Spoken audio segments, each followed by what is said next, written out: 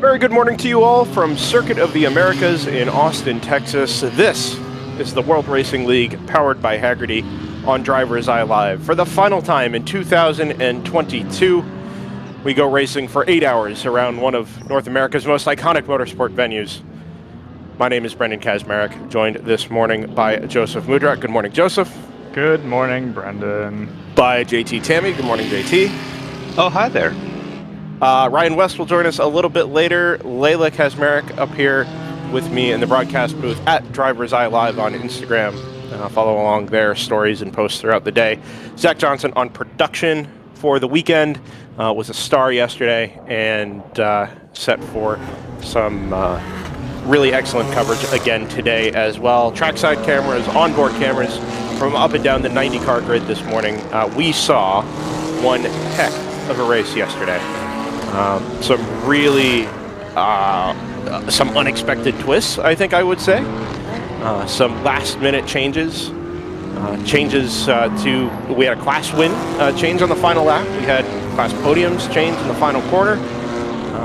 And some really interesting strategy played out over the 8-hour races. Some familiar names on the grid today as well. We'll get to those in a couple of minutes as they make their way around the first of 2 pace laps.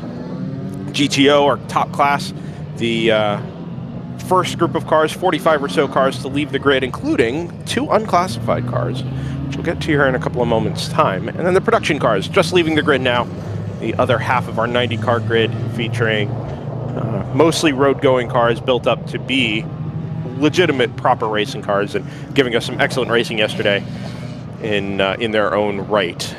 Joseph, I'll turn to you first. Yesterday, winners, Screaming Goat, the number 29 BMW M3, with the old LS engine in the front. We found out towards the end of the race they kind of took a flyer on strategy yesterday and changed 2 tires, then changed a 3rd tire and brought it home on something that was basically bald and a balance that must have been kind of disastrous, and something like a 20-second margin over JTR Motorsports Engineering. Not a small feat. No, they did everything. I mean, really, the end of the race was a game of calculated risk for 2 different classes, right? In the case of the Screaming Goat guys, they knew how much time they could afford to give up over our GTO champions in JTR Motorsports. And it paid off for them. It was the same sort of deal that we had in GP1. You had to make a particular strategy move because it was kind of win or bust, and it worked out for them. Sometimes those moves don't, but well done to them. Yeah, and like you mentioned, GP1, everybody did what they thought they were going to have to do to try and get their respective class wins, and in some cases it worked out, in some cases it very much did not work out. I think the race was better for it, but the margins were absolutely razor thin after 8 hours of racing. We're going to get the same thing today. It is an endurance race, after all, and despite enjoying to see the quick lap times and the on-track battling and all the high drama at the end of the 8 hours, we do still get the odd little twist and turn with reliability with race cars. Of course, we had the number 3 of Austin Dillon Motorsports yesterday, which brought so much interest and intrigue and, frankly, so many viewers to yesterday's broadcast. That car featuring Austin Dillon, Kyle Busch, and Sheldon Creed starts on the outside of the front row today next to Old Fashioned Motorsports, the number 505 Ginetta G55. That car yesterday ended up in the paddock after roughly half the race with a couple of issues. Fuel pickup kind of hampered them on strategy from the beginning of the race, running stints that were shortest in the GTO field, and then eventually issues with oil overflow. And just 1 or 2 other things that took them out of contention and out of the running yesterday. They are back today, and one of the fastest cars on the grid. They'll go head-to-head with the Ginetta for a second time. One of the best battles I think we saw at any point yesterday. JT, you have eyes, generally speaking, on the general production classes, GP1, 2, and 3. GP1 kind of stole the show yesterday, but still some good racing up and down the production classes and some championship intrigue back in GP3 as well. Oh yeah, absolutely. I mean, TCS Motorsports did a great job. TC Klein was looking good for quite a while, working their way back up. We saw the 175 from AOA leading for quite a while as well. The 197 Overnight Motorsports doing a good job working their way back up. And then, of course, the 605 from Round 3 Racing was always in it. GP2, it was a lot of similar stuff, just Northwood Motorsports, very quick. Once we get to the race, we got to see the S2000s work their way up, and the 150 ASM was leading for a bit until it ran into a problem out on track. We saw TCS Motorsports doing well, BSI Racing and Choice. So I expect both of those production classes to continue to have good fights all throughout the day. Yeah, we'll have eyes on that, as you mentioned, all the way through the 8 hours today. Something like 185 laps is going to be our target. And we'll give ourselves a checkered flag at 4 o'clock this afternoon to round out the 2022 World Racing League powered by Hagerty season. RaceHero.io is your source for live timing. We'll have our broadcast overlays up here in a couple of laps as well. Selection of onboard cameras to be added during the day today. Still a work in progress at the moment, but as we always do, we try and get 8 to 10 onboard cameras. The front row today, Old Fashioned Motorsports next to Austin Dillon Motorsports. Automatic Racing, number 909, will start third next to yesterday's winner, the number 29 from Screaming Goat Racing. Hammer Motorsports, the Audi RS3 LMS TCR on the third row, back there in fifth. The Choice Racing, number 511 and 6, yesterday's P3 finisher. JTR Motorsports Engineering, 7th. TLM Monoflow, the number 770 in P8. The fifth row will be the number 52 from Team ACP Tangerine Associates and the number 800 from Rooster Hall Racing. It's a little bit of a jumbled grid. The Tesla pace car pulls to driver's left into the pit lane, and our field 2x2, 20 rows deep in GTO, heads down the front straightaway to the start-finish line at the bottom of Phil Hill. We get a green flag, and as the cars head up the hill and the front straightaway, it's a Jannetta and a Camaro side-by-side, just as it was at this time yesterday. And it looks like the Jannetta is going to have the run on the brakes into turn number 1. We'll pick it up here on our trackside camera at turn number 1. The number 3 from Austin Dillon Motorsports hangs tough around the outside. And then it's 3 rows deep further back, using all the road and then more to get through turn number 1 cleanly. You'll notice a Mercedes AMG GT4 at the very back of that field. We will get to that in a couple of laps' time. At the front, however, unlike yesterday, Austin Dillon Motorsports gets the jump on the number 505 from Old Fashioned Motorsports. The Jannetta slots into second, but like yesterday, those 2 lead cars begin to gap the remainder of the GTO field. General production pacing field is just entering turn 16 now, so the GTOs will have nearly a half lap advantage by the time the GP classes get underway. It's going to be maybe one of the biggest gaps that we've seen in a while, and it's also going to be the earliest that the GTOs are going to have to handle traffic in quite some time. Yeah, I think this is one of the bigger gaps we've seen here, Joseph. This will be we're going to be in traffic in about 2 to 3 laps here, I think. We're already onto the back straightaway with the GTO leaders pulling 5th and 6th gear as the general production field rounds turn number 20 onto the front straightaway. It's PC Racing number 44 next to Moorhead Speedworks and the number 147. Round 3 Racing, the number 701 in third. Our GP2 pole sitter and GP3 pole sitters mired back in the 2x2 pacing order down the front straightaway. Again, it's a little messier than the GTO cars were yesterday, and the field heads up the front straightaway and into turn number 1. I think there is really no jump to speak of. It's 44 and 147 as it has been all season long in GP1, side by side into turn number 1. I think the 44... well, it had the apex, but the 147 gets the drive off of the corner. And as they head down the hill out of turn 1 and into our next camera here at turn number 3, our race leader in GP1 is going to be... it'll be Moorhead, I believe. And oh, yeah. With a couple of car lengths advantage by the time they get into the S's for the first time. The GTO leader is already at start-finish. I think this is a little bigger gap than maybe we were intending to have just this morning. Some sparks out of the back of the number 3 at the bottom of the compression, probably owing to some low tire pressures and full fuel load just this morning.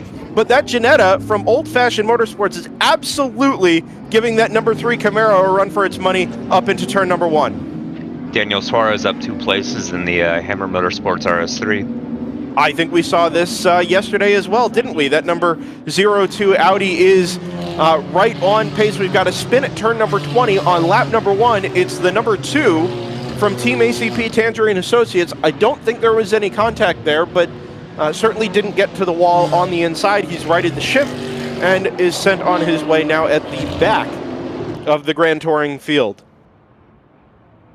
Look at the gap in GP1 that Moorhead Speedworks has opened up. Never mind the gap just back to the 44, but the two of them, back to the 701 from round 3 racing, have pulled something like probably 4 seconds at this point. Yeah, remember it's a tall ask for the Moorhead team today in order to overhaul the 701. They effectively have to win today in order to. Now they can finish second. They can finish second, but the 701 can't score, I think, really any points. If they do, they finish, let's see, 5th or better in that 701 squad. That will basically be enough. 3rd guarantees it, no matter what Moorhead does. A 5th place will do it if, a 4th place will do it if Moorhead finishes 2nd. So, Moorhead does not control their own destiny here. That's the important thing, but they can do their part by winning this race. Yeah, we'll have plenty of championship talk to come later today. It is the national championship finale, which means we will award 4 championships total at the end of the race today.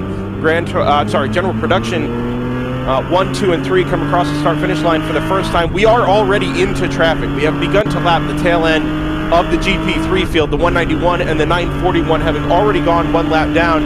And just as it was yesterday, that Camaro and that Ginetta head through the back of the field. Now this is where the Ginetta was really able to make some ground up on the number 3 yesterday, all the way through traffic, especially in these opening couple of laps where the traffic density is highest, and you are having to make quick and decisive moves to get through those slower cars.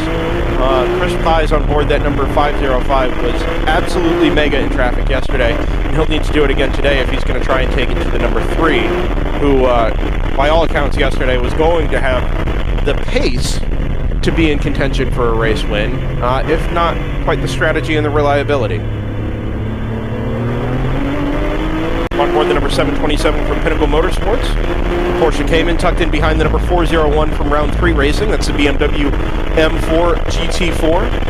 727 currently in 24th, which is not where I expected to see the number 401.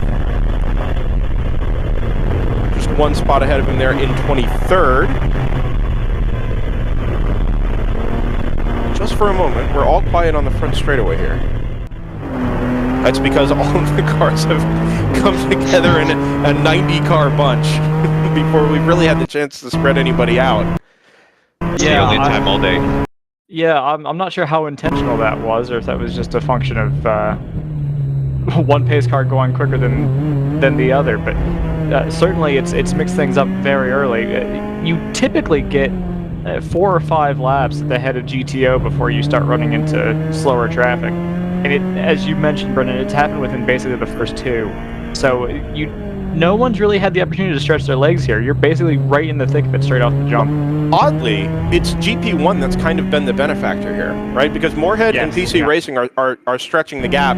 They are farthest away from any other cars, right? The back of the GTO field is functionally 3/4 of a lap behind them. So they're going to be the ones to kind of make their escape, which is not always what we see in GP1, and they're using it to a substantial advantage at this point. Moorhead is 6 seconds ahead of PC Racing, and another 10 seconds further back is the 701 from round 3 racing. Hunter Racing, the number 74, sits there in 4th. Big Mission Motorsports, 567, back there in 5th, who lost a class podium yesterday, so by literally just the skin of their teeth. Position change coming in the last 2 corners. You see our leaders coming through turn 1 here, passing lap traffic. It's not getting any lighter for them, it has to be said. And it won't until they get all the way through the GP1 traffic, which that probably will be in about 5 laps time.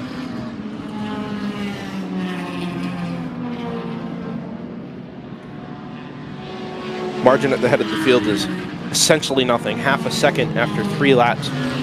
Number 3 back to the 505. Hammer Motorsports, the Audi RS3 LMS TCR back there in 3rd, but it's a bunch of traffic behind him. Choice Racing, JTR Motorsports Engineering, Hitman Racing, the new Toyota Supra GT4 back there in 6th. The 770 from TLM Monoflow. TLM not really featuring it at too many points yesterday. Eventually finding their way into the top 10 by the end of the race, I think. But early on there, the outright pace wasn't necessarily there. The automatic Aston Martin has just come out of the paddock, the number 909, and I have to say, I don't think I've seen the 9. No, they're back there in 15th, the number 908. It was kind of the surprise star of yesterday, I think. That bright yellow Aston Martin. That's not a car we've seen in the World Racing League before. That particular car, that is. We've got an early taker to the pit in the Fawn Group number 218 at a GTO. So we the Volkswagen Jetta. Started to see our first mechanicals of the day, actually, and 2 of them. The 336 reporting a little bit of smoking down at turn 2, and the 175 over at turn 4 on the same lap. You know, we also haven't had Screaming Goat on track this morning. So yesterday's winner appears to have run the one race and then called it a weekend. Maybe they're out of tires. They only brought 6. Yeah. Yeah, that's interesting. I hadn't really expected that. I wonder if we get a message from David McKee sometime today that maybe can offer a little bit of an explanation there. Or maybe you can get some guest commentators up there. Oh, there's an idea. Yeah. We've had a few of them at various points today. I think Brandon Warwish joined us back at Barber for a little bit. But other than that, it's a little unlike them. Go ahead, JT. 336 on the pit road. Yeah, that's Big Mission and GP1. It is, and that's the championship contending Big Mission car, is it not? Not really. They were eliminated from contention. Yesterday, I believe. Yeah, Big Mission. I mean, the 567 ran well yesterday, but other than that, I'm kind of surprised they haven't featured as strongly as they typically do. Normally, they're right up there with Moorhead Speedworks and PC Racing and GP1, and yesterday they just never really had the pace or the consistency, especially in that number 336, to hang with the class leaders. It really just took staying on track for the number 567 to give them any chance of a podium yesterday that eventually was lost in those last 3 corners. Yeah, the 336 would have needed basically an absolutely perfect weekend, and perfect for them, in that they would have needed to sweep the weekend and had non-finishes from the 701 and the 147. So, you know, they're out here to race, even though the championship's not on for them anymore, so that'd still be a shame for them. Fastest lap of the race put in by the number 505 from Old Fashioned Motorsports, 221.8. It's more or less the same time as was done by the Austin Dillon Motorsports number 3. Just, I think, everybody else either in the 24s or 25s as far as their fastest time, and then really no opportunity for improvement beyond that because it's straight into traffic, as we've mentioned now a couple of times. On board the number 511 from Choice Racing, sits currently in 4th. It was your 3rd place finisher yesterday afternoon, chasing down the number 02 from Hammer Motorsports. Now we think it's Daniel Suarez who starts that front-wheel drive Audi. And never mind Chris Pies being able to do battle with a trio of NASCAR drivers in the stock car chassis, but kind of you'd expect it to be a thrill for whoever's on board the 511 at the moment to be able to go toe-to-toe with Daniel Suarez as well. It's, especially in a car that is so out of Daniel's typical element. Yeah, right? The wrong wheels are being driven for a start. Yeah, the stock car is the stock car. That's maybe a little more at home for Kyle Busch, Austin Dillon, Sheldon Creed, but a front-wheel drive Audi, and we know we've seen Daniel Suarez in the Hammer Motorsports camp before, but it's an altogether different type of driving, a different driving style required. to make that Audi RS3 work. And it does really work in GTO. We've talked a couple of times over the course of the season about how Hammer Motorsports moved away from that front-wheel drive Audi platform and over towards the BMW M4 GT4 at basically the same time as the rest of the GTO field did the same thing.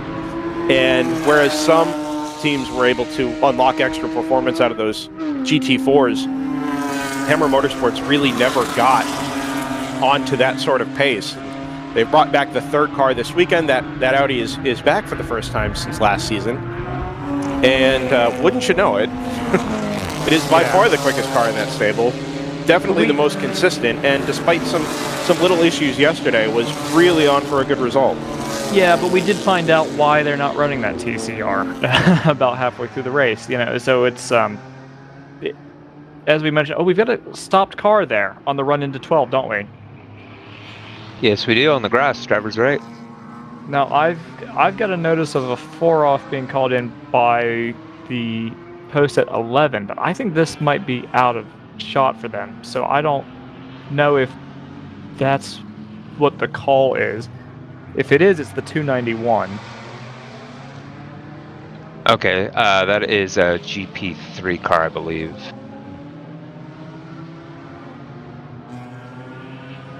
Yeah. Oh no, that is NRG in GP2.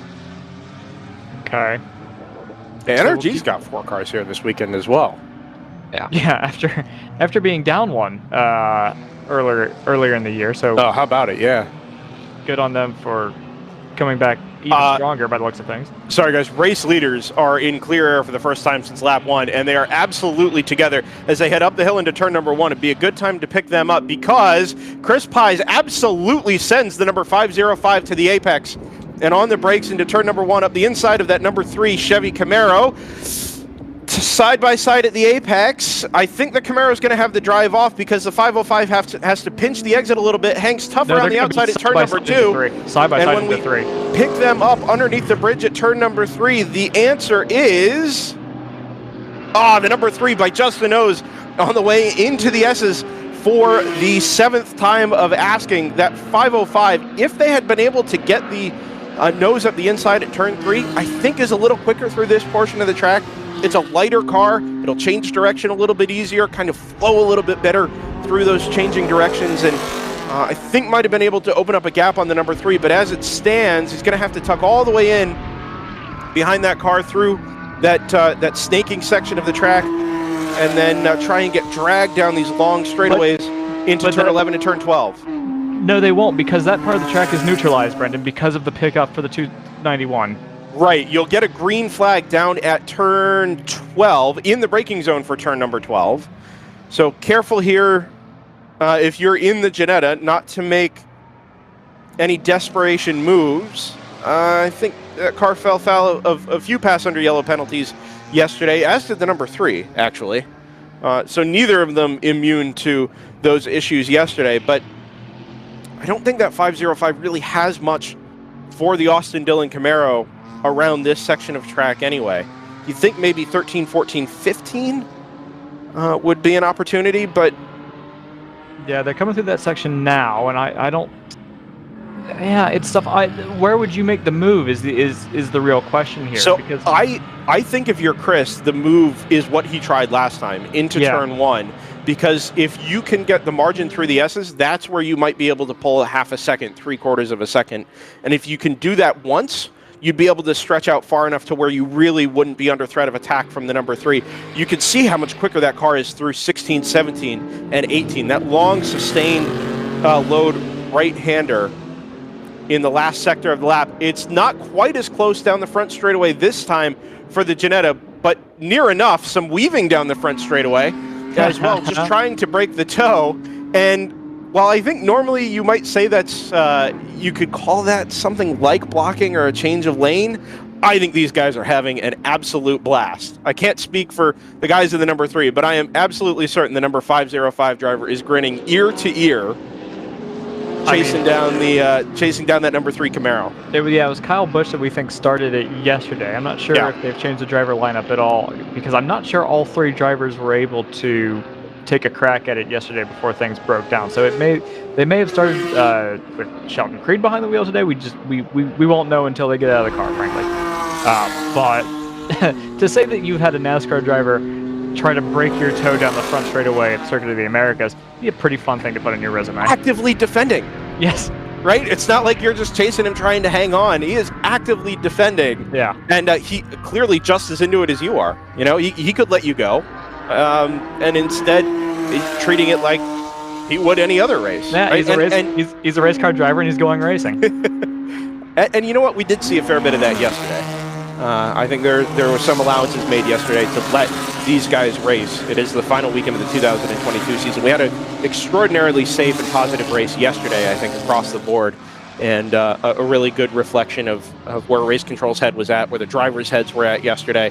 And I think everybody will be very, very content to repeat that again for the Sunday race and send ourselves into 2023 with a really nice finish to the season. The 291 BMW has made it back into the pit lane. Yeah, in the process, it's given 2 cars passing under yellow penalties. The 501 and the 986 both dinged for a lap penalty in that turn 12 zone. 501 is the third of the Thunder Bunny racing cars, and the 986 will be Will to Win. Yeah, both GTO entries. So those are the classes that have the highest potential speed differential against your slowest class in GP3. So the easiest one to accidentally cop a passing under yellow penalty, but it is that just means that you have more responsibility to keep your head on a swivel, basically. Good run again for the 505 out of the last corner, but they're both going to come up on the number 44 from PC Racing, which kind of provides a natural defense for that number 3 into the braking zone at the top of the hill. And the 505 lets it track out a little bit wider, comes on the throttle, but not able to really close the margin up at all to the back of the 3. I think we've lapped all but one of the general production cars now. It'll be just the Moorhead Speedworks number 147 that has turn 11. Has not been put a lap down. Wow, turn 11. Is it 11? Oh, sorry. Not turn 12. But 11. Well, no, I understand. I'm confused by my timing situation at the moment. I think Race Hero is providing fits once again. Okay. GP2 is being led by the 721 RRT Racing BMW. It currently has a 24-second lead ahead of the 33 TCS Motorsports MX-5. Up to third is the number 18 Driveway Austin entry that started 9th this morning, leading over Choice and North Loop behind. We did see the 150 ASM Honda 2000 come out after a engine swap over yesterday, but they did take to the pit lane already. I believe they're still there, so hopefully that car can get back out and have a better 7.5 hours of racing left. GP3's 197 overnight motorsports. 3 fast guys. Oh, look at this, the move. It's the move for the 505 on the inside of the 3 down at turn 15, 16. Well, and this is where he's equally as quick, if not quicker, than that number 3 is 16, 17, and 18. So even though he's stuck on the outside lane all the way through that quadruple apex right-hander, if he can hang there, and he'll have the move done into the turn 19 braking zone. The Ginetta leads the Sunday race at Circuit of the Americas, and after 9 laps, finally able to put a move on that number 3 from Austin Dillon Motorsports. If he can hang on into turn 1, I think this will be where he'll be able to gap that number 3 stock car just a little bit. He will be hampered by traffic here, I think a touch this time around through the S's, but he's got a couple of yards in front of him that if he can use it to his advantage there, I think he'll be able to pull a gap here on the number 3. He is going to hit traffic at the worst possible point. At the same time, the 02 goes wide, exiting turn number 20, has to pull it off the curb. Oh no, that car's losing power. The 511 Choice Racing car went by on the exit of 20. I thought it was because he was out wide. It's not. I think this is a recurrence of the power issue we saw for that 02 Audi yesterday, and he's losing spots headed up the hill at turn number 1.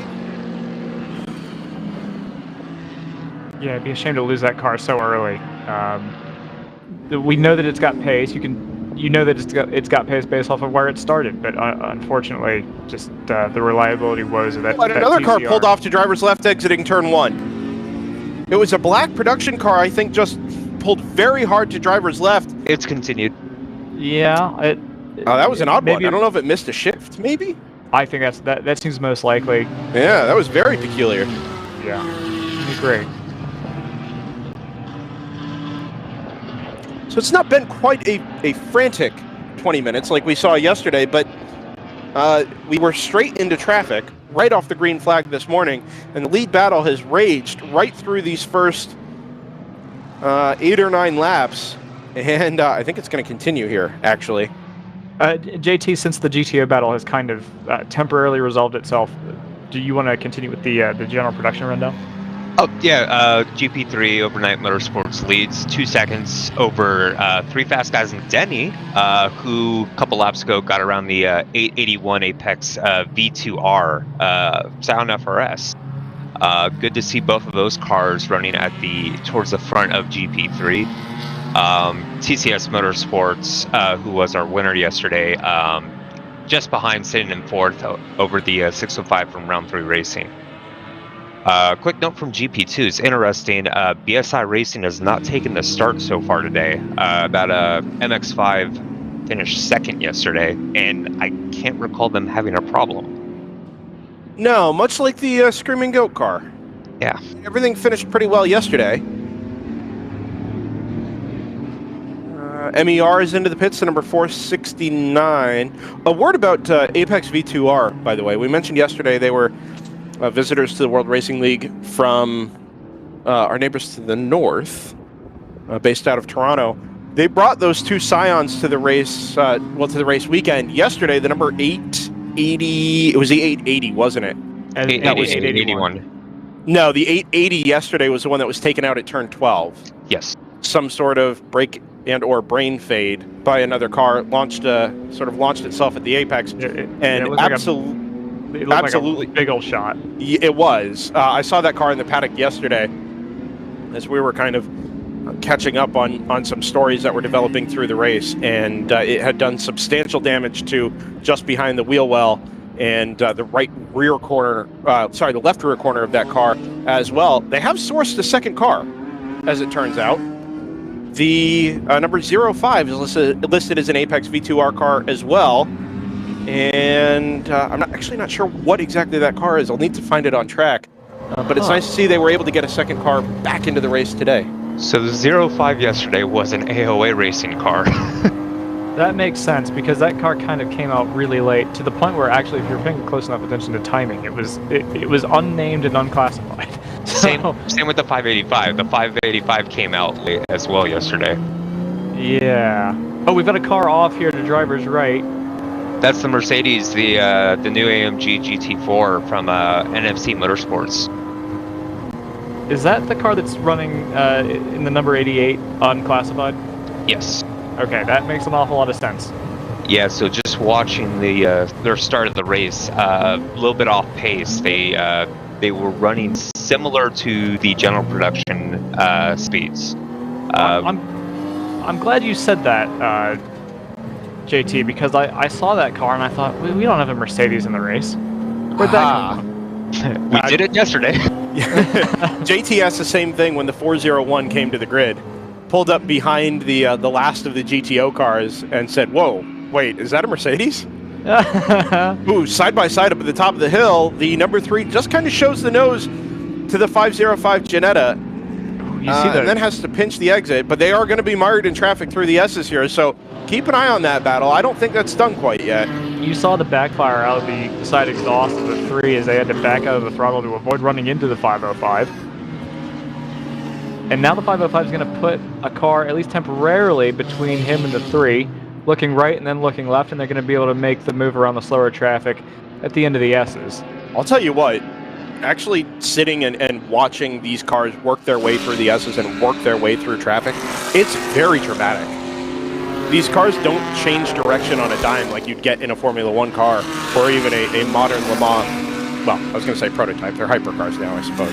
Hypercar. But watching these heavier, sort of lower powered cars change direction in the middle of traffic through there is really dramatic and impressive to watch. Yeah, it's all mechanical grip. I mean, there's not really, GT4 cars, you do have a decent amount of downforce, but it's nowhere near what you'd get even on a GT3. So the changes of direction, you're absolutely right. They're very impressive, given that that's basically all mechanical grip.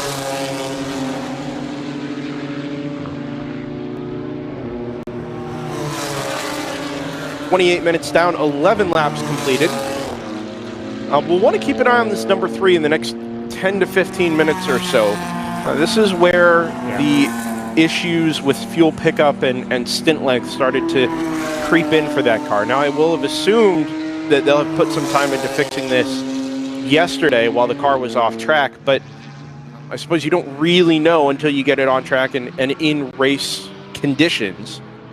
Yeah, and, I mean, if they let's keep an eye on that. If my guess is if they didn't have a reasonable hope that they had the issue resolved, they wouldn't have sent the car back out on track today, if we're honest, because I think it's one of those situations where they're coming in basically as ringers, and if they don't think that they're going to be able to finish the race, they're probably not going to come out. I mean, I guess it's a little bit of track time, depending on your point of view, Ray NASCAR testing, but yeah. So it's a question of your motivation, right? If your motivation is the win and the result, then you keep the car on track while it's in contention, and if something happens, you pull it, you work on it. If you're into the track time, you can send the car back out, but it's not like NASCAR drivers, full-time NASCAR drivers are short of track time, right? They're not here just because they like to race. I mean, they are here because they like to race cars, but it's not just as a hobby for them, right? There's other things involved there. Sure, but I think sometimes with racing, it's just a matter of getting reps in, right? So just getting more familiar with the track and just kind of carving that into your muscle memory. I think there is something to that. Fair. People will go on various forums and say, well, they shouldn't be allowed to have track time at a track that they have on the schedule. I did see that yesterday. Yeah, and I think that's an insane take, because literally any of them could hop in a seat and do this weekend. And if you'd like to, next year. You could bring a rental car to a track day and get track time. Right, exactly. Right? Who's gonna? Who at Avis is gonna be like, "Nah, Austin Dillon can't." Well, it turns out the deal with Avis is they just give you a deflating tire every time you pick up a rental car. Yeah. And then you can't take it on track. Yeah, maybe they just took the tire off your last rental and put it on the new one. That's probably it. Shipped it right to Austin. Yeah. 2 in a row. Right. Killing me. I've got some news. Go ahead. Incident under investigation. Car B is unknown at the moment. Car A is the 505 for possible contact. That is your leader at the moment. Yes. Interesting. What do you do with that information? There's no corner. There's no second car. It's just a time and 505 contact. Well, I mean, if you can't confirm it, there's no penalty to be had, I don't think. I wouldn't think so either. 505 is going to be able to extend their gap here because they've managed to put a car in between them and the 3 right at the apex of turn 20. I think this is going to be the biggest gap that we've seen for them really all weekend. Although the 3 now is going to be able to swing around the outside of this Miata through turn 3. Are they? No, because I think the Miata was giving themselves the widest possible line into the corner, as is their right. And I think it's going to hurt the 3 even more. Yeah, the gap now on the order of a second, which isn't much, but it's as high as we've seen it so far. Well, but through this 7, 8, 9 complex, if the Ginetta isn't able to pass the 2 or 3 cars ahead of it, it's going to close that gap right up again. It's sort of a road Atlanta type dynamic through there, where if you haven't gotten the move done at the top of the SS at Road Atlanta, you're kind of stuck until you get to the exit of turn 5. It's very much the same here.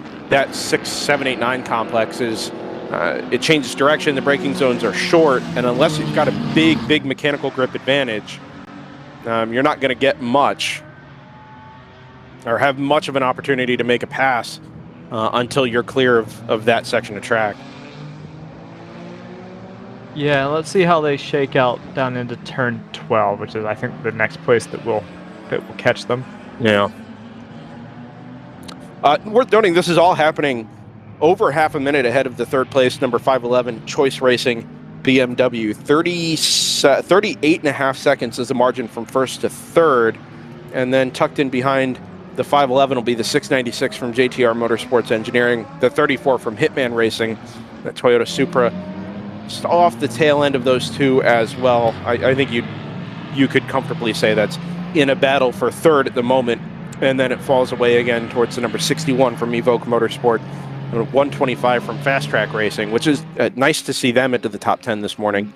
And then TLM Monoflow number 770, the second Fast Track number 126, who we spoke to yesterday afternoon, and then the number 800 from Rooster Hall Racing, defending from the number 99 Team GTR BMW M4.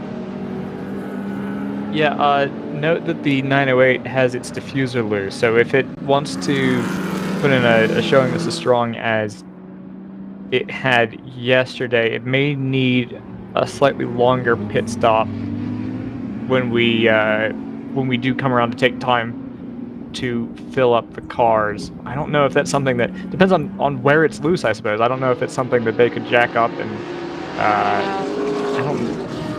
I the idea of putting somebody under a car in pit lane, but if that's something that could be, a loose bolt somewhere that could be done back up as we go in our monitors. We're seeing several cars go really wide into turn 3. I'm going to keep an eye out for that number 908, and I hadn't made the point yesterday, but I did observe that car's rear diffuser, I think, is a little larger than the sister car, the number 909.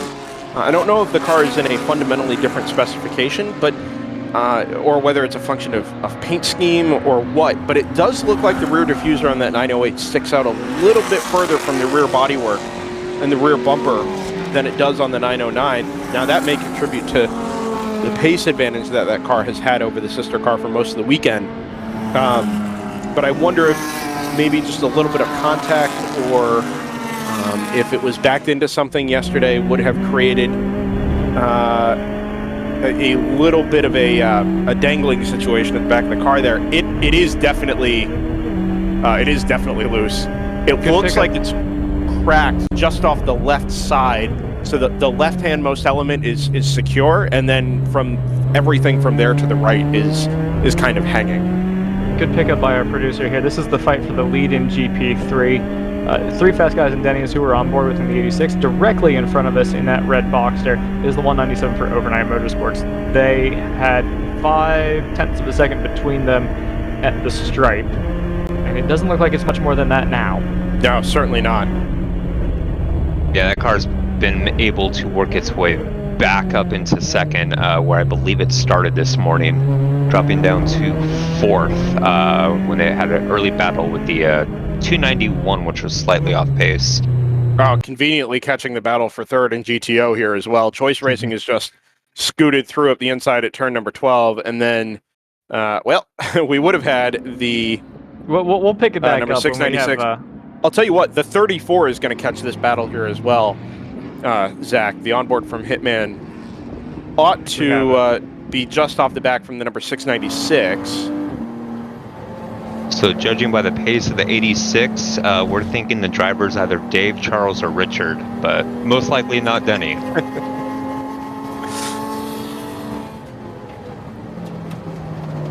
This is on board that Toyota Supra,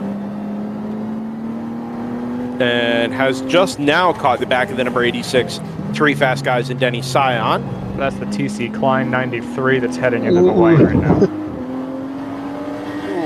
Everybody sideways off the last corner there. He's steering the car with his throttle coming out of the corner there. That's how you know. Not the first time we've seen a Supra do that, Joseph. No. The road-going version of this car that competed, I think, the last 2 years here at COTA in WRL. Very, very unsteady car. Just, as you mentioned, steering the car with the right foot, letting it kind of glide naturally at the back end once the car had been turned in. Worth noting that Evoque team is now the TAPG Supra team is now the Evoque number 61 team. Not running a Supra anymore, but they are still in the paddock. JT? With the Hitman Supra taking the apex away from the 86 in that final corner, that allowed TCS Motorsports to get within 2/10 coming across the line. So that fight for first in GP3s pretty close between those three cars. Slow car into turn 12, guys. Is that the 5th gear? No, it's not. It's the Jetta again. Yep, Yeah, the 218 Jetta. Yep.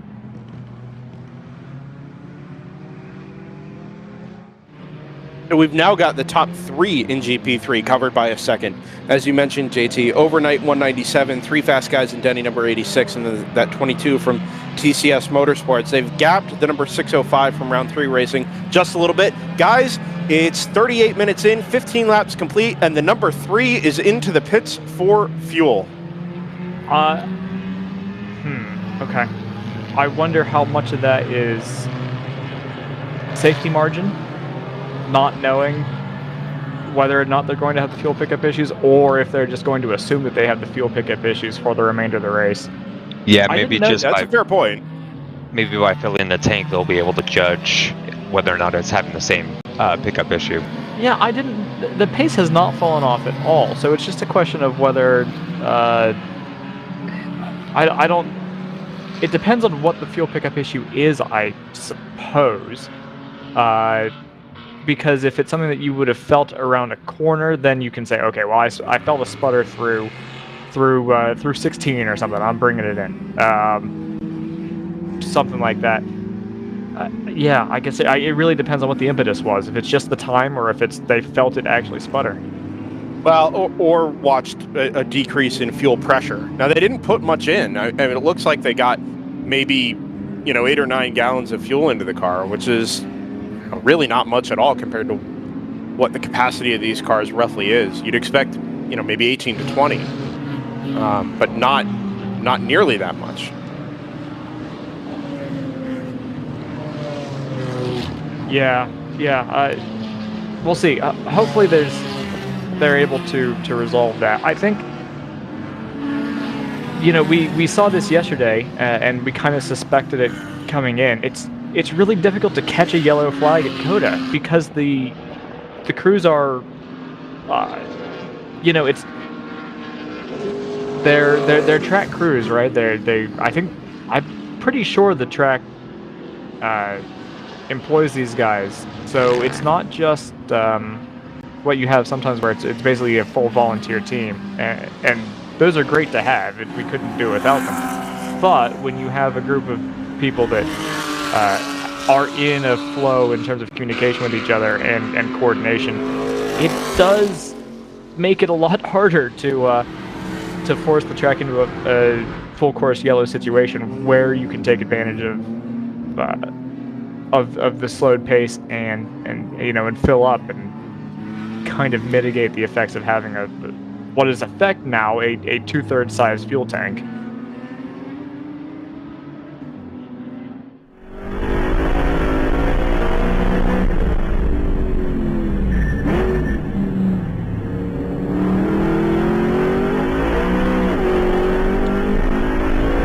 The 33 is into the pits. This is the GP2 entrant from TCS Motorsports, the X-Chill-Out Mazda MX-5.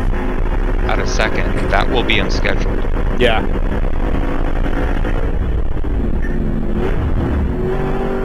Ooh, the 150 ASM Honda S2000 has come back out.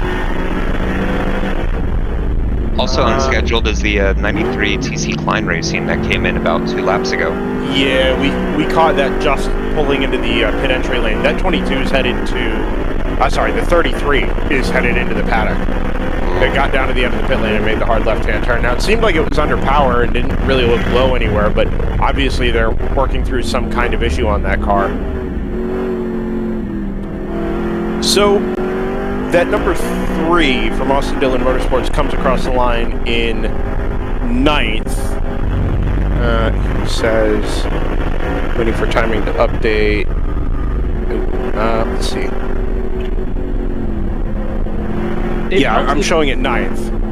Yeah, it helps that you save a little bit of time on pit-in, but probably not enough to really make a difference. Right, that was going to be my point. Compared to yesterday, when they had this issue straight off the bat, they came in and couldn't figure out why they weren't getting more fuel in the car, right? They were expecting the tank to be essentially empty and kept trying to get, you know, additional cans of fuel to dump in the car. So they wasted all this time essentially thinking that they had a fuel intake problem rather than a fuel pickup problem. Lost the better part of a lap to the race leader and, you know, had lost all the time that way. If they have this pickup issue again today, now they know what the issue is, right? It's not that they can't get fuel into the car, it's that they can't get fuel out of the tank and into the engine. And if that's what you're working with, like you mentioned, it's the occasional shorter pit stop, right? Yes, you're making more of them, but you're not taking as much fuel every time, so that's shortening things up a little bit. And this is a little bit closer to what we would expect, rather than, you know, just massive time loss trying to work through an unknown issue. This is now a known quantity for them. Yeah, and clearly that car has pace, right? And remember, the 505 is under investigation for contact, so that's something that they're gonna download the video from in race control and see, you know, did our race leader make contact? Because whoa, a little bit of power slide through 15.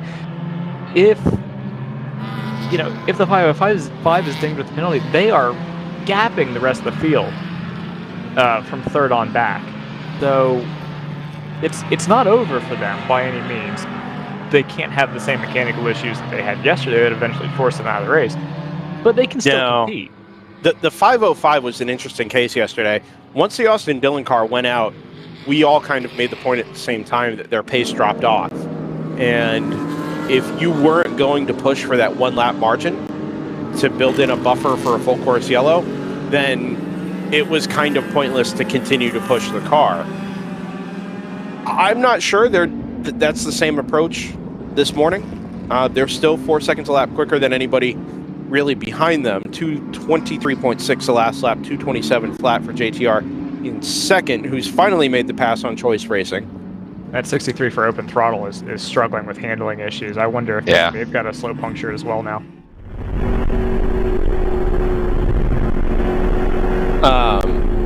But in any case, if you're going to get a long green flag run this morning, then maybe it does make sense to keep trying to push that car a little bit. No risk still, but if you've got the pace, maybe try and get the gap up to 1.5 minutes and 2 minutes and see where things lie at the end of the first round of pit stops.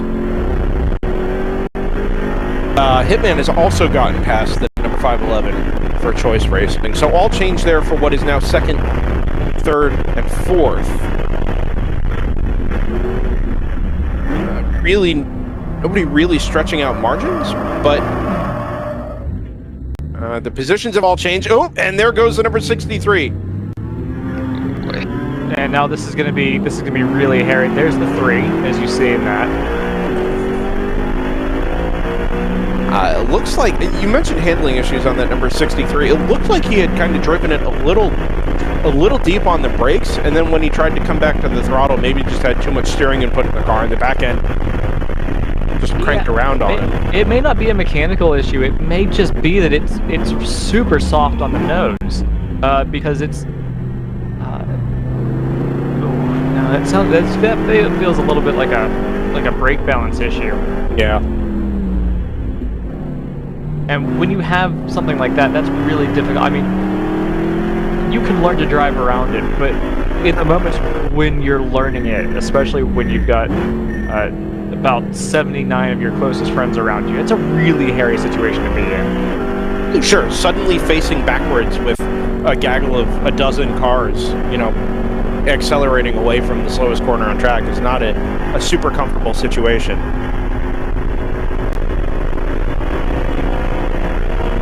Wow, that gap in GP2 for the difference between the RRT lead car and the driveway Austin is now up to minute 16. Yeah, we didn't really see a whole lot of pace out of the RRT cars yesterday, which kind of surprised me a little bit. I think I was expecting them to be a little bit further up the GP2 field. But like you mentioned, it's nearly half a lap now. inside of the first 45 to 50 minutes of racing. The North Loop Motorsport BMW 330 sits in third, but hasn't really had the pace of anybody else. There are the two lead cars there. It's not fair. 6 seconds behind the Driveway Austin number 18. So there is kind of a group there in a vague battle for a second. It's nothing very close on track, but nobody's really gotten away except for that 721. Yeah, and it was closer when the North Loop and Choice car were kind of stacked up behind the Driveway Austin, but that has since opened up a bit more, so each of the cars have their own breathing room. But that early stack up allowed RRT to definitely get a very large gap, and has since just been able to run what is basically GP2 time or GP1 lap times, borderline GTO backmarker. Is that one of the S2000s ahead of us now? Yep, that should be the 410 quality time racing, I believe. The unofficial car of the Mid-Ohio Sports Car Course, it has to be said. All change again for second. Hitman Racing has gotten past JTR, as has the 511. Car off driver's right, exit of 11. Yeah, that'll be the 469, who has been slow since the S's basically on this lap. They were off to driver's left over at the 7 and 8 part of the track, and has made it nearly to the top of the hill. Or I guess has made it to the top of one hill and down it, but hasn't been able to crest the hill at the back straight. So that will probably be a recovery and a yellow, well, it'll definitely be a yellow flag into turn 11, which is a big passing zone for flat traffic. So if I remember correctly, the 469 MER MX-5 tried to take the start yesterday, was smoking during the initial formation lap, and did not go out again. They did take this start today and have done a couple laps, but it seems like they're still being plagued with problems. Speaking of cars that have been having issues in GP2 this weekend, I got a note from Tomo in the YouTube comments saying that the 150s had a full engine swap in the paddock last night. They did start 5th in GP2, but if you look on your timing screens, they are on track, but down in 12th, about 8 laps behind that MER car that is stopped at the back part of the circuit. So having a rough time. Tomo's hanging out in the YouTube chat and is crewing for the 150. So he's either delirious as we've got a car around at turn 1. Is that the 410?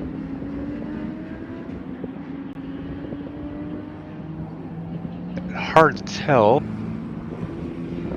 No, it's the 469 again. So they've gotten back around, and then they've gone around. So they're going to be looking for a gap in traffic. It's a scary situation.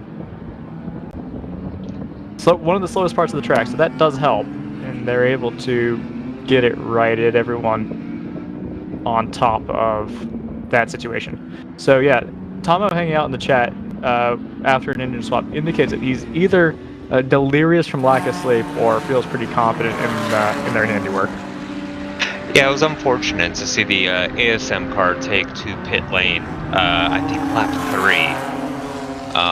But it's got back out. It is unfortunately 10 laps down from the lead, but as we saw from yesterday, as long as you can, stay consistent, stay out of trouble, let others have mechanical woes or whatnot, and they can still get a good result today. Gentlemen. Scoundrel. Yeah. Dude? Me going silent for a minute and then saying gentlemen can only mean one thing. You've got a guest. I've got a guest. But it's a guest we've had before. Cole Locard joins us from the number 401, round 3 racing BMW M4 camp. Welcome up here, Cole. Long one. There we go. Yeah, good to be back again, and thanks for having me as always. I'm glad you guys haven't gotten tired of me coming up here yet. So no, I think we last talked to you at Daytona, and you've had a heck of a 2022. VIR, since we last talked to you at Daytona. We have. It's been, in many ways, it's been a dream season. Yeah. Hasn't been perfect, but racing never is. Sure. Yeah, it's been really an incredible year that we've had, and for sure, this year I was reminiscing about it, even this week leading up to this race, and thinking about all the cool experiences we've had this year, and some of the experiences I've had this year, some of the races I've been involved with this year, and it's a lot of really cool memories for sure. So this is a season it's going to go down in the memory bank, definitely. I think when we started working with the World Racing League and getting to know you guys down at Round 3 Racing, it was a lot of names and faces, but you guys were just racing drivers, right? And we get to know the personalities a little bit.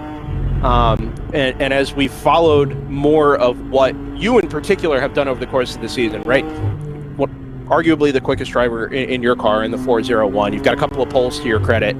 You've had some fantastic on-track battles we've been able to call your name as a part of. I know back at Barber is going to be one of my favorite memories from the season with you and Will Choice. And mine too. And it's been really cool to follow your development as a racing driver over the course of the season. We talk about the 401. We're riding on board with Sarah here right now. You guys had a great run back at Sebring. A little further down the order today. We'll handle the today thing first, then I want to talk about the rest of your year as well. The pace, it's not there, but there's a lot of really quick cars at the top of GTO this weekend. Yeah, we've been battling the car all weekend. For whatever reason, we have no rear grip. And we threw some kitchen sink changes at it last night after yesterday's race, and Sarah hasn't complained about the car as much as she did yesterday. So I think we're going in the right direction with it. It looks like we have a little bit more pace today. It's just track position is working against us here. We're in desperate need of a yellow, but yeah, we'll see. It's like you mentioned, the competitiveness of the field has just amped up that much more this weekend, and not just with the the obvious teams in the paddock this weekend, but it seems like everybody's level has increased, and really that's what this series is bringing out in people now. It's forcing you to bring your best, and really every weekend, I would say at this point you see kind of a gradual progression and an upward trend of pace from everybody. So. I would agree with you. It's not that the pace hasn't been totally there for us, but we're definitely chasing it more this weekend than we have been previous weekends. So we'll make the best of it and see what happens. Do you anticipate this being your last sort of full-time weekend in that 401? Yeah, unfortunately, this is the swan song with round 3 for me. You say unfortunately. Yeah, it's just circumstances, sure. But I personally have some things lined up for next year. We've heard. I would really like to return to WRL next year. I really love this series, and I've been a part of it since 2019. So I've seen sort of that progression within the championship, and it's really been a cool thing to be a part of. So. I'm gonna be really sad to possibly not be a part of WRL next year, but there's sometimes there's other things that you need to look to as well. So let's talk about the other things, and I think it's still relevant to the WRL discussion in our attempts to kind of promote what WRL is and is about. Right? You said you started back here in 2019, right? You're running 8-hour endurance races with Round 3. And, your name has crept up more and more, right? We've seen you do more and do it better, right? Then your name appears down in Brazil running a Lamborghini Gallardo. And then all of a sudden you appear in an announcement with Mo Dodka running Lamborghini Super Trofeos here in the United States next season. That is still a reflection of what WRL provides as a foundation for drivers to get experience, to get seat time, multi-class racing, high-performance, high-powered GT race cars, right? And I think you kind of stand now as one of the prime examples of what it can provide to a racing driver, the opportunities it can open up for you. Oh, absolutely. And I've said this before, but I really believe that for any young drivers that are looking to develop their craft, WRL is the place to go. For a couple of reasons. One, sometimes running on a street tire is actually a good thing for driver development. because it forces you to kind of grab the car by the neck a little bit and really find the limit of the tire, almost sometimes drive, not over the limit of the tire, but Sure. you know, get comfortable with the car moving around a little bit more. And the other big thing here is traffic management. These races are won and lost by how well you get through traffic. And so, you know, the racecraft involved with that, you know, setting up passes, whether it's in-class cars or out-of-class cars. Sure. And, you know, kind of having to be in that situation where, you know, sometimes, like, I'll give you an example. Back in the GP3 days, sometimes you'd have to figure out how to get around a slower GP2 or GP1 car even. And, you know, there's a lot of things that you learn about racecraft even there. So regardless of the class you run, there's a lot of really valuable driver development skills that you'll learn in this championship. I mean, the grid is insane. I mean, we have, what, 80, 90 cars this weekend. So, you know, what series are you going to have that level of cars on the track at once? So Sure. I really think that there's a lot of really good things that, you know, drivers develop from in this series. And, you know, certainly as the series grows, there's more publicity with it. You know, there's even, you mentioned Brazil. I've had some people in Brazil express interest in coming over and competing in this series. Oh, wow. So, you know, it's possible, you know, who knows? It's possible you could see some of that in the future. Who knows? So there's definitely, you know, this series has a lot of momentum behind it, rightfully so. Mm-hmm. And really glad to see it. Pit stops in the head of GTO just at the moment. Old Fashioned Motorsports is in. JTR Motorsports Engineering is in as well. Just at the 1 hour mark, the conclusion of the 24th lap. So we'll keep an eye on where they cycle out at the conclusion of this round of pit stops. I think the 505 has just been sent from its pit stall down at the east end of pit lane. I do want to ask about your Brazilian racing exploits here. It looks terrifying. Absolutely terrifying. The tracks look, it's not COTA. not safe for Lamborghini is how I would describe it. And that's the other part of it, is that Lamborghini looks like an absolute handful. Oh, it is. Yeah. It is. So can you tell us a little bit of why you were there in the first place and why you would go back? Because it really looks like a handful, it looks like a mess, but also looks like a lot of fun as a racing driver. Yeah, that's a really good summary of it right there. I guess to add to that, so to answer your question, so I have a friend of mine out there who's actually he's British. Okay. And he moved to Brazil I think like 13, 14 years ago. Okay. And so I was talking to him a little bit about Brazilian motorsport there. And he's like, hey, man, I'll introduce you to some teams and, you know, come out and give it a shot. And I wasn't really expecting a whole lot because, like, you know, what Brazilian team is going to want an American or a foreigner to come out? But, you know, surprisingly enough, I made a trip out there with nothing on the schedule and talked to a few people.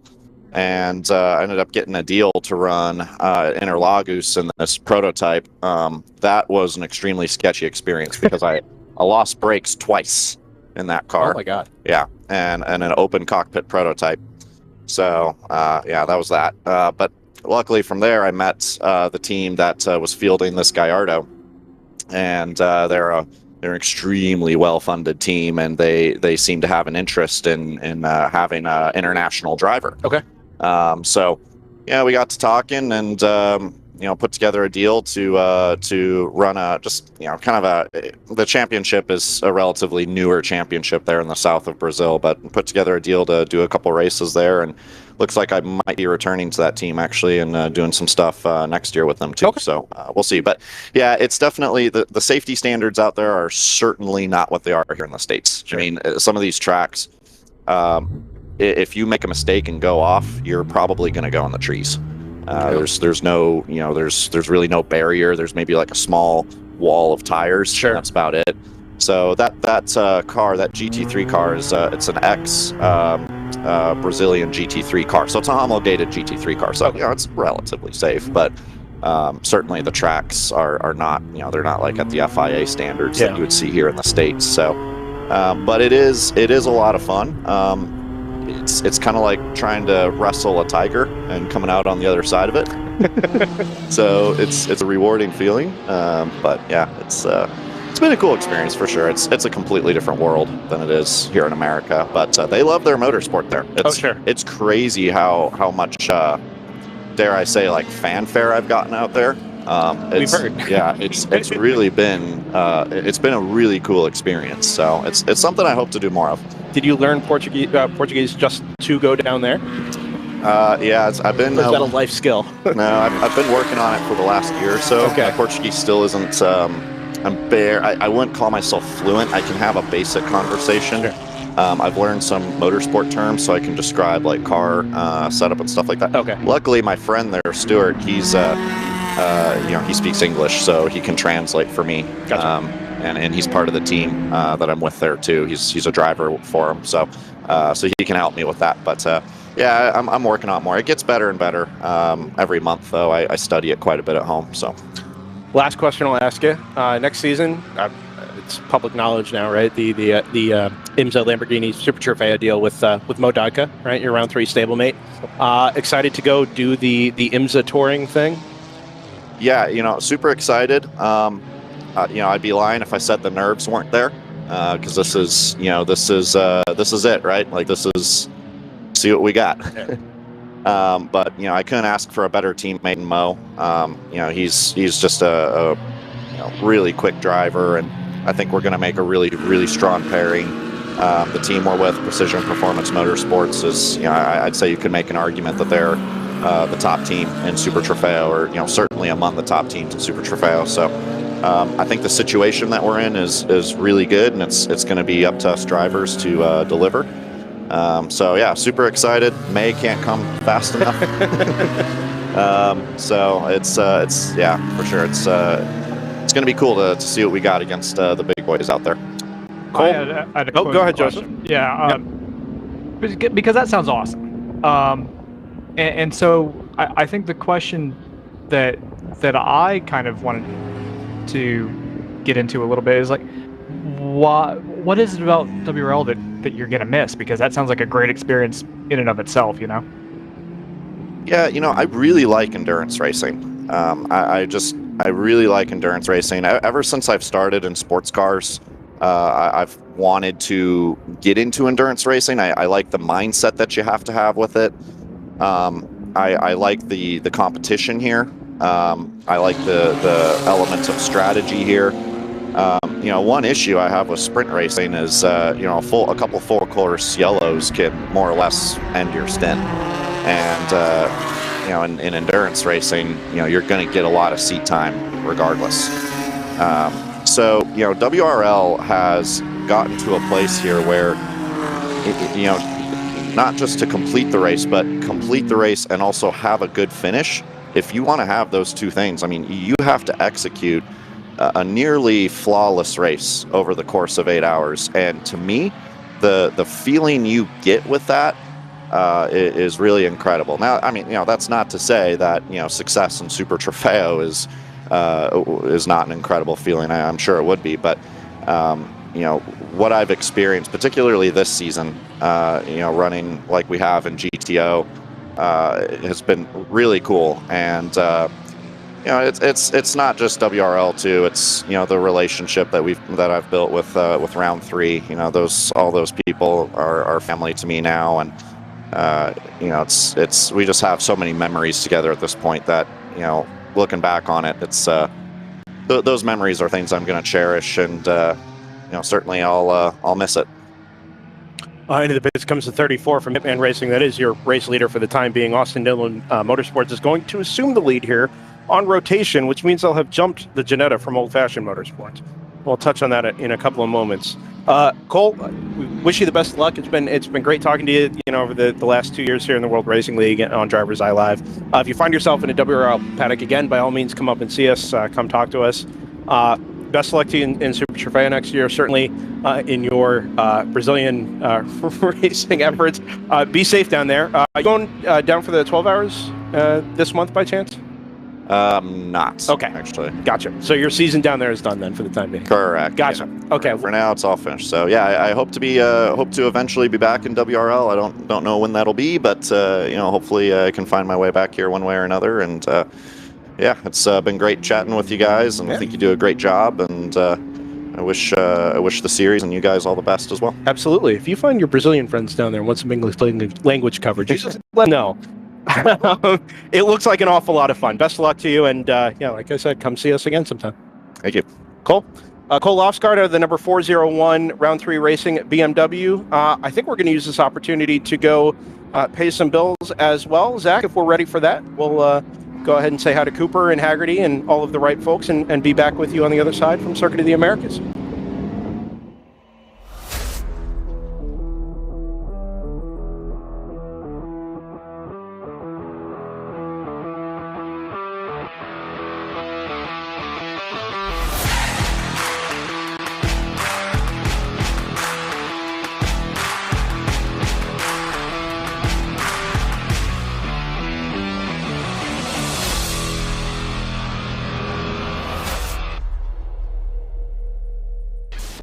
Focus, guys. We're in a race to the finish, okay? Here's where the rubber meets the road. These initiatives move the needle, like, at all? Well, let's shift gears a minute. We're really kind of at the apex here. We need to put the pedal to the metal. We need to nail those hairpin turns, cross that finish line, and take that checkered flag. Woo! Hit the track with the world's largest motorsports calendar, track day insurance, and more. Hagerty. Let's drive together. Sentinel by Candelaria Racing Products is a comprehensive motorsport video system incorporating live streaming, local recording, picture-in-picture, flag status, leaderboards, data overlays, and more. Perfect for endurance racing, sprint racing, and HPDE. Sentinel includes everything you need to get started. With the ability to control the live feed from the cloud and GPS auto start, you will never miss an on-track moment. What are you waiting for? Get your Sentinel today.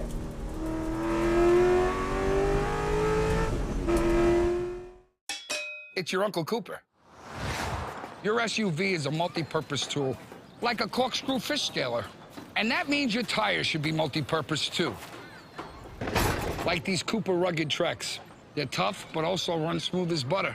And with dual sidewalls, it's like having a multi-tool that can look like a completely different multi-tool. Don't take that idea, by the way. I'm gonna patent it. Go with the Coopers. Cooper!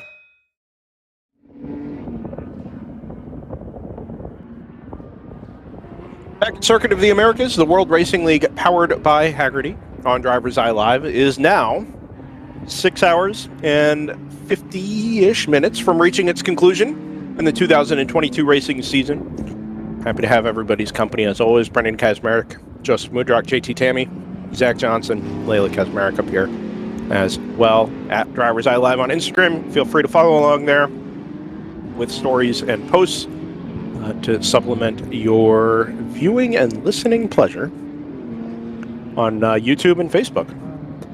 Happy to say, if we haven't confirmed this at any point next week, for next season, that we will be back with the World Racing League on DriverSeye Live. Full live streaming of every event on the 2023 calendar is the plan at the moment. Some additional plans for us in 2023 here at DriverSeye Live as well, which hopefully talk about a little bit later on, just to plug things, promote ourselves a little bit here. I think we're now at a point where we're pretty proud of what we've been able to put together for amateur and grassroots motorsports, and certainly proud to have been a part of what the World Racing League has done over the last 2 seasons. Happy to have this one continue into 2023. A little bit of smoke from the right front corner of the number 18 that's down here in the pit lane just in front of me. I'm going to assume it's a hot break. Oh no, it's 2 hot breaks, which may mean it's not brakes at all. It's quite a bit of smoke now out of the right front corner of this car. Yeah, that'll be the leader out of GP2 for Driveway Austin. Yeah, they were, I think, were they second for most of the stint behind RRT? They were. RRT was leading for most of it. I'm not sure what the gap was when RRT pulled out to pit. Yeah, they're just really steaming away down there. They're doing a driver change and putting fuel in the right rear corner of the BMW. And finally, now that the temperature on what I have to assume is brakes is starting to come down a little bit. The steam and smoke are relenting ever so slightly, but it is still, I mean, something like that is Gets the nerves going a little bit. There's a reason why it's a warning and then a penalty for fire bottle not ready. Yeah. That is absolutely a requirement, and for good reason. Slow car exiting turn 10? I don't have an ID for you yet. I yet. think I just caught it to driver's left there before we switched cameras. Yeah, I think... I'm not sure if the 218 is... Okay. 24. It'll be Montgomery on their return. That's the BMW 235. Not the 235 IR, of course. This is the GP1 entered road going. Yeah. Yes. Yeah. That car was kind of in the wars yesterday. Yeah, now it's confirmed on the race control log as well. Automatic Racing is into the pits, so number 908. I think they've been sent on their way already. And if that's the case, I don't know that they've really done anything to the rear diffuser of that car. Here's that 24, so they're still moving, but they're definitely not at pace. I wonder if maybe they've got something that they're nursing, and we might see them into the pits here soon. The 02 is back as well. That's the Hammer Audi that came into the pits after not many laps. Scroll to the bottom of the timing and find them. 10 laps completed. I'm a little surprised to see so many takers to the GP2 pit lane, if I'm honest, and even GP3 a little bit. A lot of those cars can make it an hour and a half plus, just because they're not putting out as much power as GP1 or GTO cars. And also there's fuel tank regulations versus GTO that change that calculus a little bit. Yes. 800 is back as well. That's the Rooster Hall Racing BMW. Who, if you're a GT Americas fan, you may recognize that name. Oh, is that right? Yes. Yeah. I don't watch much wow. SRO stuff. I really don't. Which is I probably should, now that there is a substantial amount of crossover, at least for this weekend. Like Rooster Hall, Fast Track. Yeah.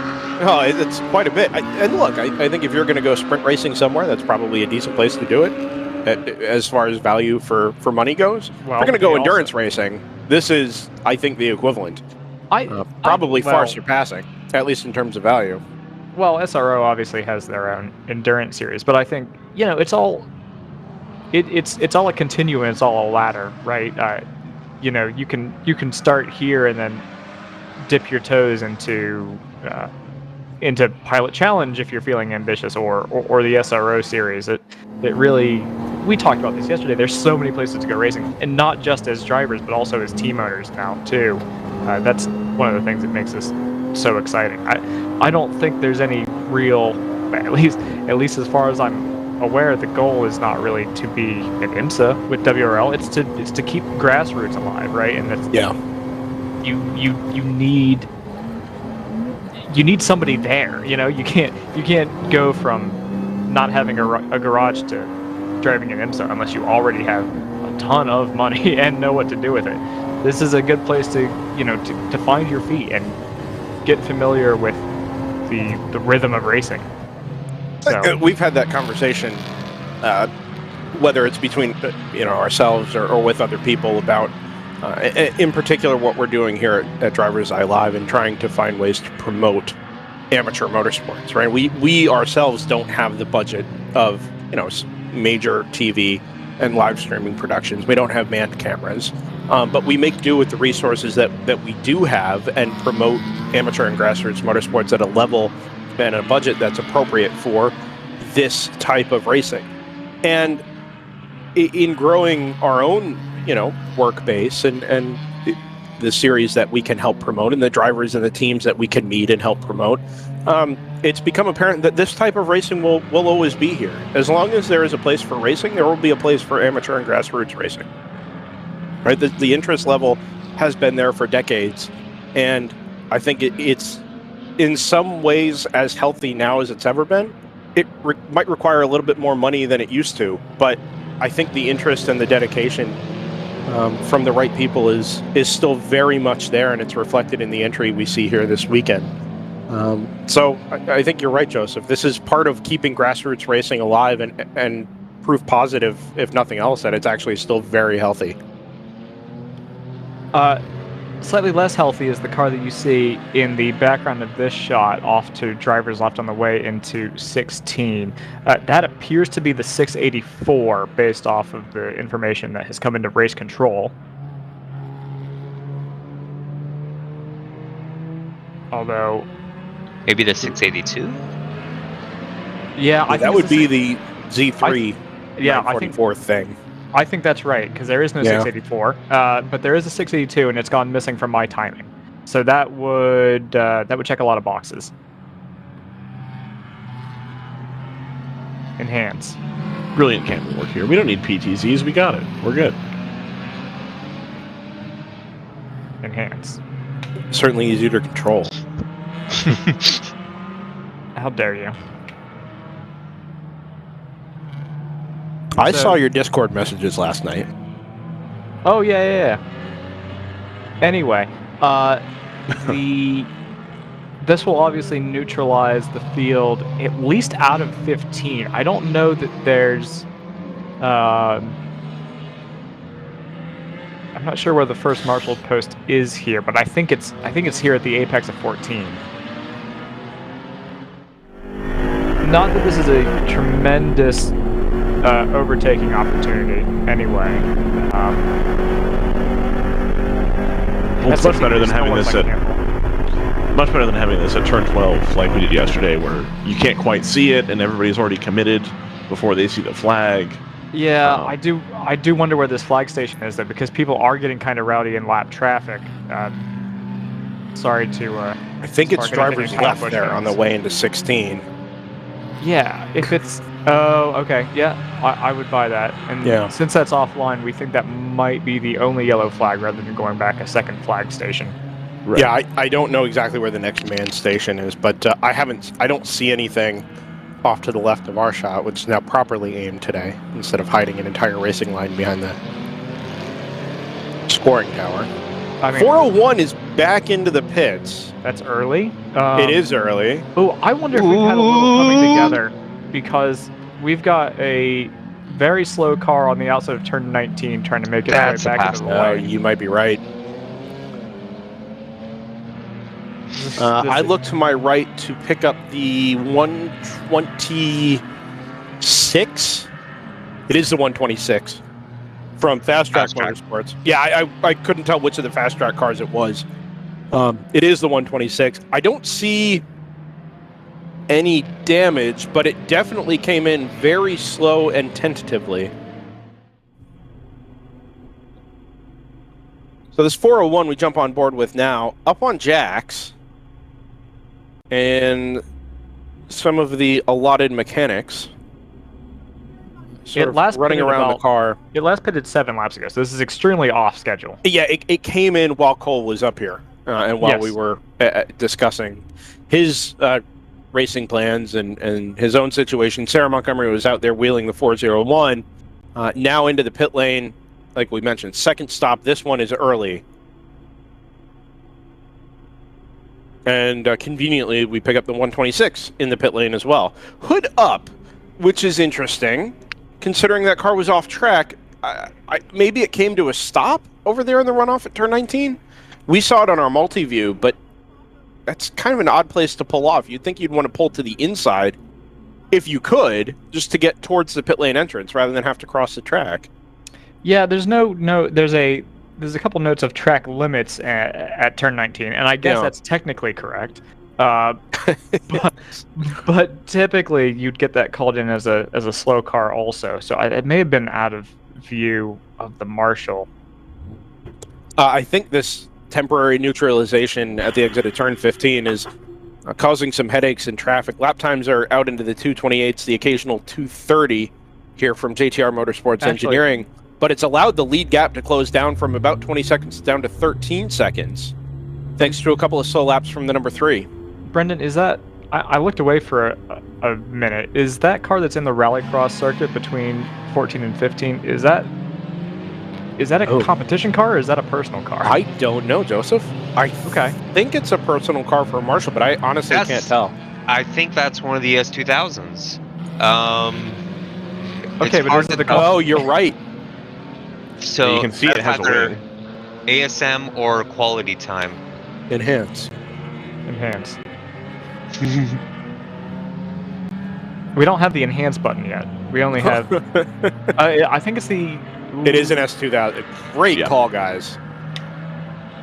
And that's not even being picked up by. Which number is this again? It's either the 410 quality time or the 150 ASM. One of them's red, the other is gray. That is so that is so off the beaten path that it hasn't even been picked up by the trackside marshals. That is how far. That's how not visible that is. So oh yeah, because the barrier's like almost the same height and also Yeah, the same The color. same color. Same Oh, now color, it's moving. Yeah. Zach. Pivotal. Zach is crushing it. Enhance. So, Okay, is he the gonna, ASM car?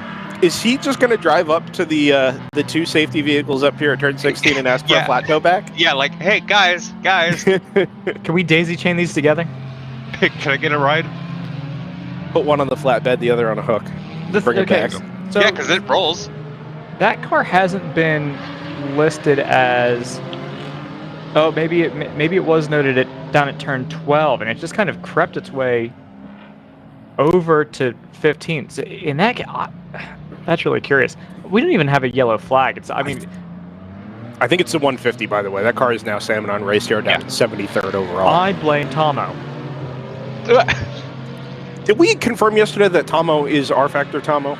No, we did not. It No, we doesn't did not matter. confirm that. Okay. We did not confirm it. Okay. His identity shall remain a mystery.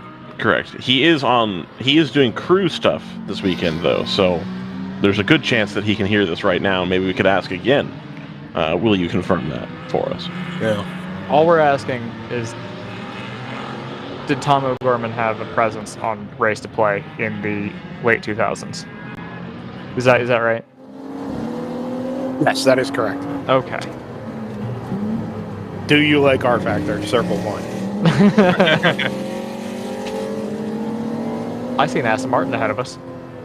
Yeah, and I haven't seen it on race control log, but I could have sworn that bright yellow Aston was going to be getting a penalty for passing under yellow. Well, it is in 17th at the moment. Yeah. Which is further down than I would have expected that car to be. Confirmation, by the way, that the 150 has gone missing. So I think just to basically triple check that, I think that all checks out. Ooh, the 125 has picked up a penalty for track limits. Now we saw a couple of warnings yesterday, and we're given kind of a heads up that driver changes would become mandatory for repeated track limits violations. I don't know that we saw too many full penalties for track limits yesterday. It depended on the the frequency of the violation. Right. We did see a few lap penalties given out. I think there were some cars in which race control, if we're honest, the car wasn't competitive, and race control was like, well, there are bigger fish to fry. Yeah. Well, and let's recall yesterday too. We were dealing with a lot of pass under yellow penalties, full course yellows, car recoveries, as you tend to get in the first few hours of a Saturday race. This just based on traffic volume and density. Here, we've had a much quieter morning. Yeah, I think one of the Will to Win cars had something like 17 or 18 warnings. Guys, hold yesterday. on. The round 3 racing car that we just had a preview of looked very off pace, was being passed by GP2 cars, which is unusual. Oh yeah, because it's a GP3 or this is down into turn 13. Yeah, from the stadium complex. It is accelerating, but you're right. It didn't really look up to pace there. Yeah, a GTO should not be getting passed on the straightaway by the TC Klein car. No disrespect to TC Klein. Well, Very different ironically, classes. that Mercedes has also been passed by production cars this morning. So Yeah, we're that's sort of doing equivalent pace, but that pace is not very quick. 701 is in on the topic of round 3 racing. I don't know if maybe they had an issue. They were getting passed partway down the back straightaway, so it didn't strike me as, running into trouble through turn 11 and gathering it back up. They stay out. Yeah, just keep an eye on that 401. It might have an intermittent power issue. Oh my, the 682 has been pulled into the the paddock here on the flatbed, the right front tire is leaned and turned very far to the left. The left front tire is turned very far to the right. Yeah, there was briefly a note in the race log that something with the front left was amiss. That is correct. It was just called everything out with the front left is amiss. Well, you do need some toe in occasionally, so you can have some stability down the straights. You 30 degrees seems excessive. Yeah. No, 0.3, not 3.0. So I don't know if that was a tire that came off that has just sort of been positioned there for safekeeping, or if there was a meaningful suspension issue there. I think you would tend to put it where the passenger seat would have been taken out from. You would think so. Your own Bleekemolen. Yeah. No, this is whatever the issue was. It was significant. That car is. Did you just make a reference to the 2011 Baltimore Grand Prix? Qualifying session, as a matter of fact. Best qualifying ever, because it goes back out and gets. But you know what? You guys knew exactly what I was talking about. So you're not any better. I didn't say I was better. I said I'm upset. The 3 is back in. Early, but not unscheduled. Early relative to the class and what we would normally expect that car to be doing, but otherwise on schedule. 40 minutes down. We're an hour and 20 total into the race. And time for another couple of gallons of fuel. It's just the 605, I think. Turn 1 apex right there with the MX-5 coming down. They figured it out. It just looked close. So, the interesting thing with this number 3 situation is going to be that I think driver changes are now going to be the limiting factor. Right, it is going to take longer to get the driver change done than it is to put the fuel in the car. Are you keeping an eye on who's going in and out of that car, by the way? It's tough to tell because I've got both a one of those tall arced banners and a couple of tents between me and the car, so I can see when it comes in and I can see the brake lights. I can't exactly see who is getting in and out or whether somebody is getting out. I can just kind of see the helmets moving around the car as they perform service to it. The 401 is back in again as well. Excuse me. No. Okay. Anyway. Layla shot me a look after all that, too. Like, now you've done it. You've done some really awful things on the radio, but clearing your throat is by far the worst. Passing under yellow penalty for 126. Well, that's insult to injury there. Especially since the 125 had a penalty for track limits. Yeah, so after a dual top 10 to kind of finish out the first hour this morning for the 2 fast track cars, one picks up a penalty and the other grinds to a halt out at the exit of turn 19 and picks up another penalty.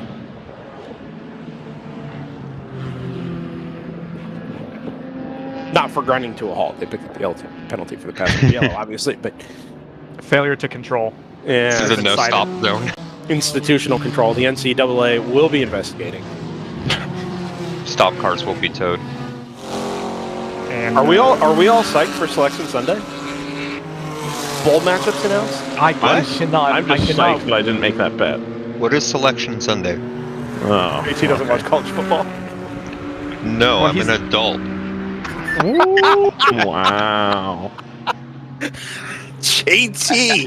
Holy cow, man! 585 gets a passenger yellow as well. Turn 15. I don't even know where JT went to college. I don't even know if JT went to college. I did. I went to Saddleback. Oh, okay. Am I the only person? You are probably the only person who knows Saddleback. No. I'm the only person I think that went to college at a school that has D1 sports. I did. Yeah. In fact, I've been to 2 colleges with D1 Montana. sports. Okay, FBS football then. Ryan's a Grizzly. Yeah, that's it. I've also been to a school that has D1 hockey. So there you go. That's nothing. What do you mean it's nothing? They smoke the Big Ten on the regular.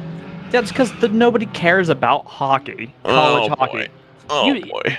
It's college hockey is not an end in and of itself. It is a means to the NHL. It's not even that. You can't even go straight to the NHL from college hockey usually. Screaming Goat has just pulled out of the paddock. All right. Sweet. They found the tire. They're still in this one. 90 minutes down. The Tylenol kicked in from last night's celebration. Yeah, that is curious. Yeah, the 147's in as well. That'll be from the GP1 class lead. I wonder if they rattled something loose with the flat tire that they had toward the end of the race.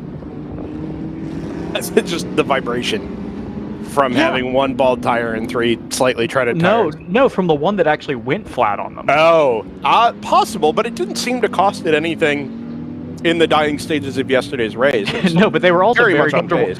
I don't know that that's necessarily an indication because they were clearly comfortable with having the other tire go flat on them. If it meant the alternative was a race win.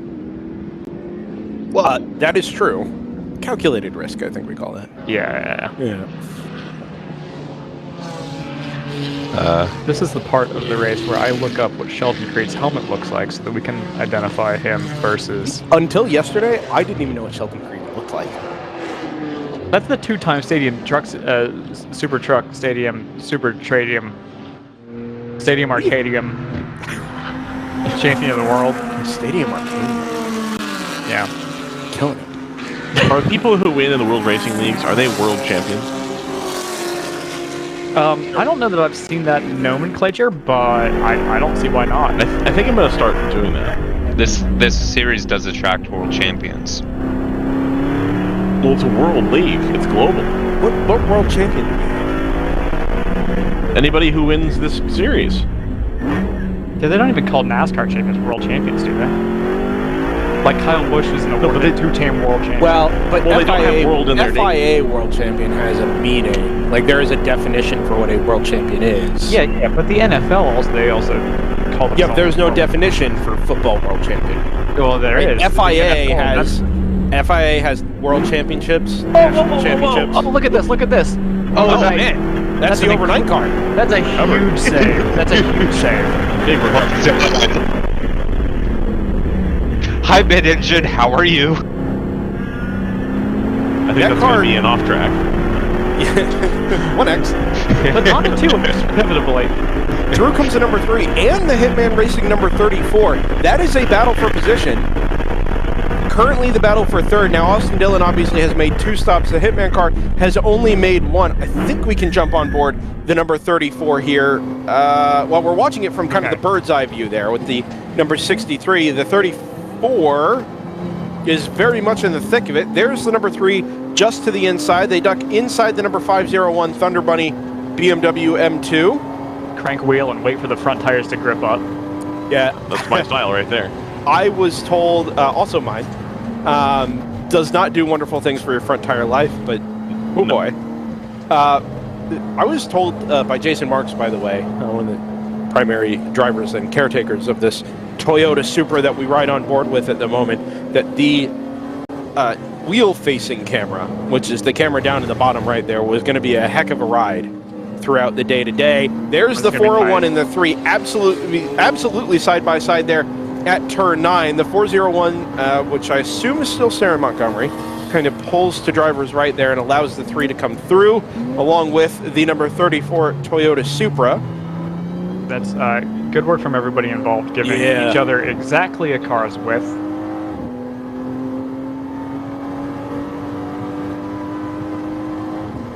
Yeah, by the way, as we went past on the front straight, that appeared to have been the 195 rather than your championship contender in the 197. Important clarification. Right. Okay, yep. That car's already been to the pit lane early during the first stint for a minor issue. Not sure what yet. Yeah, and the 197 is just coming for their first stop. They'll be on their outlap now. A reminder in that GP3 battle, if the 197 wins this race, the 605 can still overhaul them by finishing second on drop points. If they finish second and 23rd. That will also be enough for the 605 in round 3 racing to overhaul the 197. So yep, put differently, the 605, if they finish second, it does not matter what the 197 does. They can that too, but also if they finish 1 spot or fewer behind the 190, right. 1 spot or fewer, 2 spots or fewer behind the 197, they'll also take GP3. Right. You know, until you doubled back on what you said, I really didn't see anything wrong with it. But yeah, 1 spot or fewer would be. They'll be side right by on top side. of each other. Formation finish. Yeah, the old photo finish. Yeah. Not the only thing we haven't seen in the World Racing League this year. We've had close finishes, we've had stint-long battles to the checkered flag, we've had changes on the last lap, cars ran out of fuel on the last lap. Most of that has happened this weekend already. Ken Miles was robbed. I don't Agreed. know who Ken Miles is. Oh, what? We've got a little bit of smoke coming out the right-hand side of this. Another S2000? That's the 75? No, that's... Oh, yeah, the AOA. A lot of traffic here. Oh, that's AOA. That'll probably be a Miata than another S2000. Yeah. It spot on gray, though. yeah. Exactly the same livery, so I just kind of assumed. What is an S2000 but a Honda Miata anyway? This is true.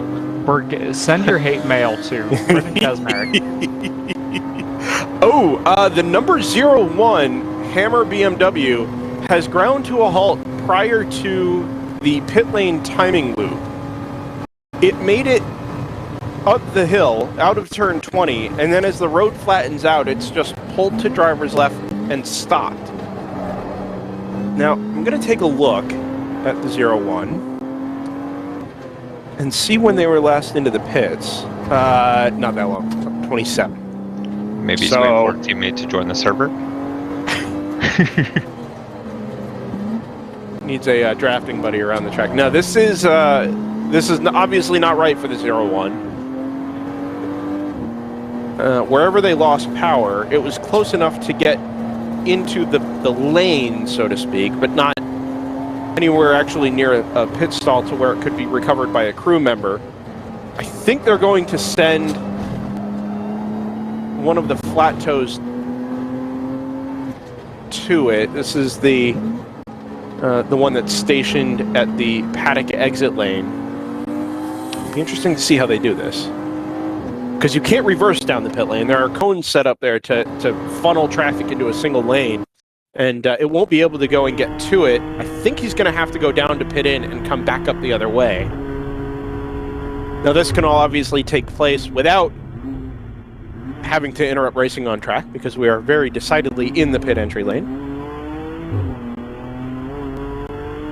Sorry, I had my attention focused elsewhere. Who is this? This is the 01. Yeah. Wow. Okay. They did trip the timing line actually to get into the pits. Yes, they did. And I will await word from Tim Myers on what the case might be there. I never did get an answer on the 02.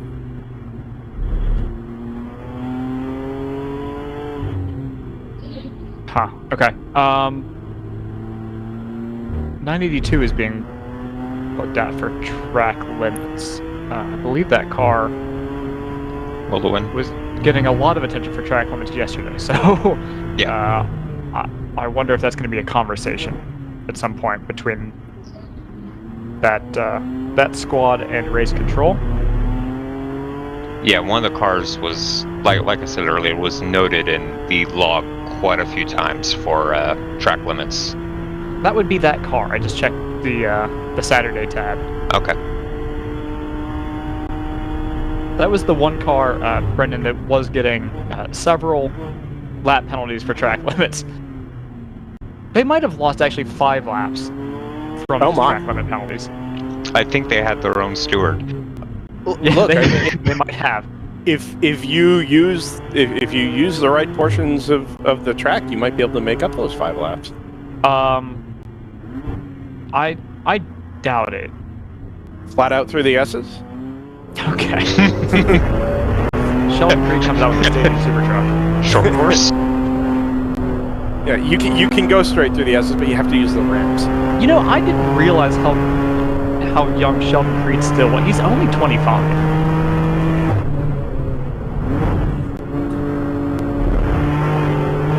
All right, no comment. I have nothing to add. I don't watch. I don't watch truck. Well, but he won the Stadium Super Trucks, which is obviously the most prestigious championship in racing. He won that like 7 years ago. He was a child. You understand? Just getting. I mean, now, granted, I was in Mid-Ohio this year where the Stadium Super Trucks were supporting, I want to say, IndyCar? IMSA? One of the two. Yeah. And they had a driver in there, I think it was like 15. Mm-hmm. So, Matthew Brown? Okay. He's still 15. he's trapped in time. That's why he's back if he wants to be 25, he's Matthew. If he wants to be 16, he's Matty. Yeah, right, of course. Goes back and forth. The Paul Rudd of racing. Okay. I didn't realize JT knew who Paul Rudd was. He's a big Paul Rudd fan. Apparently. It's a good point, though. Paul Rudd's been the same age for like 40 years. I think he might be 40.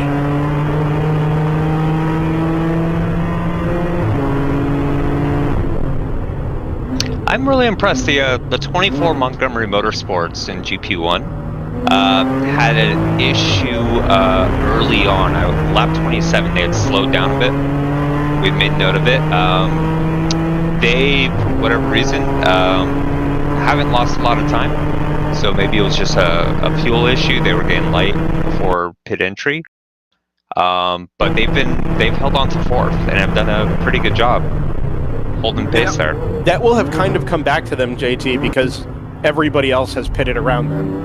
Yeah. Right? Their stop, in quotes, was the issue they had. So they're now basically even on pit stops with the rest of GP1. They will be the first to owe us a stop. Mm-hmm. And as I take a look at what Joseph's timing monitor tells us... Wait, why have we lost the 505? Why have we lost the 505? Have we lost? We have. They've gone we did. For me, and they haven't come into the pits. Out of the lead. They were not due for a stop. They're about 7 laps short. Hold on. Yeah, going back, the race log, yeah. So they've were they lost penalized for that? Yep. 2 laps for avoidable contact with the 79. Well, that's going to blow this race open a little bit. It's going to elevate the 696 into the lead. Yeah, I think it is, because the... I was wondering why it'd be 696 has inherited the lead now over the 3, because we still, even though the 3's got a pace advantage over the 696 for JTR, that Austin Dillon number 3, as we've noted, doesn't have the fuel capacity at the moment because of the pickup issues. So it's we've accidentally BOP'd ourselves through mechanical woes. If you're anybody that isn't Austin Dillon Motorsports, you want this race to go green all day, right? Stack up here. Oh! That sounded like contact. If it wasn't, it was awfully close. I think you're right. I mean, well saved by whoever's in the 34 right now, but... Yeah, if that was right front to left rear, I'll have a look at the left rear here in about half a lap when they come by. Yeah. If a puncture or something doesn't tell us first. Yeah, But, you'll have a perfect sight line of it. Note who that car is. Yeah, the 3rd place car. No, just ahead of us. It's the 147. So, if there was contact, and if there is blame to be assigned, it will either come at the hands of the number 34 Hitman Racing Supra from 3rd overall, or the 147 Moorhead Speedworks BMW that leads GP1. That's a really tough one to judge, because the 34 was kind of going around the outside of the track, let alone the racing line. So yeah, I hesitate to put that on. I hesitate to put that one on Moorhead, because they were kind of being swept around. It was just awkward. I'm not suggesting that blame should be placed anywhere in particular. Yeah. I'm just saying that the 2 cars involved in that, if it's going to be placed somewhere, are 2 very, impactful cars to have a potential issue, right? You're either going to have an issue for the 3rd place car overall, or the 1st place car in GP1. That's not insignificant. Yeah, at the moment, the race control log hasn't noted anything there. Yeah, and I actually don't see anything on the 34. Okay, yeah, I mean, come by. That chunk that we heard might have just been running over the curves. It may not have been any contact. It was like we said, it was awfully close. It's reported Jason Marks is driving right now in the 34.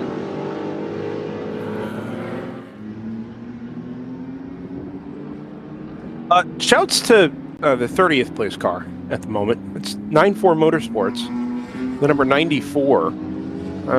They lost a car earlier this season. Holy cow! Look at that! Look at that approach from the 908. I thought that was going into the Gulf of Mexico. Yeah. The Magnolia Farms Aston Martin. Yeah. No, they don't sponsor us. No free advertising. Anyway, 94 Motorsports, having lost one of the Lexuses earlier this season in an incident back at Road Atlanta, they of course had the GTU NP01 as their extra car. They've shown up here with the BMW M2 Club Sport in GTO, taking a step up to the big class, as it were, the Grand Touring class. And cars just out there doing laps. 30th overall. It doesn't have the pace, but then the 9.4 cars never really have. But that's not how they get positions or class wins. It never has been. Yeah, they try to stay out of trouble. They stay consistent. You usually don't see a lot of pit lane mistakes from them. And yeah, usually, staying out of trouble, they just slowly work their way up the GP2 classification. It's a lot similar to how the will to win Porsches in GTO usually get their good top 10 finishes. Is just staying out of trouble and let others lose time. Yeah, I have to imagine it's pretty difficult to keep that level of consistency when you rent out seats, because unless you've got a full season commitment from one of your customers, you don't necessarily have you don't have the same lineup in the car week in, week out. Mm-hmm. I think that's going to be challenging to set up a car that it's going to work consistently and keep all of your drivers out of trouble. So I don't think we really talk about that enough. How different their weekend strategy, let alone race strategies, for a team like W2W versus a team like Screaming Good or JTR, where it's effectively a bunch of friends running that car. In both of those cases, finishing 1-2 yesterday. Obviously, you won't see Screaming Good repeat, but JTR is back up at the point. So, and the car that's 6 seconds behind them is being campaigned and raced by NASCAR professionals. So, very different strategies through just the GTO field, let alone the combination of GTO and general production classes. Yeah, and it can sometimes be a bit difficult in those cases where you have to even out driving time a bit more for your drivers. That can sometimes go against strategy.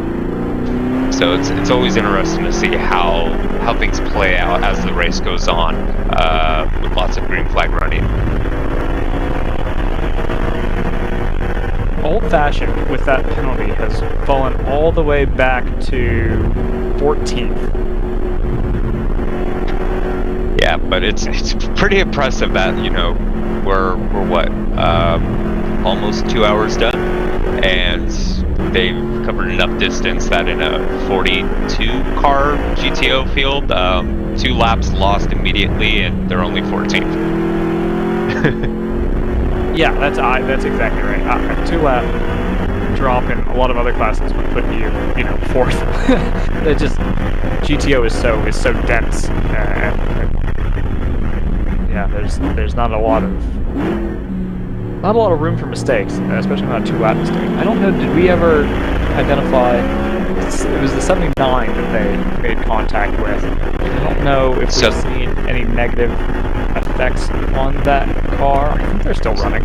Yeah, Deep Eddy is. I saw them briefly in the pits about an hour ago with the rear bumper missing, and was trying to figure out why that was, if that was left over from yesterday, and just excessive drag, or if that was something a bit fresh. And so that penalty may have answered that question. I think that's right. Still running 6th in GP2, so... Yeah, they're having a great race today. They finished 7th yesterday. Their pace isn't necessarily competitive in GP2, at least it wasn't yesterday. They had the 14th fastest lap in that class out of 15 cars, I think. But yeah, they've been working their way up today.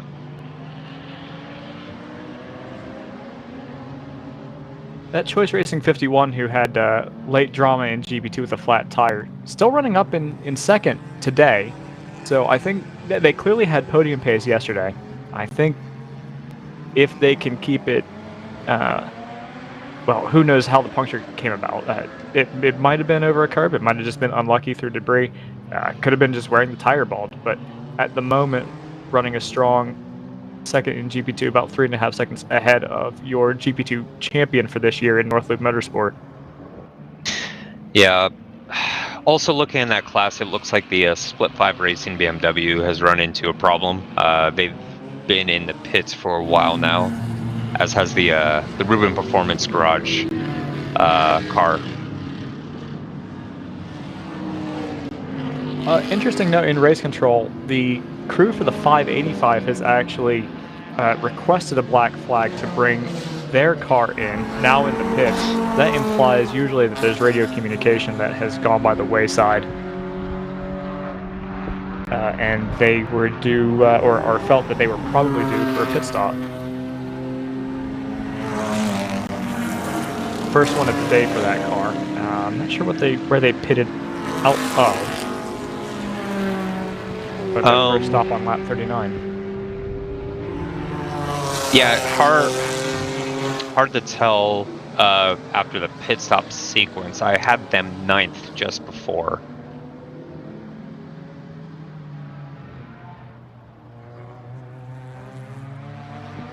The Austin Dillon Motorsports number 3 is catching the number 696 here on track now. And that is without JTR having made its 2nd stop. So the pace of that number 3 is such that even having made an extra, albeit slightly shorter pit stop, it's been able to very nearly overhaul the number 696. Now this is going to play itself out much more in a much more complicated fashion over the longer term here. It's not going to be 2 for 1 or anything like that, but so far that number 3's pace has been consistently good enough to kind of keep it in contention even with its current mechanical issue. Pit stop as well for the number 511 from Choice Racing. Pits out of P4. Evoque is in as well. The number 61 BMW Pinnacle, number 127, is into the pit lane.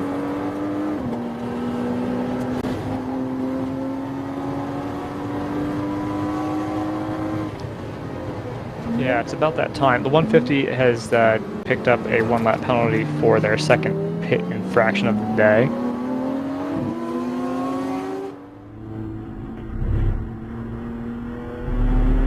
We've got a car off driver's right coming out of turn 15. Looks like a restart and continue for the 313. That Supreme Motorsport in GP1 has had a pretty rough weekend, it has to be said. Did we know what the car stopped at turn 8, the number 39? NRG. Is it stopped? There's a recovery vehicle with it. Interesting. Okay. Usually 4 off means I take 4 off to mean just off track. Yeah, but that's a good point. Off and continue is different. I agree with you. Car stop would make more sense, but it didn't pull off the driver's left there. There is a vehicle with flashing lights that has arrived with the car. We may also, I'm not seeing it noted, but it looks like we may have a car off the outside of turn 18 also. Oh yeah, we could pick up the turn 19 camera, Zach. I think way off in the gravel, driver's left. Yeah, might be just before the gravel. Yeah. Is there a car there?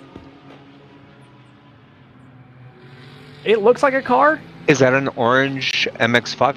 Oh, I wonder if that's a 175 AOA. I think it might be because I had them go missing actually just about a minute ago. So that would make a lot of sense. With the other AOA car having to be black flagged to come into the pits, is this a situation where perhaps that car is out of fuel? It's a possibility. It should have already have pitted, though. That's the thing. I have it listed as pitting. Okay. All right. Yeah. Yeah. 8 laps ago. It's a good thought, but it doesn't seem to be the case. That missing number 39 and now the 175 right together in timing, 54th and 55th overall, albeit in different classes. Yeah, so that'll be a yellow flag zone there too. Sometimes, depending on the class differential, that can be a place for a reasonably safe pass if you can be sure that the slower class car is going to hold to the inside. And also depending on the track state, obviously. If there's marbles out there, it makes it a lot harder to pull off. But you can swing around the outside of that 16, 17, 18 complex. Sorry guys, slow screaming goat up the front straightaway. Pulled to driver's left, headed up the hill against the pit wall. Yeah. It appears to be under power, just not moving very quickly. Let's see if they pull it off. They here don't. To be, no. Oh, interesting. They've rounded turn 1. That looks like that's back up to speed on the way in. So maybe just a temporary needing to refire it. Nope. No. That's still in trouble. Nope, they've found the first available cut in the wall, pulled it directly to the left. Well done. And now coast it. Oh, well, I was going to say maybe coast it back down the hill, but... they may still be doing that. Those access roads are pretty rough. Taking a race car. Oh, I know.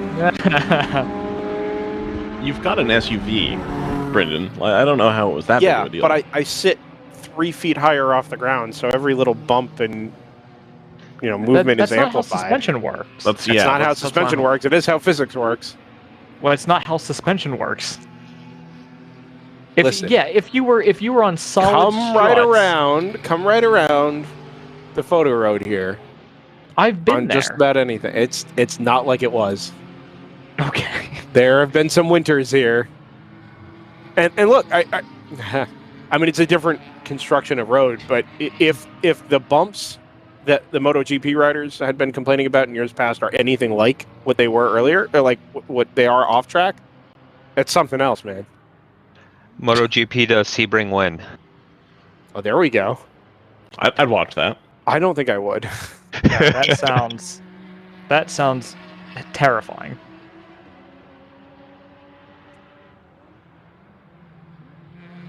So that's the recovery vehicle shielding the 175 as they get ready to pick that up.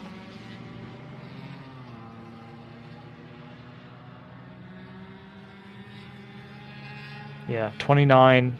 Oh, I think we're about to get a change for the lead here, guys. Sorry. They were absolutely side by side for the 696 and the number 3 across start finish a couple of moments ago. I don't have them out the window or anything, but if they were side by side, I think that move will have been done into turn 1. That's the Cayman. That's not the stock car. So no, they're at turn 12. They're headed into the 14-15 complex now. Well, what a misdirection. There you go. You pick them up here, and I think the move is done. Yep, just coming out of turn 13. There is the Camaro, and there's the JTR BMW. Closer gap than I would have expected, to be honest, given that they were separated by under a tenth at the line. And we know how much pace that number 3 has behind it. But this is the game, right? We've already talked about this to some degree, but this is the game. The 3 has the pace over the 696, as the 696 now ducks into the pit lane for its stop. Yeah, ironically, we're now 2 hours in, so we would roughly be expecting the number 3 about now. Yeah, 40 minutes a stint. They've pitted on Well, this is going to be kind of interesting. So their first stint was very short. It was about 16 laps. The second stint was 20. So no, we shouldn't. Based on that, we shouldn't expect them until about lap 56, which would be in 7 laps time. So let's see if they hold to that or if they can continue to extend. I did talk about the Okay, go ahead. Yeah, we did talk about the possibility of them maybe sort of testing the limits of pickup there, hoping that they had maybe found a solution to that. So it sounds like, according to a report on YouTube, one of the drivers is suiting up right now, which we believe is Sheldon. Yeah, that's got to be Sheldon Creed. If it's in a wheeling suit, that's going to be Sheldon Creed. So we'll just be looking for the helmet on the way out, which will probably, if we see the R of Rowdy Energy, that'll be Kurt Kyle Busch. Wrong energy. We're gonna get comments for that. That's all right. I fixed it before I said it. And if not, that'll be the third driver. I want to say the Dylan. Yes, Austin Dillon. I wanted to say Tyler Reddick, and that was last year. And definitely not next year. So. All right. All right. So just real quick, from the yellow flags that are out, we have a couple things under investigation. Yeah. Let's start with line 131 there, JT, if you don't mind. Okay. Possible passing under yellow for JTR. Yeah. Oof. The fix is in. The 420, which I believe is TLM monoflow. Yes. No, 770. The 420 is. That's the Jackie Chan. Okay, the Jackie Chan one. Okay, so it's the other TLM car. Oh yeah, because 420, and then the 147 from Moorhead, which is our GP1 leader. All at different flag zones, which is interesting. Yeah. Yes. 9, 15, and 17 for the corners. And meanwhile, the 982 is getting a 1-lap penalty for taking the rallycross section of the track. Who is this? Where? What line? The 982. Track limits times 4. Yeah. Well, maybe it's the iRacing thing, and it's actually also a car contact. Oh, the 147 is being added for pass under yellow again? And the 7. What is going on? Well, let's wait and see here. I didn't realize we were under. Oh, we're under yellow at 18 still. Right. Well, yeah, because they're recovering the AOA car. Yeah, I'm not sure what was going on down. I guess it would have been the 39 NRG at turn 8 that still would have been under a yellow flag for that turn 9 post, and maybe that's what caught out the 696. I'm not sure what was over at turn 15 that's caught so many of these guys out. The 701 now. The other GP1 car that is of championship relevance, also getting a pass under yellow. I wonder if, because they are recovering a vehicle down at 18, 16 is the waving yellow, one. Yeah. 15 is the standing yellow, and the standing yellow is catching cars out. So the track is effectively neutralized from 15 all the way around to the exit of 18. Yeah, it may be. But yeah, let's hold on this camera because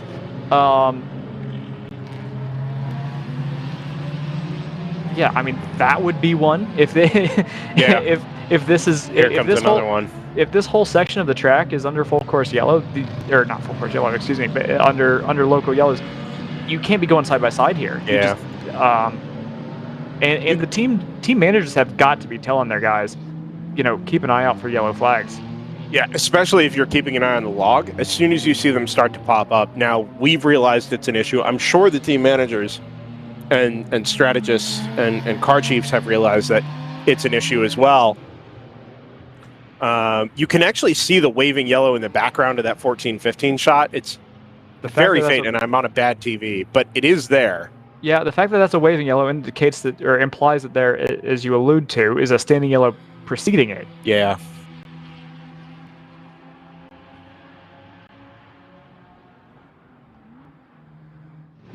there's the 175 on the back of the flatbed. I wonder if that's had contact with something. That's unusual. Most of the recoveries that we've needed this weekend have just been on tow ropes. Yeah, I'm gonna get eyes on it here when it comes into the pit lane. Yeah, because you'd think if it was a fuel issue... Oh, it's missing a left rear tire. Oh. That's That would do it. That's That would make it inadvisable. to where you needed a flatbed. Oh, there's actually quite a bit of damage to the back of that car. So it's damaged. I don't know if it's cause or effect, but it is missing the whole right rear wheel. I'm sorry, the left rear wheel, and the trunk is sort of bowed upwards, and there is torn away bodywork at the bumper. That has to be a corner failure, right? Because You'd think so. To lose the left rear there, you would expect if you had something, wheel nuts going loose or something, you'd expect to lose the right rear because that will have been relatively unloaded. The car's slipping onto the left rear. At turn 18. Yeah, so the fact that it's the left rear that's gone, the loaded left rear is gone, that implies that you've actually had a structural failure there, and it's gone off. So where's it getting the damage to the bodywork, though? Maybe from the... I think it's from the wheel departing. Yeah, from the wheel coming apart, and coming off. That would be my guess, and that's where I said I don't know if it's cause or effect, right? Did you go off back into something and it damaged the suspension and loosened the wheel, or did the wheel pulling away from the car take bodywork with it and create damage without actually making contact with anything? I think either feel plausible. I'd but probably lean on having contact first and then weakening that corner. We would have a report, I think, from something else happening trackside. Right, spinning continue, spin and impact continue, something to that effect. It doesn't have to be immediate, right? It could have happened the day before. It's, true. Metal fatigue is a weird thing. It was smoking at 8 o'clock this morning. There you go. 175.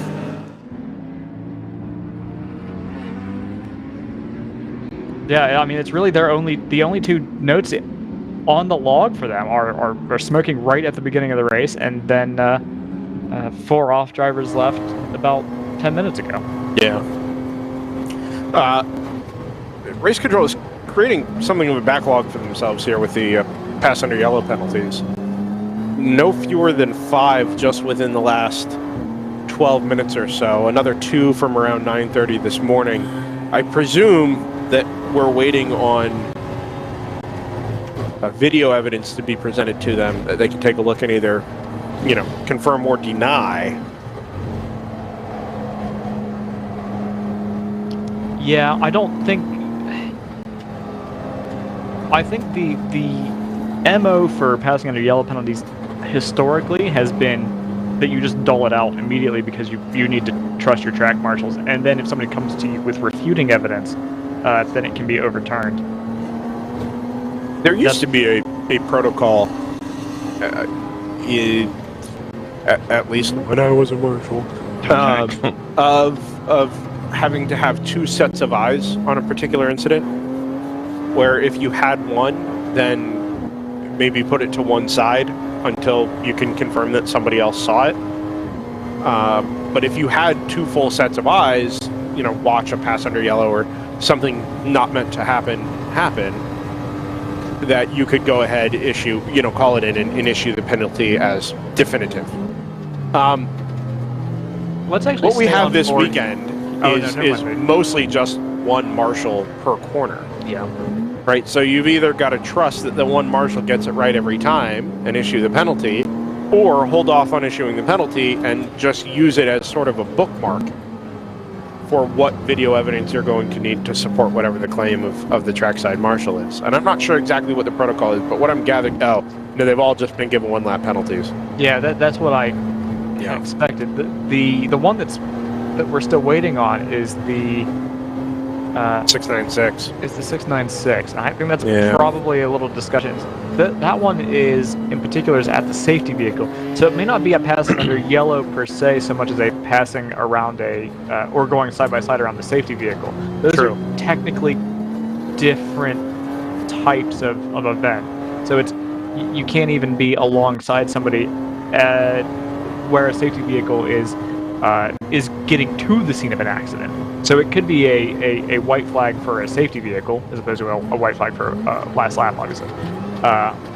White flag in road racing means you've got a slow vehicle in that sector. It may well have been that two cars went side by side around a recovery vehicle, and that's what's triggered this investigation, rather than going side by side in a yellow flag zone. Not to be lost here, the significance. Obviously, the 696 is one of them, but the 147 is going to be given two separate one-lap penalties here. One for a pass under yellow at 15, and another one for a pass under yellow at turn 17. That will demote it from the GP1 lead, which it really only held by about 15 seconds anyway, down towards probably 4th at this point, maybe 5th or 6th, somewhere in that area once the 2 laps are deducted from its total. We've had an incident down at turn 17. If we cut to the turn 19 camera, that number 49 for NRG has gone into the barriers, I think on the right-hand side of the track. Oh, you see it, yep. And has come to rest reasonably intact, but definitely stopped off circuit to driver's left. There's also now a little bit of a debris field in that area, so I do wonder that might be the sort of thing that we do have to go for full course yellow for. And we are grabbing yellow flags here at the start line at the bottom, or I'm sorry, the exit of turn number 20, as if to stand by for a full course yellow. If we can cut over to that number 63 onboard, we can kind of maybe get eyes on what that debris field might look like and see what kind of hazard we're dealing with here. So this will be coming out of turn 15 into turn 16. The number 49, by the way, is NRG Racing. The car was 10th in GP1. We've eased off on the full course yellow for the time being as we come through the scene of the accident. Oh, man, it's not hard on turns, right? I think that's a wind mirror that's gone, and that's the debris. Yeah, that car's gone in pretty hard on driver's right and either ricocheted back across to the left or it was pulled to driver's left after it sort of spun. That's an interesting place to go off, unless your car is already sideways on corner exit, right? And it just sort of carries through that area. Here we come through again on board the 401. So if we, look for this wing mirror that's just to the left of the racing line. Here. Yeah. So it's less a field and more just a solid object. Yes, and now the call, to be fair, is debris. I just thought seeing a car stationary like that, there may be several pieces. It's really just the one. We go green from this could be terrible timing for the 401 depending on how this accident is handled. You'd hate to put a marshal. I mean, you've got trucks to shield the trackside workers in this case, but that mirror just on the racing line gives me a little bit of anxiety, if I'm honest. Yeah. The 401 is unscheduled, so you're right. If a yellow were to come out, it would be poor timing, but they're already up against it. I believe this is their 5th pit stop of the day, and it's only after about 15 laps since their most recent. If I didn't already mention, we've sort of relaxed on the full course yellow thing. Hands are off the yellow flags here at start. Oh, nope, blue flag. Okay, we're in good shape then. I wonder if they're content just to leave that piece of the debris there, either until it's cleared by a vehicle, taking it out of the way, or they get another full course yellow. The other vehicle is making its way around turn 12 into turn 13 now. They are going to send a medical vehicle out to recover the driver from the 49. I assume that's mostly as a precaution, but even minor scrapes are a big deal. So, and that looked like a pretty big old scrape.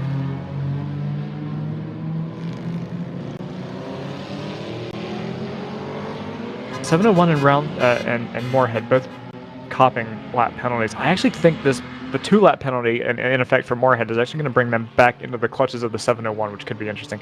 I think Moorhead needs to.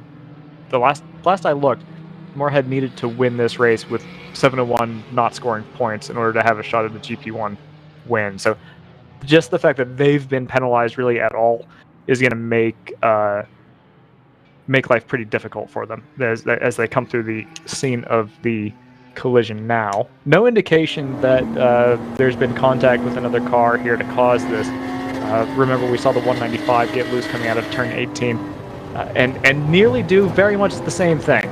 So it's you're loaded up on the left side tires for a very long time by the time you exit turn 18.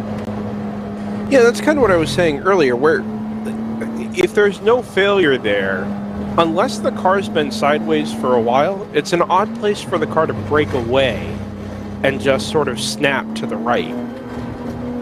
Right, if you're chasing it around 18, it's going to carry the radius of the corner, but eventually, as the track straightens out, you're going to keep going right, is how I see the physics of something like that working out. There's really no grass there, right? It's just the curb and a little bit of the turf, so... Yeah, we did go full course yellow. There we go, yeah. I'm not surprised, other than the fact that it took as long as it did. Spare a thought for the NRG squad, who have that'll be potentially, depending on the extent of damage to that 49, might be their second write-off this season. Yeah, I wonder if there's barrier repair to be done here. You know what, guys? I'm actually going to step out the back here and see if I can get eyes on the barrier where that impact was. I'm up on the second floor here, so I should be able to see across the paddock. Just give me a minute here. Yeah. So while Brendan does that, the medical vehicle's taking the driver away for observation. I think the medical vehicle's not moving quickly. If it was something urgent, I get the feeling they would be not moving at a leisurely pace. Yeah, with lights off. So I feel good about that, or better anyway. Yeah, I think, you're not. It's a big impact, but it's not a dangerous impact. I think the car is in probably worse shape than the driver is, which is what you want. Right. And that's how they're designed, it's especially nowadays with modern vehicles, that they're designed to crumple and take some of the impact. Yeah, and that as we know, NRG has they prep their cars pretty safely. They do, absolutely, as they've unfortunately found out. So not terribly concerned beyond the the baseline level. Right, of course. Well, I think this would be a good time for an... Oh, yeah, go ahead, Joseph. No, I think we should probably just really briefly keep an eye out for who's coming into pit. So Austin Dillon is into pit basically on schedule. This is actually coming at a perfect time for them because they're right at the end of the 20-lap stint that they've been doing. You saw them go through shot there. Hitman Racing, the 34s, also come in. JTR pitted about 6 laps ago. So this is actually really poor timing for them, in addition to potentially the passing under yellow penalty that's still under investigation. GTR 99 has also come into the pits basically on schedule. It's actually worked out really well for a lot of the GTO runners. Thunder Bunny and Evoke in, excuse me. Thunder Bunny 421 hasn't come in yet, but it'll be right on schedule for them. I'm sure they'll be in as soon as they come through that turn 19-20 complex. Really, it's going to be everyone in GTO. PC Racing has pitted out of the lead in GP1s. Perfect timing for them. Montgomery Motorsports, they'll also be coming in, even though they haven't quite yet. Moorhead is not quite due, but they haven't pitted yet. Basically, anyone who hasn't pitted for this sequence is going to be in good shape in terms of not losing too much time being disadvantaged by this pit rotation. Pace car is coming into turn 12, and that is going to be, as we load up the number 49 onto the wrecker. I think that'll be everything that we need to cover we're going to go to break. Brendan will almost certainly still not have his binoculars, and Yes. we'll see what we can provide on the other side of this break. 2 minutes and probably 2 minutes and change. Either way, we'll be right back.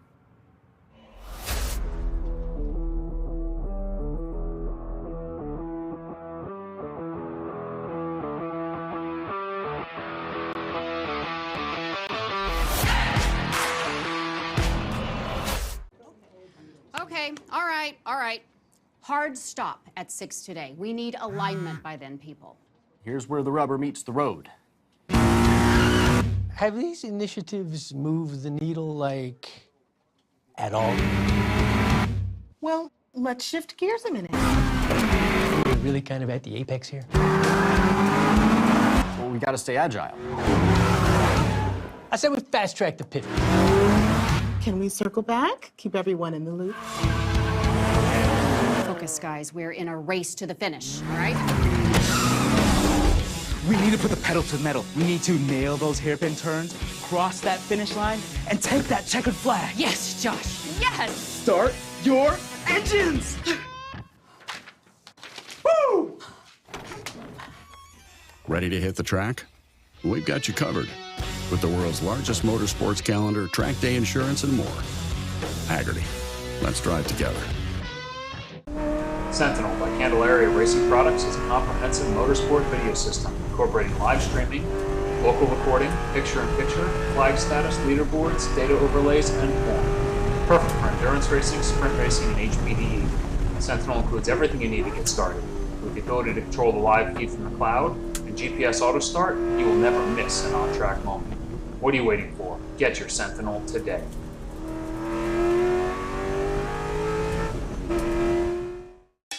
It's your Uncle Cooper. Sure, once in a blue moon, you might need your tires for hauling a horse in a hailstorm. But most days, you're gonna need your tires for tougher things, like teaching your sister's kid how to parallel park.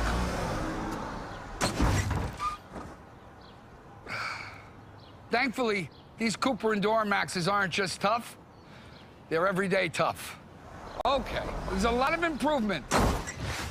Go with the Coopers. Cooper! Resets everything. All right.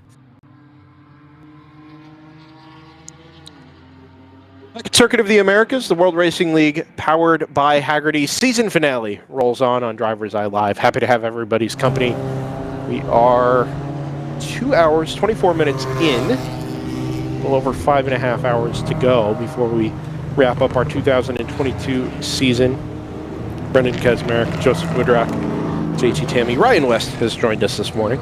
Yo. Layla Kazmarek and Zach Johnson on production this weekend at DriversEye Live on photo production, photo and story production at DriversEye Live on Instagram. If you don't already follow us, Shipley.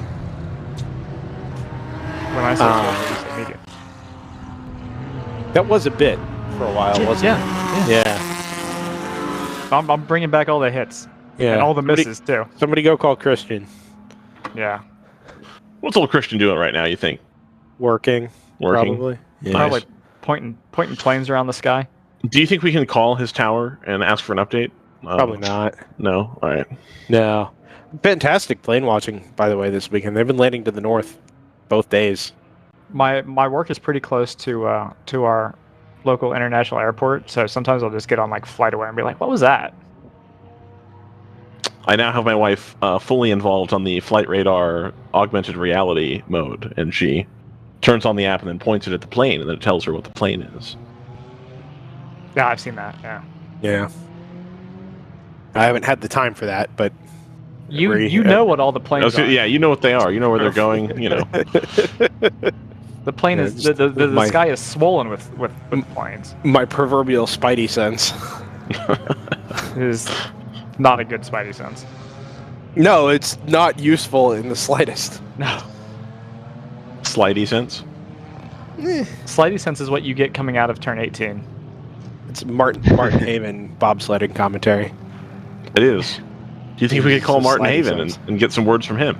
No, his rate is far higher than we can afford here. I mean, yeah, but if we just cold call him, you know. I just still on Also, he's busy. pace car, even though the incident zone appears clear. I don't know. We might be waiting just to make sure all the recovery vehicles are back in their right place. Yes. So I will say, I think yesterday, this sort of timing would have resulted in us going straight back to green. Yes, I agree. Right. So I was a little surprised that we weren't. Well, there's a reason for it. Certainly, you had eyes on it, right? You're watching the safety car to see what it does, because there is a chance that we would have gone back to green. That's not the case. Good news for Choice Racing here, who we're following, or we're following anyway, around the back straightaway. It'll give them a chance to catch up to the back of the queue. There's actually a number of cars going around down the back straightaway and out of turn 11. So that'll accordion everybody back up. Who has the? I missed who the pace cars actually picked up at this point, because everyone will have pitted. So it'll basically be it'll be as close to random draw as you can get in terms of who's behind the pace car right now. Yeah, I'm not sure.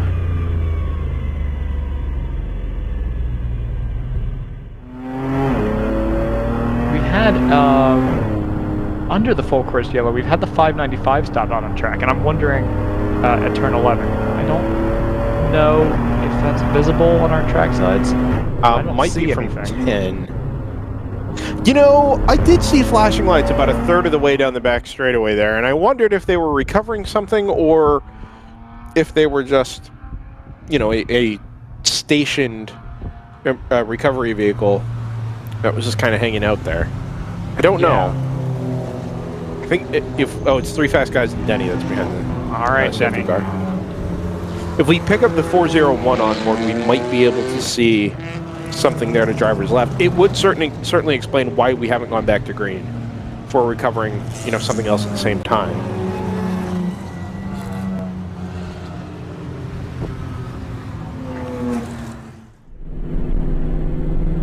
The order when we go back to green here is going to be Austin Dillon Motorsports in the number 3, from Hitman Racing in the number 34, JTR Motorsports Engineering in 3rd, the number 696, I believe has not had their penalties assigned to them yet.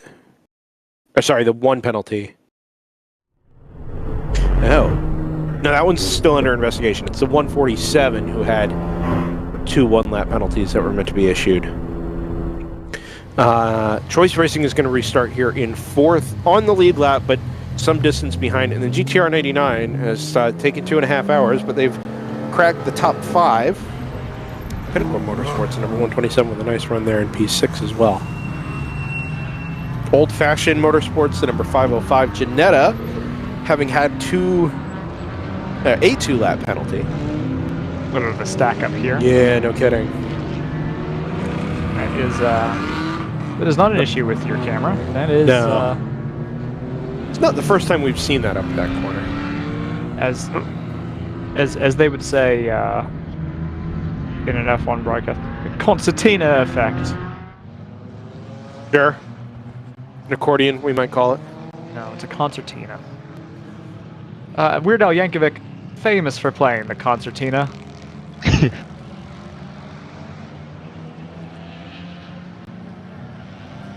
All right. I got nothing for you, man. Hanging out to dry. That's okay. I've had a couple of those this weekend as well, so, you know. All in good time. Yeah, lights are off on the pace car. Good call, Zach, as we bring ourselves back to action. I'm Pace gonna car grab now fruits off. next, too. Bummer. Now I gotta talk. The Ford Mustang pulls off to driver's left. The Toyota Scion stays to driver's right. 3 fast guys and Denny leads the field back to green. Not by position, but certainly on track. The number 3 from Austin Dillon Motorsports is your race leader, something like 15 cars deep. Heads off down the front straightaway, takes the green flag, and about 15 seconds later appears the number 34 from Hitman Racing, the Toyota Supra, who jumped the 696 in that round of pit stops. Yeah, that appears to have all been during the pit stop round. It was, and while I did briefly run down the top 5, I don't think I pointed out specifically that was during the pit stops, but this round has actually cost that 696 quite a bit of track position. This provides. We're gonna have to do a little back timing at some point, but we briefly mentioned off air during the ad break that this is going to be big for the Austin Bill number 3, right? Because it's a little bit of a reset for them. Now everyone is pitted. Everyone. Oh, trouble! Yeah, the 199. Yeah.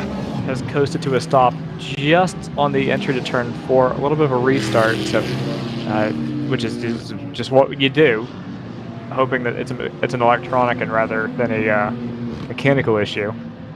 Got to hit Control-Alt-Delete there. Yeah. Driver recognizes that he doesn't actually have to be on the racing surface right now. No, but does follow the contour of the track anyway. It's very. He's going to put it in the grass. Yeah, I think he's looking there's for a the cut rail. there. Yeah. So that might be. That might be somewhere where you want a full course yellow as well, because if you lose it through these S's. Yeah, but we had 4 recovery operations on at the same time. We're about to have 2 at the same time right now. Oh, there's another one at the Exodus 15. And that'll be the 195. That'll be the second of the overnight Boxsters. And the 197 is the championship contender, right? Correct. So this is not really relevant for the championship fight. They came into it with a shot, did the 195, but I think after yesterday they've been eliminated. This is going to be chaos. Another car is slow. There's another car all the way into 4. Oh my word! It's a DJ Colin. No, tribute. it's the 2 from Team ACP, and it's just been put in the race control log as possible contact between themselves and the number 199. Oh. Yeah. So I wonder if the 199 stopped because there's suspension damage there. They got it going and realized the car was borked. We're in a really just pulled it up to driver's right.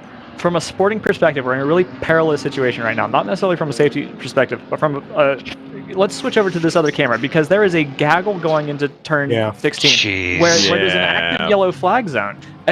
You have to be telling your drivers this, and your drivers have to be looking up the flag boards. I understand that there's a dozen cars around you, but that's part of the game. You'll get a lap penalty if you pass any of these cars. If you go side by side with these cars, there's no point in even ducking out. Just go single file. Yeah, and to do that, you'd be best off being single file back at like turn 12 and 13. Yes, exactly. Yeah, I think where we're getting into trouble is people trying to over-optimize, and because it's so valuable, especially when you're in a mixed class environment, it's so valuable in terms of time to be able to get the jump straight after the yellow flag zone. But it's just not worth it because you'll lose a lap if you get caught doing this. This gaggle's about to go through the S's now as well, so we'll see that's the white BMW in front. Fortunately, the S's, you kind of have to go single file. That's where the racing line goes. Remember, one of these is going to be a waving flag, as you see on the right-hand side going into turn 4. You're going to have a standing yellow before that, and you'll need to be single file by the time you get to that standing yellow as the Mercedes pulls off at turn 4. Yeah, people have just got to be. Yeah, looking up. The penalty. The punitive nature of these penalties makes having 12 now. Makes the BMW this is the slow ACP BMW. Which made it all the way around. It makes the risk of committing a pass under yellow that much more impactful, right? Like you might gain a spot or two and save yourself 4 or 5 seconds behind a slow car, but if you get it wrong and you are passing somebody in a yellow flag zone, you're losing 2.5 minutes. There's a huge discrepancy between what you gain and what you lose. Yeah, and it rightly means it should have. You should not approach any risk in a yellow flag zone, right? You should be backed right off. And not be near a passing situation. I think like this. Oh no! Oh, what are you? Oh, so we just witnessed a pass under yellow there. Yeah, well, everybody started to figure it out, right? They started to figure it out. Why are we taking different 15. lines? What are we doing? Yeah, that car's pulled off to the left. Yeah, it's a lot of bad decisions in a row. And the issue being that they're not in a row. And there we go. What? Yeah, that's the choice of 11. Not to the inside in a yellow flag zone. Assuming that is a yellow flag zone, yes, agreed. Thoughts and prayers to race control right now, having we just to deal with all this. I'm imagining RJ just head in hand. They haven't put anything. Competitors furious that we left it on that camera for so long. They haven't put anything in the race control in the last 3 minutes. I bet race control has head in hands. Everyone in the paddock is calling us narcs. So like, well, we saw this exact scenario yesterday, where we went back to green and immediately had one or two different yellow flag zones around the track. So now you have this, significant traffic density, everybody pulled in together, and a constant back and forth between, clear track and open racing, and having to neutralize yourself and get yourself single file. The 2 has made it back into the pit lane with damage to the center front and the right front. So we scrambled a medical vehicle, but there's no notes of contact beyond the contact between the 2 and the 199. So I wonder if that 2 has gone into the wall somewhere after that, and the medical vehicle was scrambled in response to that, thinking that the 2 was still stationary. No, the 2 was stopped at turn 3. That medical vehicle could also be returning, because we did see it dispatched down to turn 19 with the NRG car. It could be. I would have thought that there were multiple. Yeah, or more convenient places to put it, but maybe it came from turn 12. So yeah, you could be right. Here we go. A little bit more spread out now, so hopefully come on, guys. I believe sorted this out. You can do this. You can do it. I believe in you. Well, all right. We got a car on the outside.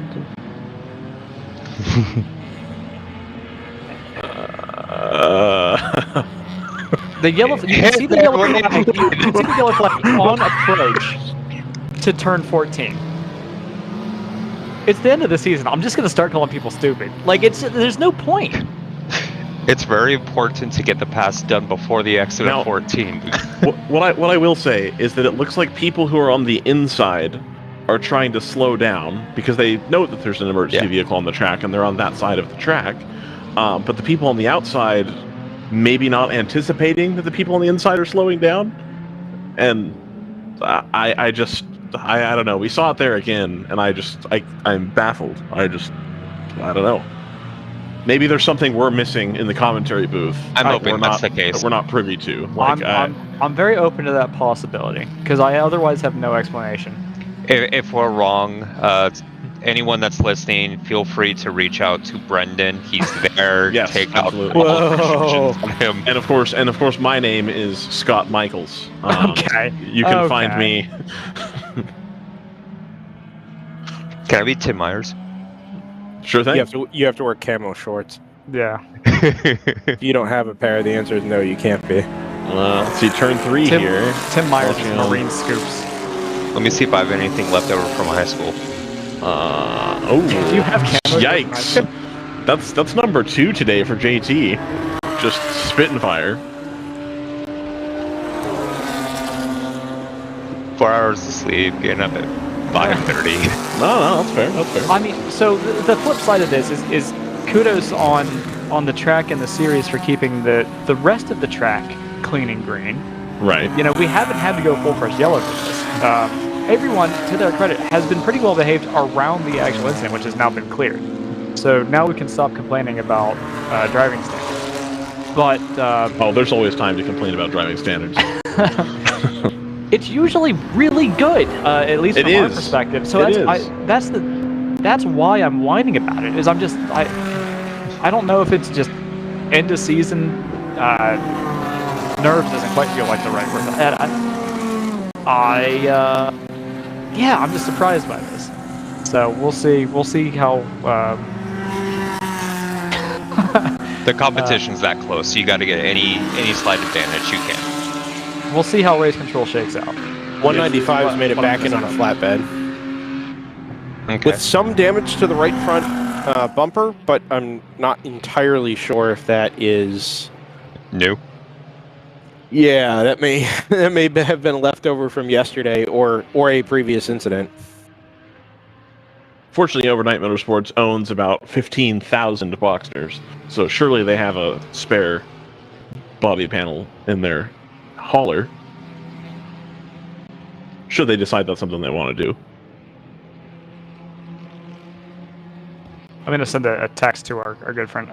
Actually, is RJ... can you see RJ from your position? Oh, RJ? no. Oh, okay. All right. I'm just going to be like, am I crazy? What is going on?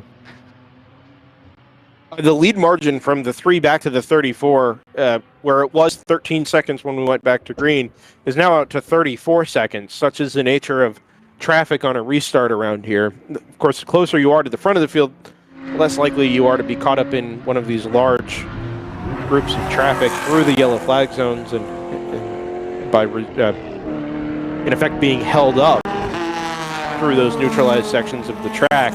But it's paid big dividends for that number 3.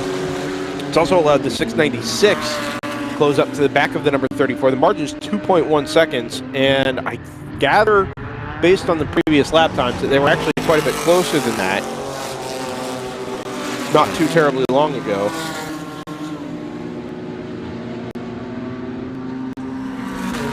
Choice Racing has retaken the lead in GP2 as well.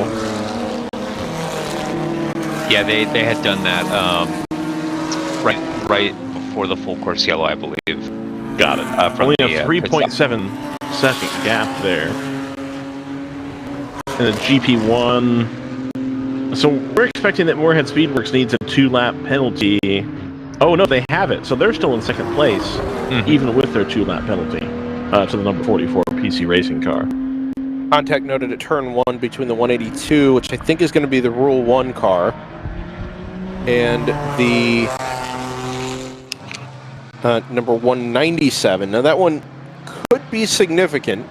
Rule 1 car is just outside of the top 10 overall, but the 197, if there is lasting damage from an impact like that, that car is still in contention for that GP3 National Championship.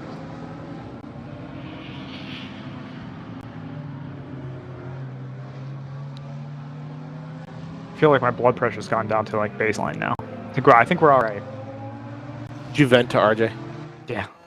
No, I was just like, I'm just genuinely like, am I missing something about like, you know, where yellow flags are? Am I seeing that? Well, look, I mean, I think we're primed to it to some degree because as we jump on board the old-fashioned motorsports Janetta. On board. Yeah. Thanks, Twitch. We are primed to it because we've seen it impact the race in a pretty significant way this morning and yesterday, for that matter, right? I mean, we've got, I think, have we got a car stopped at turn 1? We do. I think it's, you know what? 182 or 197, maybe. Right, if it's the 197, that's huge. Now, the contact was noted, but there's no follow-up from that. And there's no car stopped, you know, one car stopped, one car continued. I haven't had we have an onboard that's headed up the front straightaway. Yeah, I haven't seen anything that suggests that either one of those cars has gone missing. But that's all obviously at the beginning of the lap, so it'll take us a... Yeah, 2 minutes plus. Yeah. Yeah, it's really easy when when a car spins out at turn 18, because all you have to do is wait about 15 seconds and, oh no, where's car?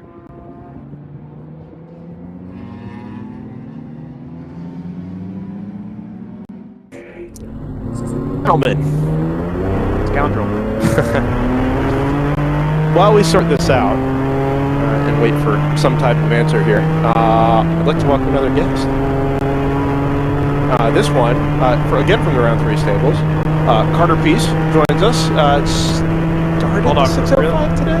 Yep. Real quick, Brendan, let's tie up that loose end. I believe that the car that's up at the top of turn 1 is going to be the 182 for Rule 1. That's a GTO car that will have been a passing car on the 197. Gotcha.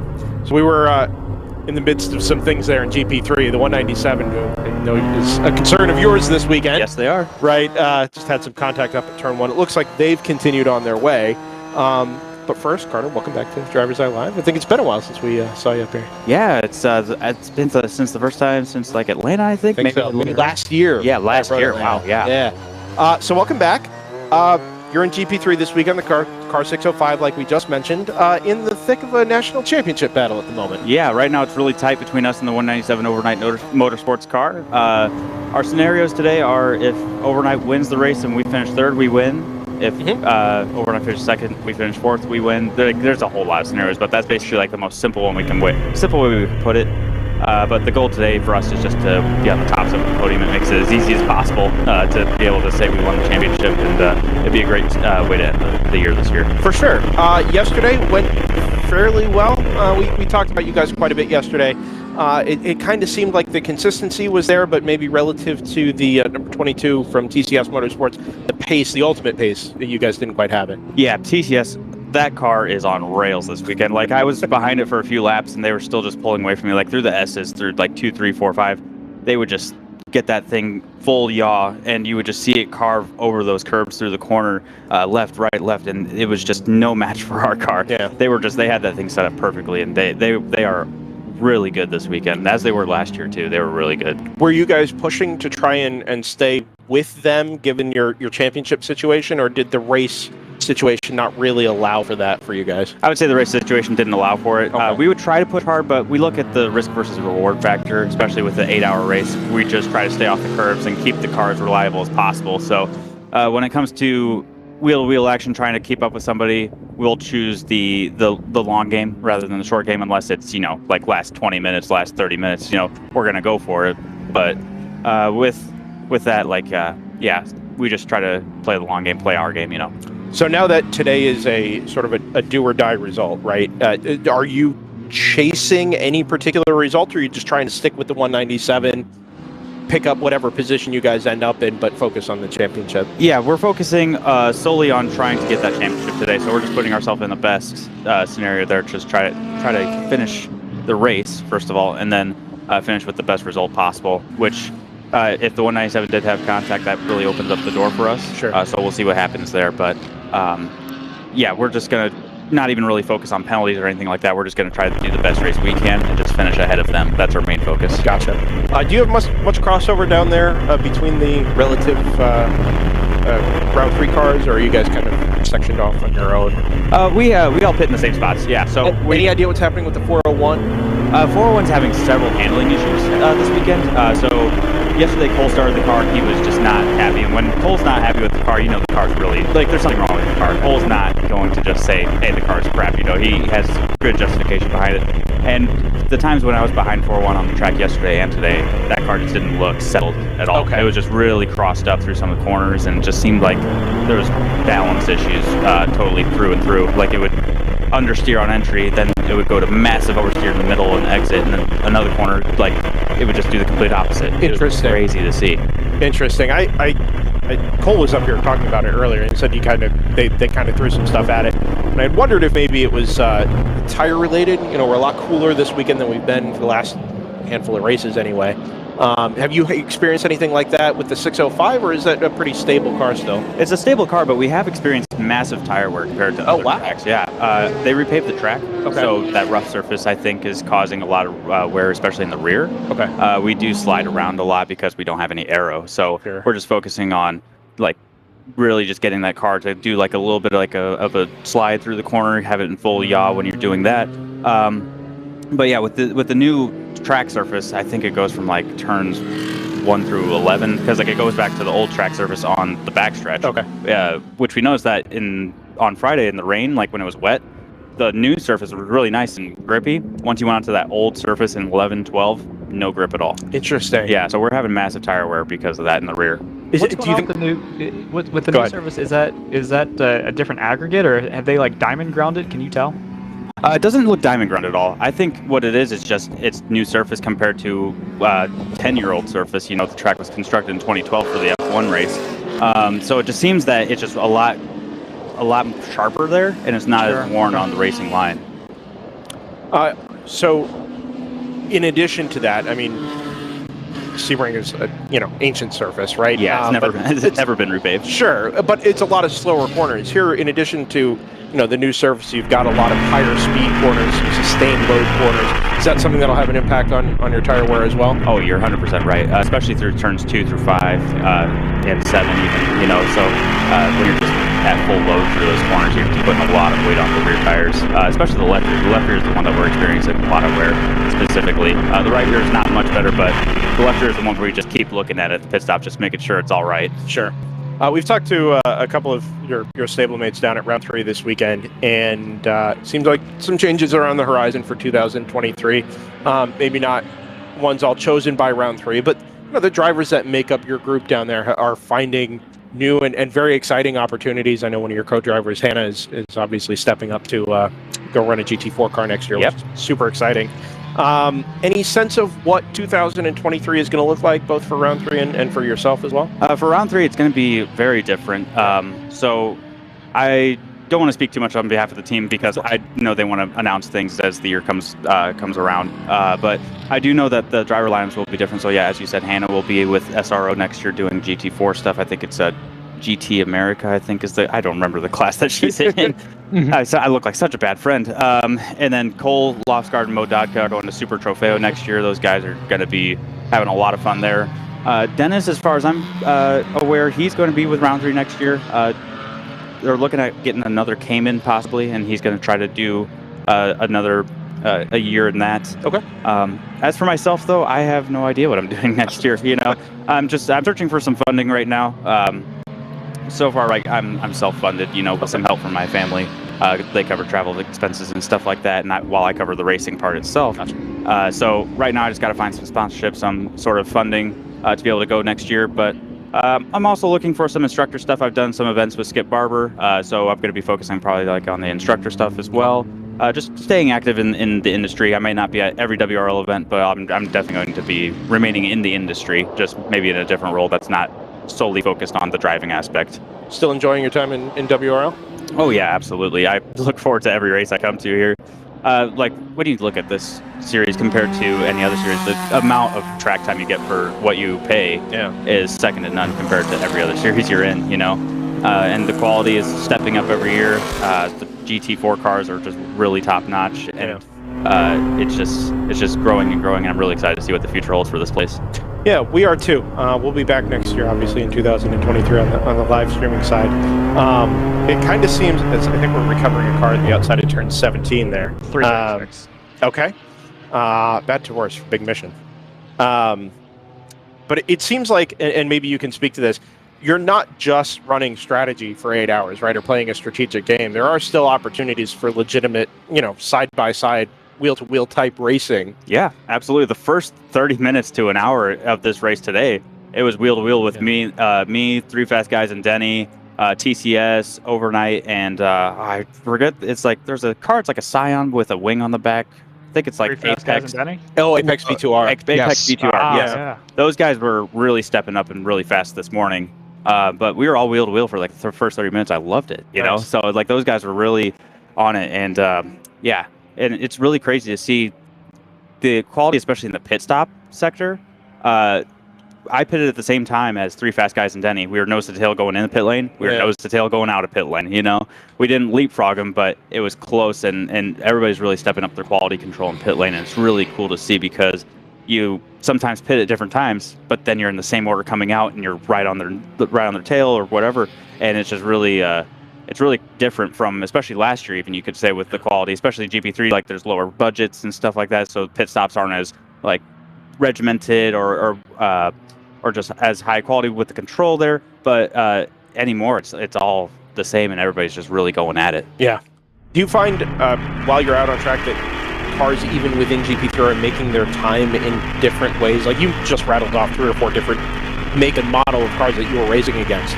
Were you all kind of following each other in a train, doing the same speed at the same points, or is it a different style for you? Oh, it's 100% different. So like with cars like TCS or Apex V2R, those guys are fast as hell in the S's section, 2 through 5. So they pull so much on me, but I'm able to go under braking and down the backstretch and able to draft back up on them and pass them because with their arrow that they have on those cars, they have to take some sort of penalty, whether it be power, they have to lower power, or have to add some weight. So then I'm able to make it back up on the straights and through the lower speed corners as well, because we have really good handling in the low speed stuff. So yeah, with these different makes and models, we're able to have really good close racing, but we're fast at different sections of the track. And I am so astounded that it works out so well. It's been awesome to watch. Obviously, you know, we've run 11 race weekends this year, last race of the season, and here we are looking at a national championship, you know, literally coming down to the wire between you guys and the 197. We're going to keep an eye on that for the rest of the afternoon. I'm sure you're keeping a keen eye on it as well. Oh yeah, in the pit lane. Yeah, come see us up here again sometime soon, Carter. It's been nice catching up with you, and hope for the best for you guys. Yep, appreciate it. Thank you. Yeah, anytime. Carter Peace joins us from the number 605 GP3 entered round 3 racing Porsche Boxer.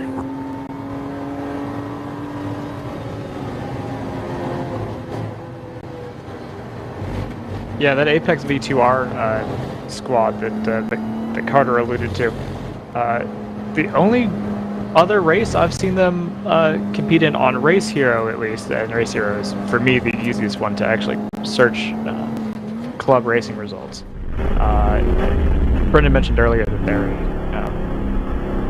the V2R is virtual to reality, I think, or something approximating that. The only other race we've seen them do is in Calabogie. So WRL Canada, when can we expect that expansion? Carter, obviously, in the 605, we spoke to Dennis Neal yesterday. Let's run some points permutations, sort of as they run deal. We've got basically the same podium as we had yesterday in GP3, with TCS kind of running away with it. 197 is going blow for blow with them, but they're still about 9 seconds in arrears. That 605 is just kind of holding station, but they've got a decent gap to the 86 of 3 fast guys and Denny. If the result holds and round 3 finishes third to Overnight in second, again, owing to that drop score situation, taking your best 12 of the 22 rounds available to you, 605 would still overhaul the 197. Seems a little counterintuitive because they're back at the points, but because Overnight has they've gone to more events, I believe, but their average finish is a little lower. The 605, with incredibly strong results in every event that they've run, I think Dennis mentioned they're effectively going, I think it's close to 12 for 12 on podiums. That is going to be enough as things run for them to take that championship. I believe even if they fall down to 4th, if I put it into my spreadsheet, yeah, if they fall down to 4th, they'd be even, which means I have to now do the countback calculation. So please don't finish 4th. I have to count. Yeah, I believe they said if they finish 4th and Overnight finishes 2nd, they would still get it. So it sounds like if they can if they stay on the podium, it's guaranteed. Gentlemen. Yeah, that's exactly right, because the way the countback will work is first count will be number of wins, and round 3 will have, I think it's 5 or 6 of those to Overnight's 3. So if they tie on points, yeah, you're exactly right, JT. A 4th place is good enough for the 605 if the 197 finishes 2nd as they stand now. Okay. Can I welcome somebody? We built up a backlog here this morning. All right. Somehow. Yeah, we had all of our guests for the weekend show up first thing this morning, which is actually kind of nice. Well, you know, shipping this time of year can be a little delayed, so I understand. That's true. Blame the Postal Service. It's fine. Okay. They're a good band. Sure. From the number 421 camp, Thunder Bunny Racing, Matt Kehoe. Hi, how's it going? Good. Well, good to see you guys again. Yeah, you too. You too. I think last time we talked was back at Road Atlanta. Yes. It's a little bit of a different weekend here, right? Yeah. Bigger, 90 cars here. You guys are down in 11th at the moment, right? Yep. I would say, I said to you when you came up, I feel like we haven't had much chance to talk about the 421. It doesn't seem like you guys are really off the pace or slow or anything. There's so many cars here that instead of being top 5, you guys are maybe down towards the bottom end of the top 10. But how have things gone so far this weekend for you guys? It's been, we've been chasing the car all weekend. And we've got some tire issues, but we've been working through those. We made some adjustments, and the team was able to get us to a happier spot. So we've started the races pretty far down in the pack. Okay. And had to claw our way back. I think we started 34th today, and we were back up to 9th, I think, at one point. So when I got out of the car, we caught that double yellow, and I think we're doing great. Dallas is in the car right now. He's putting in good laps, and we're just kind of burning through on a fuel save strategy and trying to leverage that to go the distance with. We don't have the outright pace that some of these faster cars have, and that's okay. Yeah, because it's a long race, and if you're smart about it, you can still do pretty well. You have kind of functioned as the representative for the team. When we haven't had a chance to talk to you guys, and share updates with us, bring us nice stickers, all of the right things. But I'm interested to know, in a pack as deep as the GTO pack is, and as much traffic as you have around you, as kind of the voice of reason, whether you're the one in the car or you're providing coaching or some guidance.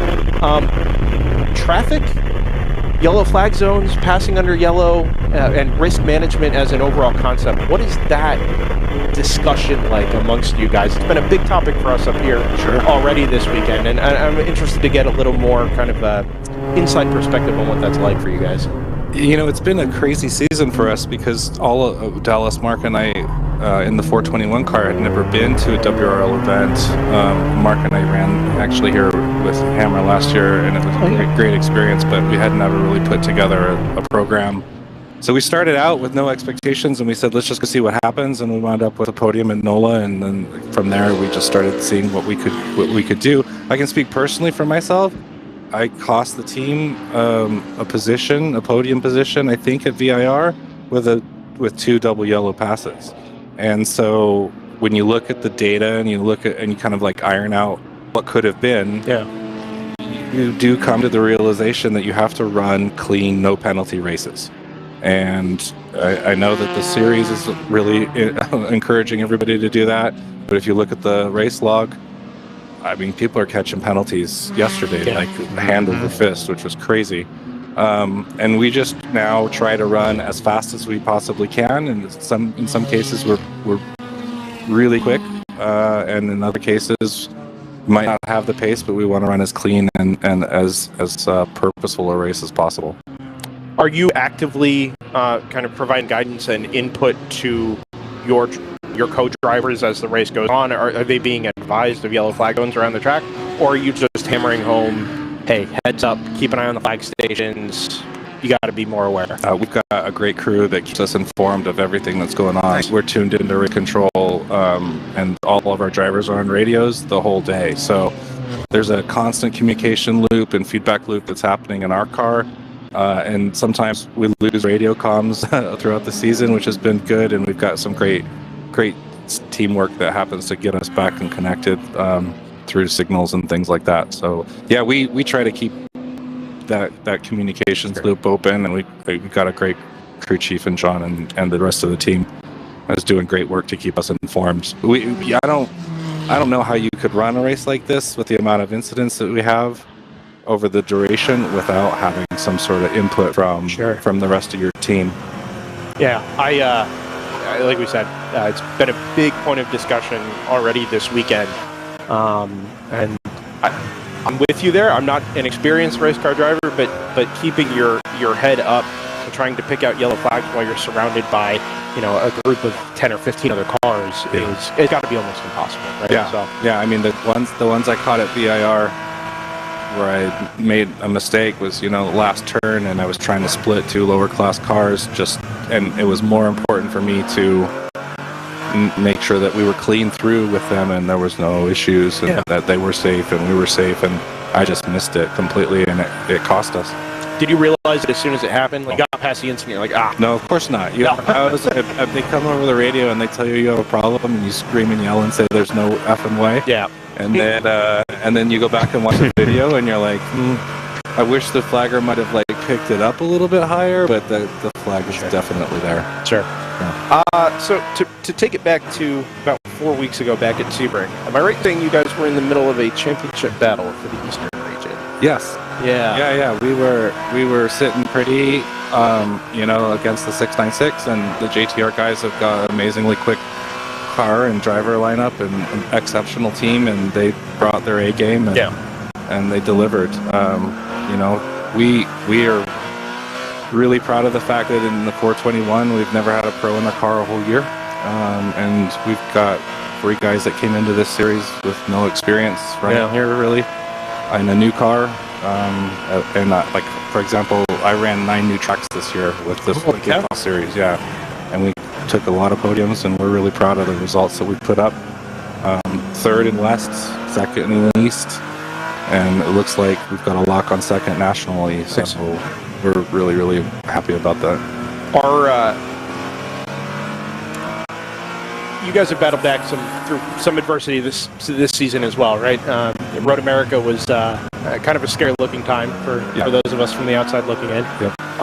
But it seems like you guys have kind of acquitted yourselves well over the rest of the season. Picked up right where you left off. I assume it was a new chassis, from that point forward, and it seems like you guys have kept yourselves in contention and kind of kept your heads down where others have faltered, right? It's just been really nice to see. Yeah, we've tried to be really, really clean. I think that incident, that it's debatable, kind of like how it all went down, but the net result is that I had 2 wrecked cars, and that's not a good thing. Yeah. We don't want to see that. We're glad everybody got out happy and healthy, and from all of these experiences, all the way from NOLA all the way to today, it's been a huge learning experience for us as a team, and we've been really thankful to have such a great crew with Thunder Bunny, who supports multiple other cars, and totally different driver lineups too, and we feel really happy and comfortable with our race family at Thunder Bunny. High point for the season? Oh, go ahead, Joseph. You go first. Oh no, I was just gonna say, we saw a lot of kind of weird electronic woes and issues with the BMWs, and I don't know that you have an M4 in the stable. I think the other 2 are M2s. Is that right? Yes. Yeah. So, I mean, do you look at some of those M4s and the issues that they've been having and say, well, thank goodness we've got the Cayman? Yeah, I mean, does that come into your head at all? That's an interesting question. Like, never do I say, "Oh, I wish I had an M4." I personally am a big Porsche guy, and I really love the GT4 MR that we have. I think it's a great platform, and if you really, really work at it, you can find pace and you can find strategy in that car that makes it very competitive. Does it have top line speed against these newer M4s? I don't think so, but I also think that the BMW engineering has done some cool things to make sure that car performs consistently and doesn't tail off depending on environmental conditions and things like that, and the car sits there and it does its job, and that's why it's if you look at the top 10, I think yesterday we finished with the highest Cayman, I think we did, and I would say that we've probably been up there in a number of races. That is correct. So I mean, the BMW stuff's cool. I mean, I was super excited to see Hitman come out with that Supra. That was really killer. I was in the stint that I just finished, I was out there and I let him go because I just wanted to see what that car was capable of doing.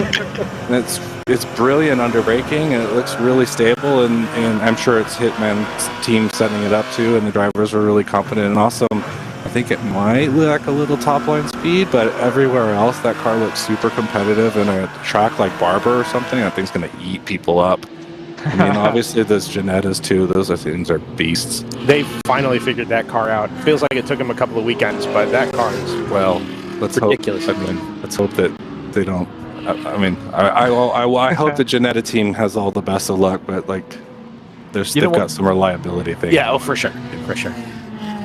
That's the name of the game, though, right? It's about staying there for 8 hours.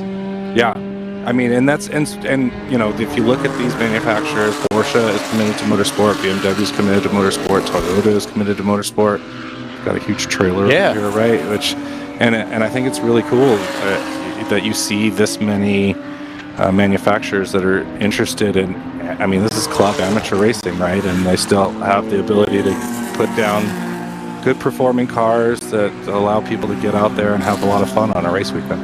Has there been any coordination with you guys? I know you said Mark ran these cars in Porsche Sprint Challenge, where it is obviously all factory supported or largely factory supported, at least in a series sense. Any coordination with you guys with Porsche for WRL?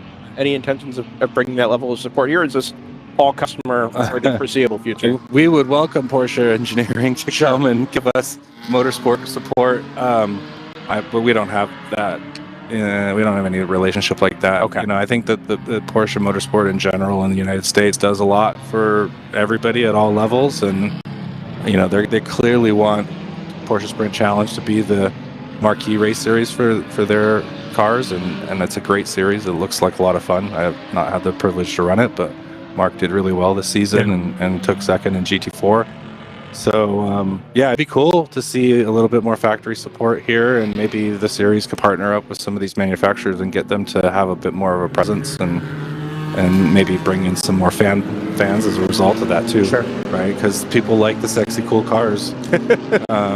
You know, if you looked at how many people were lined up for the Peppermint Parade last night, I'm sure we could convince a few of them to come look at these race cars too. Be nice. Just run it a little bit later. It's 7, 8 o'clock. Run them in the dark. Have the lights light. It'd be great. That would be good. High Real point quick, for the Brendan. season. Plan for next season. I'll come back to you, Ryan. High point for the season. Plans for next season. You got anything there? My personal high point from the season is running with this team and making the new friendships that we've built up over the year. Dallas and Mark and I have gotten close through racing, and those were not relationships that I had, and I really cherish them and happy to have them, along with everybody in the crew and Laura and all the team in Thunder Bunny. Like, they definitely feel like part of my race family, and you know, you come to all of these, you're on the road every month if you come to the whole series, the whole season, and you got to be comfortable and happy with the people that you're spending time with, and this team has made me feel really welcome, and it's been a lot of fun. Next year is a big question mark for us. I'd like to see WRL make some changes and see how the series can evolve a little bit, and we'll probably moonlight a little bit here and there. Okay. Mark is off to British GT, and on a season with the team there, and that's going to be pretty cool to watch and see what he's up to. Yeah. And Dallas and I are looking at opportunities around both domestically and overseas. There's a lot of cool things that people are doing in Europe. I have a personal goal to try to run the Nürburgring 24-hour race in the next couple of years, and there's a lot of work you got to do to get ready for that. And so we'll see. Licensing requirements are crazy for that. That'll be licensing and permitting, and you know, I'm not the type of guy that wants to just jump on the green hell and wing it. So I got to put in a lot of practice time in order for me to feel comfortable. Yeah. I don't want to go there and mess around. I want to go there and be competitive in class. So I feel like I'm going to get a lot of frequent flyer miles. It sounds like they want the same out of their participants, so I think you're probably fit in just fine there. I hope so. Yeah. In a way, these bigger WRL events in particular, with the traffic density and the mix of traffic, feels like this isn't necessarily a bad place to get some experience in traffic. No, I mean, if you look at the first 25 minutes of this race this morning, it was epically good racing, tight and fast, and you know, you had to take a few risks, but you had to be measured in your approach, and it was a lot of fun. And I would expect that experience is going to be very similar to what's needed in any endurance racing, whether that's in a Creventic race or if that's in a VLN or a PETN race or whatever else you're doing. Ryan, you had something. Perhaps? No, Mike was on mute there. I'm curious, what can you tell us? You know, you were talking about fun cars earlier. I'm a huge fan of your guys' 128i. Can you let me know what's going on with the future of that car? I'm probably the worst person to speak to the future of that, but I will say that there's a lot of ambition around getting it back into the series with a sequential gearbox.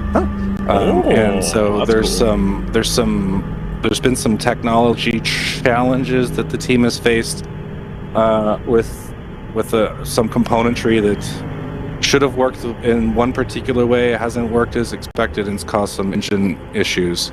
And so their team's actively working on engineering a solution to bring that car back and to make it better than ever. And I'm actually personally really excited about it too, because I do think, you know, having run this whole season now and looking at the classes, and I think there's some really compelling reasons to drive, you know, quote unquote air quotes down a class,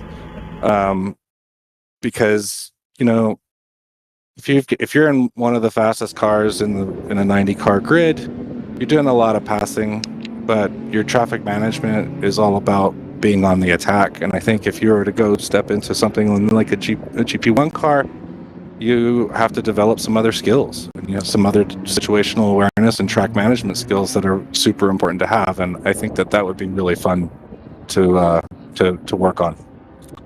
Keep an eye out for that car and maybe your name attached to it. That'd be neat. Perhaps, Yeah, that'd be very, very cool. Yeah. Matt, thanks for stopping by up here. Absolutely. I just want to say thanks to you guys for doing this. We have a lot of people back in California that actually watch the broadcast and like text us and stuff. So hi to everybody at home.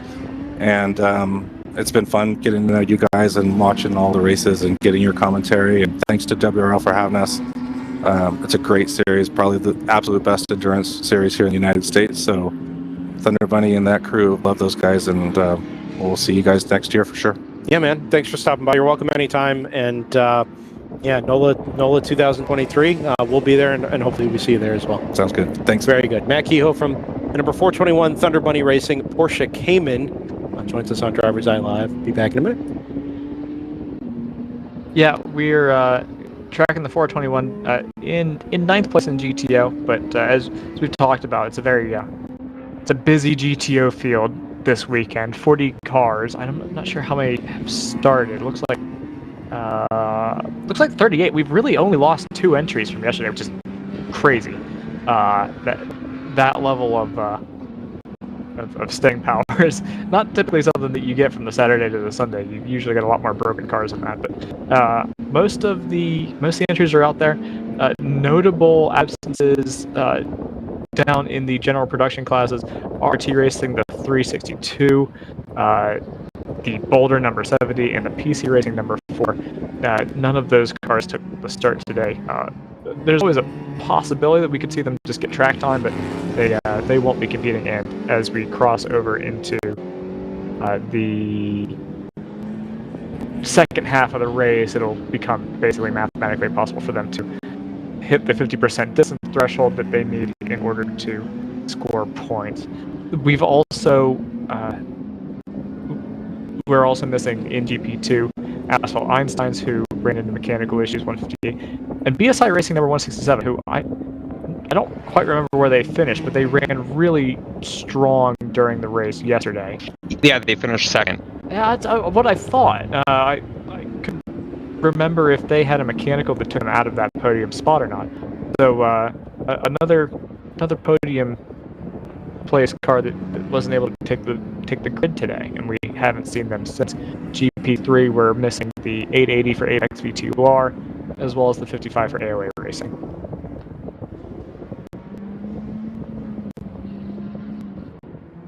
Only cars that I think we're missing that we saw yesterday. I don't believe we saw the 222 for W2W yesterday. I could be wrong about that. But the 987 for FSR and the 712 for Pinnacle. So the 222 was out yesterday. It had a penalty at some point, quite early on, I believe. May have been the 97 though that we did. That was FSR. I don't know if they've come out today. So, Race Control has called contact between the number 63 and the number 15. Zach has pulled up a replay for us, and it looks like basically the victim in that incident has been misidentified. Yes, that is correct. So, which is what I thought when we were looking at it live, but now we finally have it. We switch over. Here's the replay on board the number 63. The car that we're looking at is the 94 Motorsports Lexus in front of us. This GTO is going to get in a little deep on the brakes. No, I wouldn't say necessarily too deep. It's the 83 looks like it's kind of slowing a bit too much, like it's going to run an outside line there. So he decides diamonding the corner. Yeah, like he decides last moment. Okay, he's yielding the apex, so go for the apex, and then it goes horribly wrong instantly. Yeah. So and you heard on the broadcast that 63, that right front was towed in pretty severely. You could hear the scrub as they tried to make their way back to the paddock. So that's certainly going to need some adjustments before they can get back out on track. They were already having a pretty rough day with handling, so we'll see what they decide to do. I think they are going to try to fix that car up. Unfortunately, that's not a car that there's a ton of in the paddock, being that kind of late 2000s, early 2010s BMW. I think it's the only one. Spares, you mean? Exactly. Spares, or somebody that's got a lot of know-how on setting it up really quickly, or anything like that. If you break an older BMW around here, my impression is that you have tons of teams that are willing to help you out and find a motor, come help you swap a transmission in, whatever. But that is the only one here that is that era of BMW. That is GP1. Yeah. Got a lap penalty to the 701, who is at the moment running second in class. This is going to drop them down, I believe, all the way down to maybe 6th or 7th. They may be close to the last running GP1 when this is doled out. It's a big 2-lap gap up to the number 44 for PC Racing. Second down is pretty tightly wound, it has to be said. Yes, of course. Yeah, it helped that Moorhead and round 3 had already received penalties, so that put them right in the mix with Montgomery, with Edge, with Hunter Racing, and Fifth Gear Motorsports is just a lap back from that. So it's very tight through there right now. All those cars fighting for what is pretty much second. So the round 3 racing car getting another 1-lap penalty is going to really put them back from that. Yeah, that 44. PC Racing seems to be at its most potent when they can focus their attention on one car. With the number 4 out the running today, that car has been so far problem-free, not just mechanically, but also the nut holding the wheel. No penalties so far for that car, I don't believe. I'm not even sure that they've caught the pit lane warning. So, looking good if they can keep it between the lines for a win in GP1. Obviously, half the race to go yet, more than that even. But a 2-lap advantage in GP1 when they've been so close in pace with so many of the front runners in the 701 and the 147. It's going to be tough to overhaul that on pace. 701's getting another penalty. That will definitely then drop them to the end of GP1. And it's, again, corner 7. Yeah, back-to-back laps. No, I don't know if we still have the 701, but maybe we can take a look and see where... what is the tendency of that car that's pushing them offline? I also just want to note that we have the number 197, looks like it's making a scheduled pit stop here. That's dropped them all the way to 3rd in GP3. They should stay on the lead lap, but that's going to put them behind TCS Motorsports and behind the 605 of round 3 racing. And it looks like they should come out ahead of the 881 Apex V2R, Scion, and the number 86 3 Fast Guys and Denny. So they'll have 2 Scions chasing a Boxster in GP3. They're getting a warning for that pit stop as well, doing 45 miles an hour down pit lane. That's not close to the limit. No, it's I believe 37, or is it 35? That's 35. Okay, because I know there's a car earlier that was doing substantially more. Yes, it was the NRG, the 49, was doing 58. That's Wow. That's not good. I mean, they've had other issues today, so not their biggest problem. That will be their last pit lane penalty of the day, I think.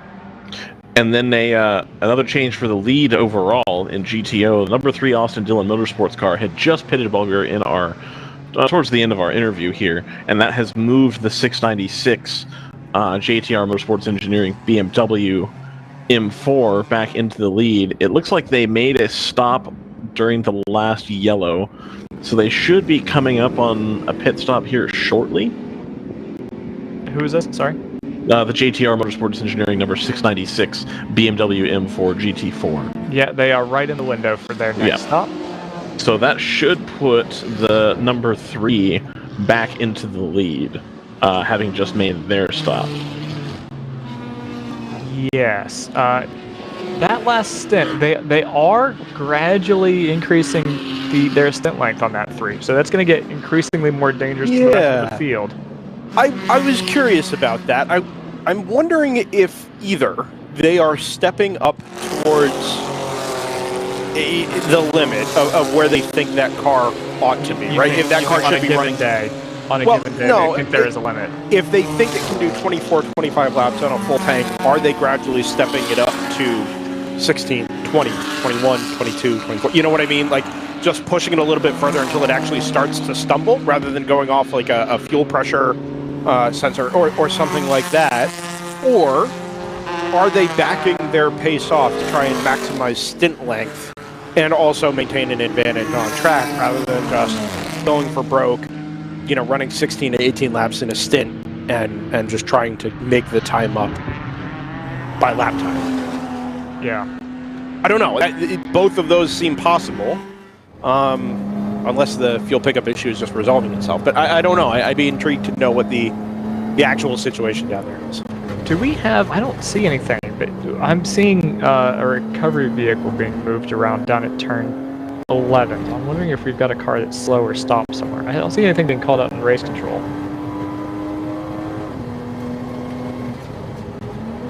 Not at 11, no. There was contact mentioned about 15 minutes ago down at turn 12, but... Yeah, we could just be bringing lunch around. That's always a possibility. It's also worth noting that the number 34 Hitman Racing Toyota is only 10 seconds behind the number 3 of Austin Dillon Motorsports. So while they might be able to have enough pace to keep the 696 behind them, it looks like the number 34 Hitman Racing car is able to match them as far as track position here. Yes, but... they're also going to have to make a pit stop. Yes, yeah. So the 3 has been in since the full course yellow. The 34 has not. Yeah, the only person who's been in is the 511. It looks like. In the long game, the 34 is in good shape because its stints are pretty long. I've got them in, about 29 laps or so. So not the longest that we've seen, but it's one of those things that we saw yesterday. These races can become pretty marginal. So every lap helps, I guess, and it also depends on where yellows fall. So many variables still yet with 4.5 hours to play. If I may, keep an eye on the 6th place car in GTO, though. Yeah, that's a good point. Yeah. It is consistently running quick laps.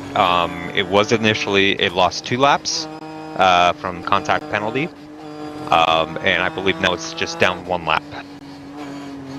Yeah, I think that full course yellow may have aided in that, and that doesn't make it any less legitimate, but if they were a benefactor of that, the timing of the full course yellow, that will have gone a long way, and might actually just be sort of the thing that allows them to make up the other lap, either on pace or on track. And here's the other thing.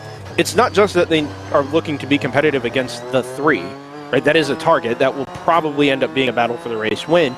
But you still have 4 or 5 other really healthy and competitive cars in GTO that you very, very much have a chance to be in contention with, right? And that also that you need to actually properly overtake. Right. If you look at the pace differential between the 505 and the 3, it is in the favor of the 505 by a pretty decent margin. Yeah. If you extrapolate that out 4.5 hours, it's not crazy to believe that they could get their lap back and then some. Especially since they run longer tanks. Yes.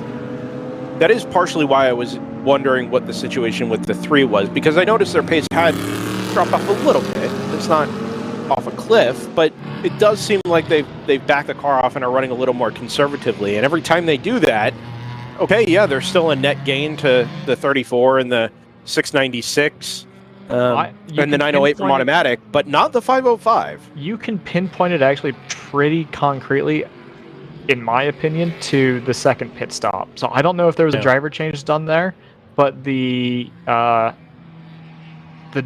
third stint, it was rare that you drop below the 26s. The stint prior was in the 23s. Even the stint before this one, there was the odd 23, mostly 24, 25. So I think it might be a different driver with maybe different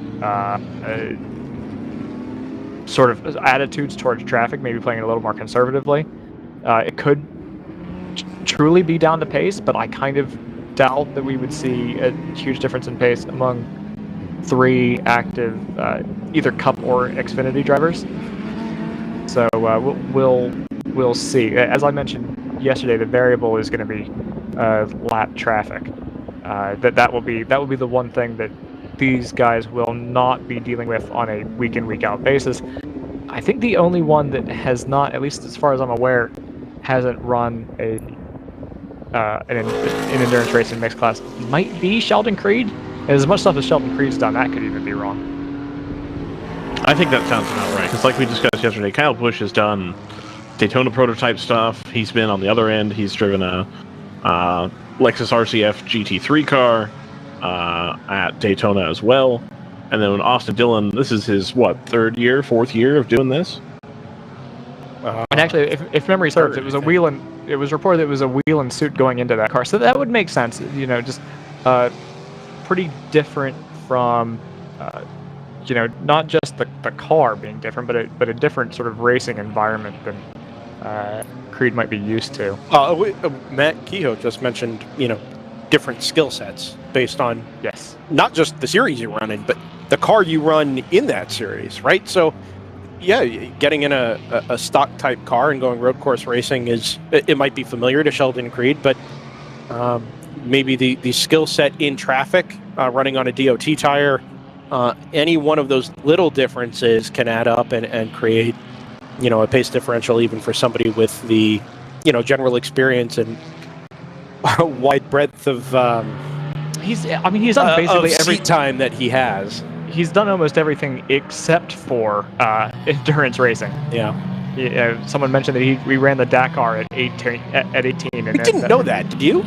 I didn't either. No, that was news to me. Kind of think I'm becoming a Sheldon Creed fan. It's pretty cool. Yeah, absolutely is. Yeah, if there's any association that I hope we take away from this weekend, I hope it's Sheldon Creed, Dakar, and Gordini. He ran with Robbie Gordon. You're absolutely right. In 2016, that would have been the first year in the Gordini, I believe. In the 16, let's see. It's very funny because Wikipedia, when you click on Gordini, directs you to the very, very old French manufacturer. I was going to say, there's no way it takes you to Robbie Gordon. and to be honest, when you say Gordini, my head went to the French manufacturer. Yes, and I think that, someone, some poor person at Wikipedia trying to be helpful has added a link to Gordini. Right, the Robbie Gordon. Yes. Yeah. Well, do you know that Robbie Gordon's truck wasn't Renault powered? I didn't know that it was supposed to be. I mean, it could be. Maybe that's an explanation. Hold on. We've got a slow car on the inside of 5 here. That's the O2. Not a trouble-free run for the Hammer cars this weekend, it must be said. No. That car is grinding to a halt at the top of your screen on the left-hand side in the painted runoff. It's moving. It is moving. It hasn't stopped moving. All these things are correct. However, it is going uphill and moving slower than it used to. Pit stop for the race leader, by the way. 696 has been in and back out from the attention of the JTR Motorsports engineering crew. And Melee had a 30-second lead over the number 3, so they will certainly lose that position. I think they will come out ahead of the 908? Question mark? To wait for that to cycle through? Yes, absolutely. The 908's just going into turn 1 now. The 696 is long gone. So they'll still be in a top 3 position, but firmly behind the 3 and the 34. 401 is back in again. They've had a heck of a day.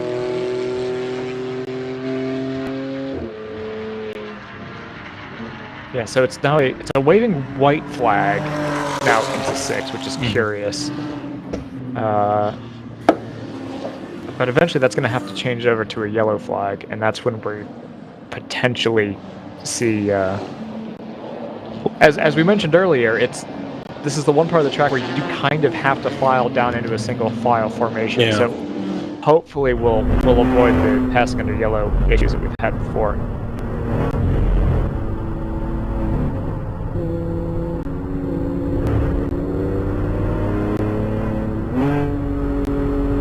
Do we still have an outstanding penalty review or incident review on the 696?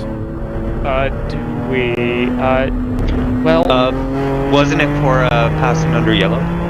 We actually have 2. Passing under yellow was a thing. That is still under investigation. That was all the way back at 10 o'clock, so an hour and a half ago. Yeah, that was the 696 though, yeah? Yeah, that's what I'm asking about, Yeah. 696, yeah. But, incidentally, I don't know that we noted this, but when I was looking back, we also have possible contact between the 982 and the 696. The 982 being listed as the possible aggressor there. So I don't think that'll be a penalty to the 696, but just something to keep an eye on. Sometimes 982's been in the wars. They have another one under investigation for contact with the O2. That car's had a day in the steward's room. Yeah. A weekend, really. They're not even on the entry list. Is that true? I don't have the 982. I have 983, 984, 986. But that was also, when I pulled the entry list, which would have been Wednesday afternoon. So maybe they brought a different car. I'm going to blame Terry Borchel. Sure. Yeah. Why not? How dare you? I like that. That man did amazing things in the Semco Saline. For Daytona prototypes? He should not have had to do those things. The Kodak Daytona prototype? No, that's probably true. Forgot he ran the Semco Saline. Yeah, we never had power steering. 02 is being towed down into turn 11. Not Man, on the flatbed. I feel for Tim Irons a little bit. The weekend started out so positive with the pace of that car, especially in contrast to the season they've had to this point. Has not worked out the way that I think he would have hoped for that car, or indeed any of the cars. Yeah. And it seems like mostly on things that aren't their fault. The car just hasn't really been up to the task in terms of reliability, which maybe is a mark in favor of the M4s, but the M4s haven't had pace either.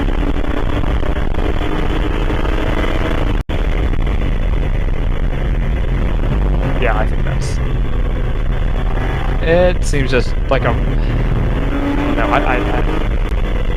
we talked earlier, at the start of Saturday's race about, what would your feelings be having put the TCR into the top 4 during qualifying and then having it run pretty strong in the top 4 during the race?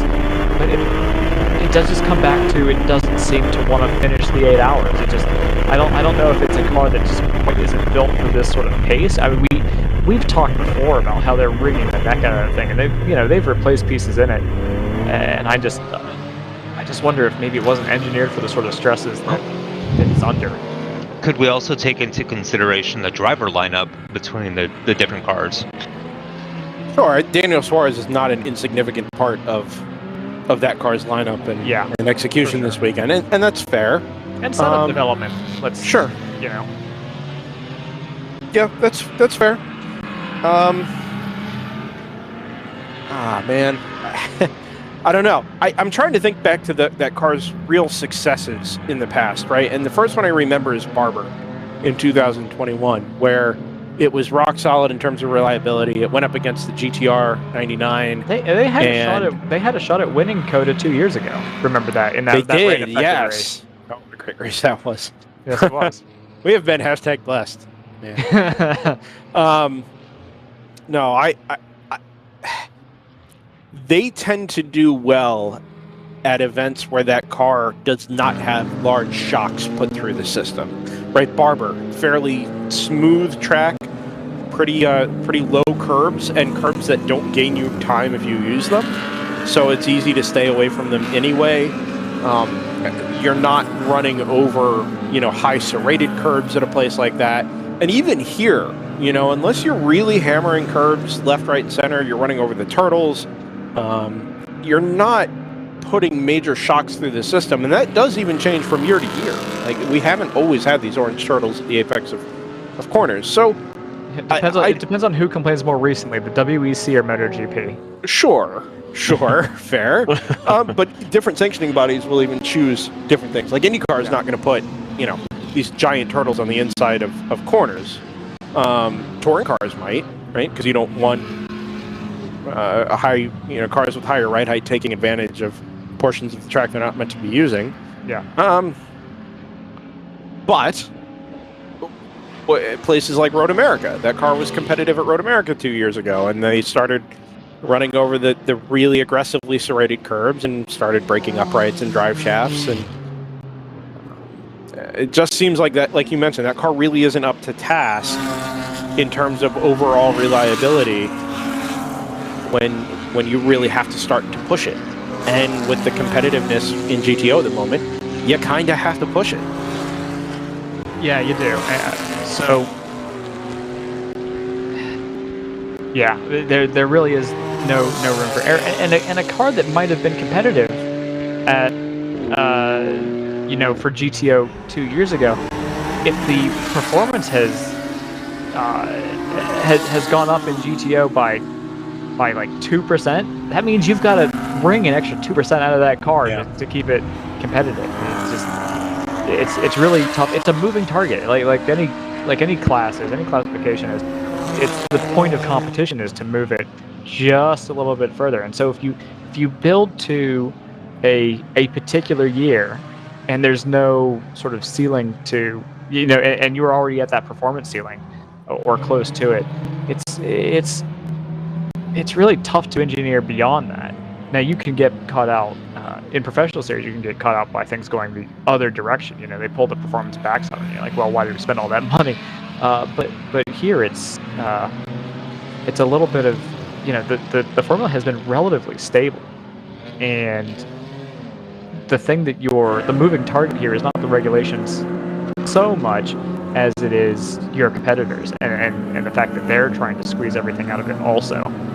Yeah, this is not a GTO specific discussion, right? No. This will apply to GP 1, 2, and 3 as well, where when your baseline or your target performance is a certain number, there are platforms that are better suited to that target than others, right? 2 years ago, a TCR car in GTO, or a front-wheel drive car in maybe one of the production classes might have been an appropriate solution, right? Easier to drive, more consistent for arrive and drive type drivers, maybe a little friendlier on rear tire budgets. Whatever the overall package needs to be successful, where success is defined as being quicker than the cars around you. But if the cars around you are getting quicker, you maybe are in a solution where whatever your previous platform was just doesn't fit the bill anymore. It just does not get the job done. Yeah, the demands are so different on the cars. I'm trying to think back to when we first showed up in the paddock. It would have been, I think, 2017.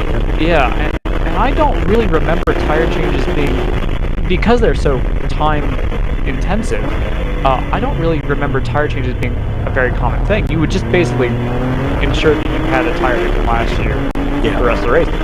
That's completely changed now. I mean, not everyone up and down the field is changing tires, but a lot of the front runners are. It's just, it changes the game in so many different ways. It changes how you think about the race, not necessarily how you think about your car selection, but absolutely how you game out your race and how much you push over the course of a weekend. It changes your thought processes in a big way. It's all part of the system, right? From beginning to end, every little aspect of your race execution is going to have an impact on your ability to achieve a result. And like you said, 5 years ago, that may not have included tire changes and tire wear and concerns of that nature. And now, if you're going to execute a race quickly enough to get a result, it has to include those concerns. And that's tires that will last long enough, that's quick enough tire changes, a serviceable car. If something does happen, right, it is amazing watching the progression in every class. And especially, I mean, this started off as a discussion with the TCR, just how much the progression of a class and a rule set can make a platform less desirable, than it had been previously. Yeah, you see people, the cost point of GP1 5 years ago may now be at the GP3 level and so on. So, yeah, there is a business strategy element of it that comes into play, where if you're a new team coming in and you've got to decide where you're gonna enter. First of all, I think GP3 is the place to enter, regardless, right? I think that's if you're brand new, I think it makes the most sense to pick up a GP3, unless you've got just gobs of money and you know that you can support a GT4 team. That's a different ball game. But as we're on the high banks of Austin here, the gyro cam. Yeah. All we have to do is let them know that their camera is at an angle. The driver will fix it within like a lap and a half. I believe that has happened. That has happened before. Yeah, but yeah, I think in general, if you're coming in from a grassroots level and you're just a bunch of buddies, people will tell you there may be other options that are a little less expensive, and I think that's fine too. But GP3 is a perfectly reasonable place to get started. We saw that with Overnight came in this year, and they started to expand into GP1 because they're comfortable with the series and they feel like they can compete at that level. I think that's that's the progression that makes sense to me if you're coming in relatively fresh. To some degree, I saw Ryan's mic light up there, and I wonder if he has a point to make about GP2 as well. We see Northloop who have come in. Oh, we've got a wreck at turn 20. Yes, the green flag is waving at the final corner, which means the wreck is between, or whatever the incident is. It's on our turn 20 camera. 20. It's coming. Yeah. It's been called in by the turn 19. Between pit entry and driver's line. The white MX-5 from the looks of things? Yeah. If I didn't know any better, I'd say it was the 167, potentially, but I don't think the 167 ever made it out on track. Maybe an AOA car? My first guess was an AOA car. Yeah. Waiting on a number report from race control.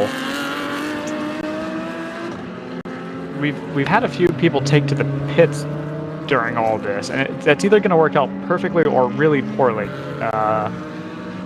Now, I understand from the race control log that there has been an impact with the guardrail here, so obviously concern is also with the driver here. My guess is that we will have over-rotated into the inside barrier. I think so.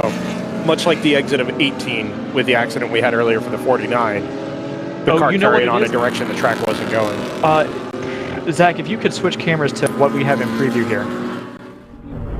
We've got actually a little bit of moisture on the track. It's gone away. It's more towards the west side of the circuit, but there's actually a little bit of... It's very small sprinkles. I just wonder if Scott's term for it would have been head rain, right?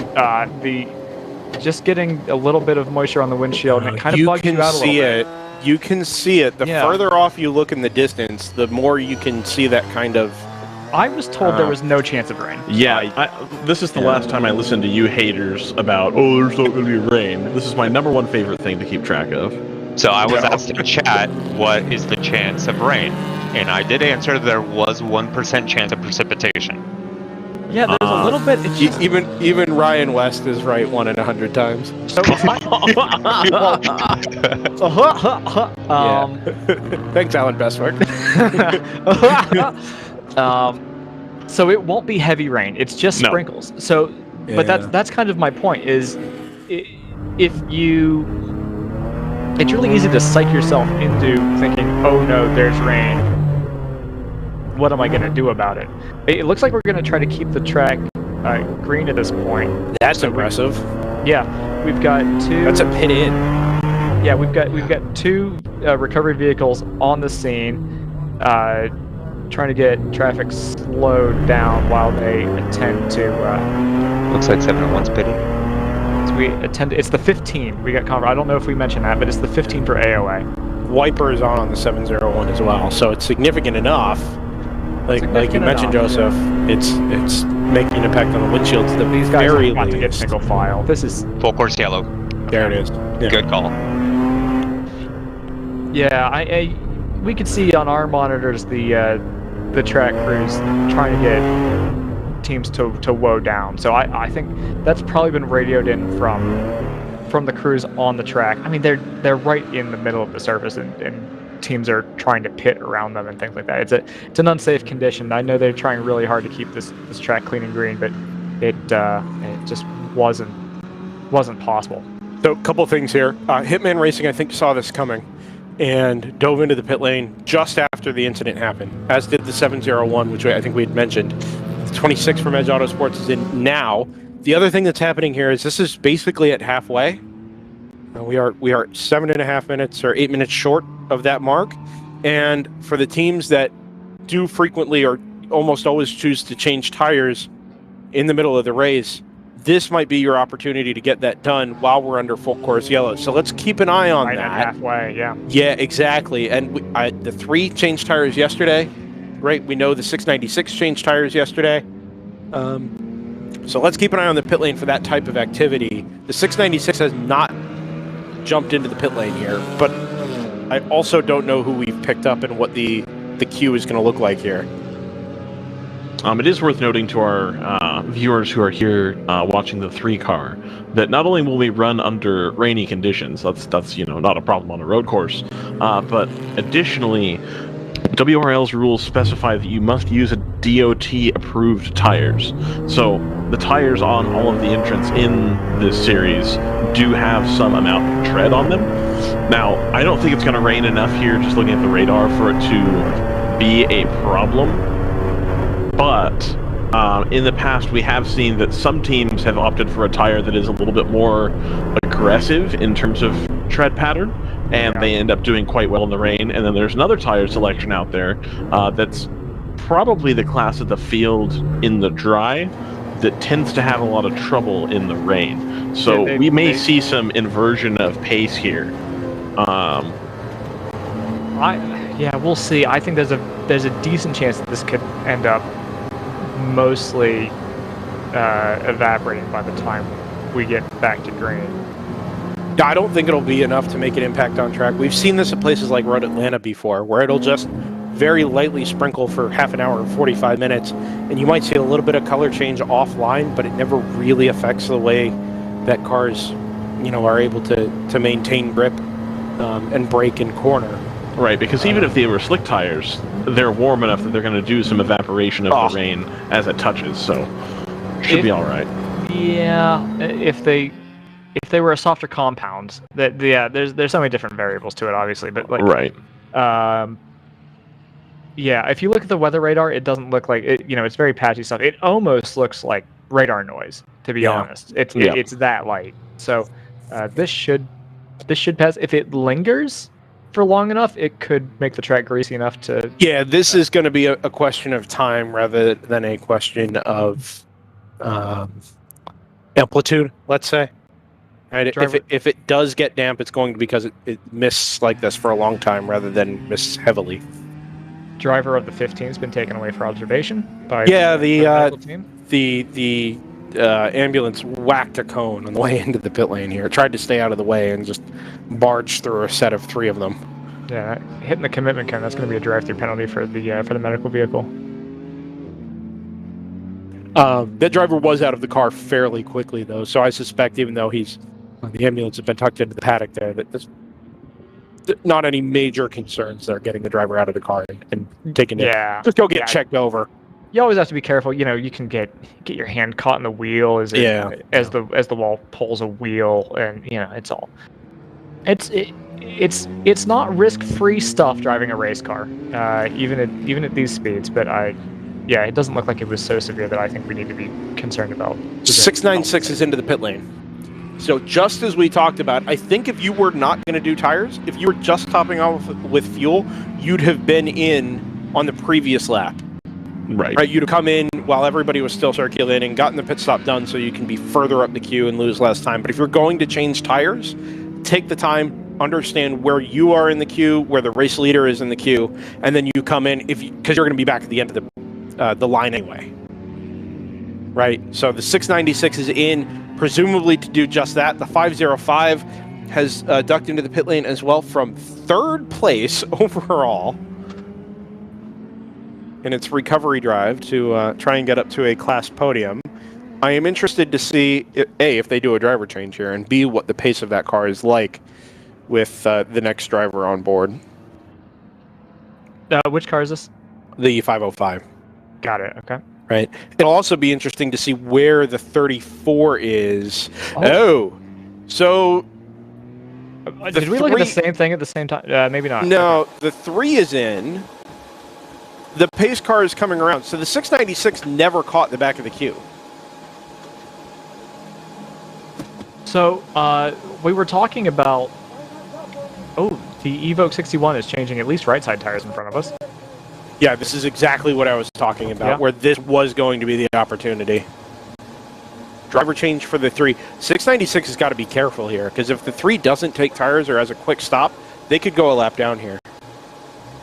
Yeah, so I wanted to make a quick point about the Hitman 34. I don't believe that was a strategic move from Hitman in reaction to, because they were extending actually on that stint. So I think that was literally just the end of their stint, and it could not have come out at a better time for them, or worse, depending on where the pace car falls. So actually, if it turns out that the 3, like the 696 came in without having caught the queue, and they've been quote unquote lapped by the pace car, if that makes any sense relative to the number 3, they're going to be the better part of a lap down to that number 3. Right? Because they're going to be 10 the cars length from of the back. train, basically. The 3 will be at the back. They are doing, I believe they're doing tires on the 3. They've got the car on jacks on the right-hand side. No apparent concerns about the integrity of the barrier from what I'm seeing on our turn 20 camera. So that's good news. That means we should be able to get back to racing relatively quickly. Means for the drivers on track that they need to be aware that we could go green in... where is the pace car? Basically a lapse time. Looks like it's coming around turn 11 now.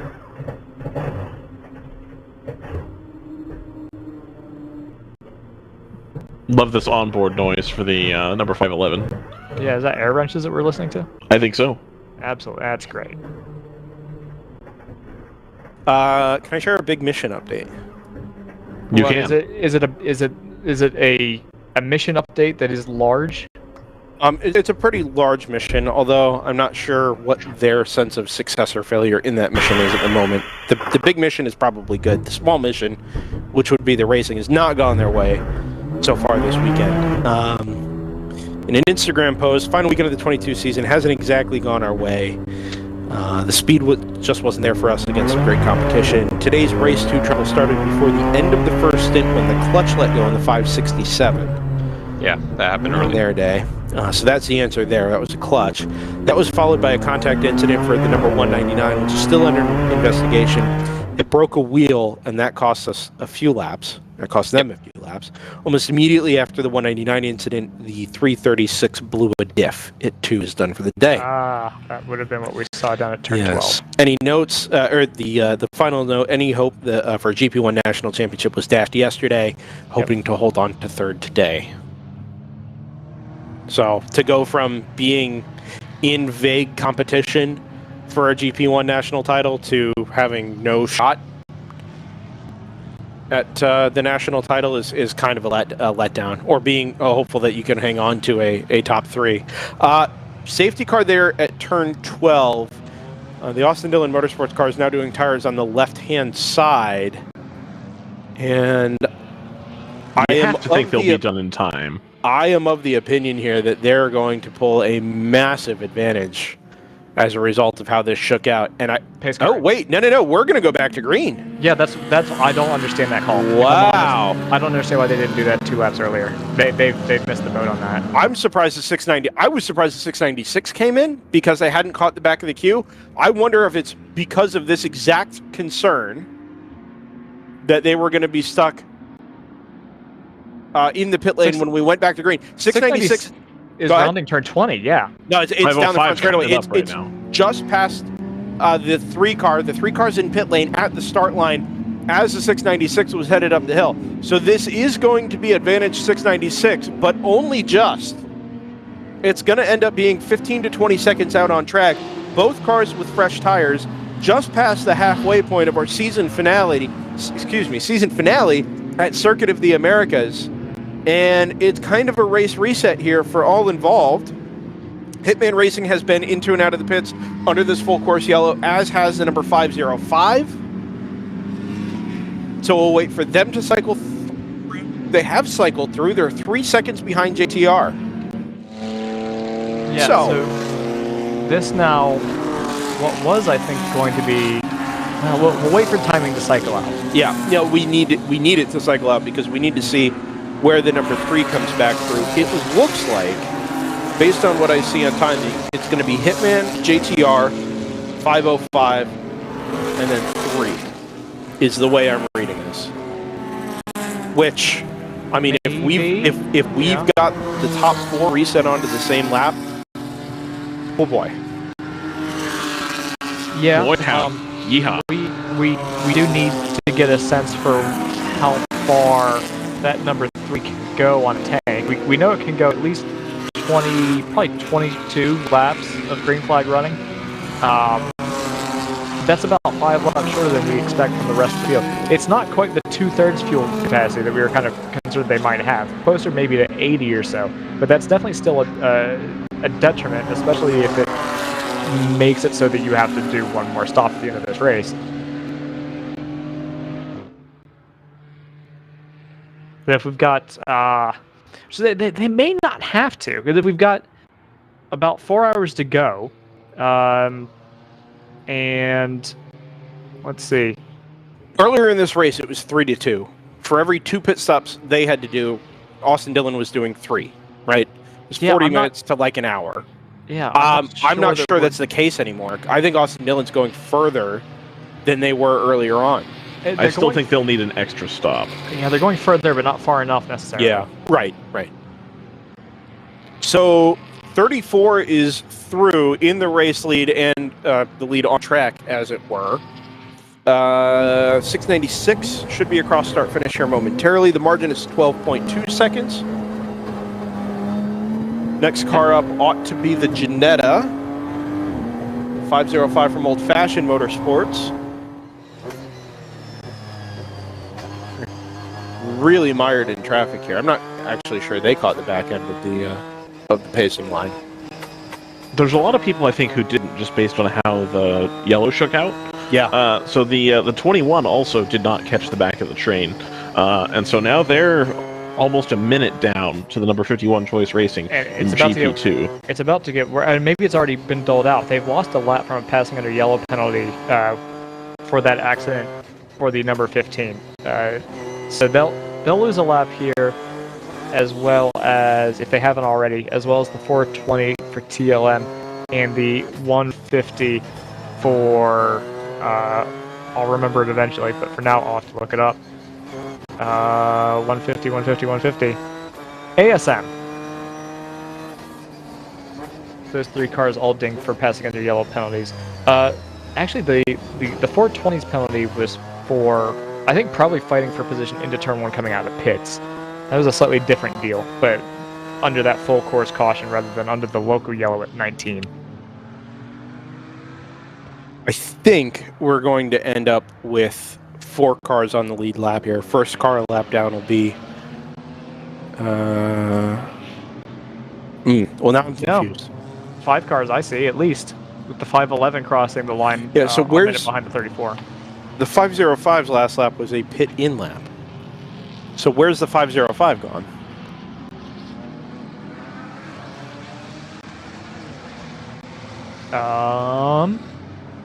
We're waiting, I think, is the answer to that. It's on track. We can see it on our monitors. Well, Hitman's just come through here.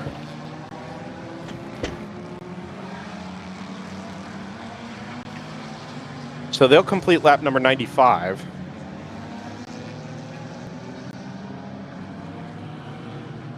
And then 696 and number 3.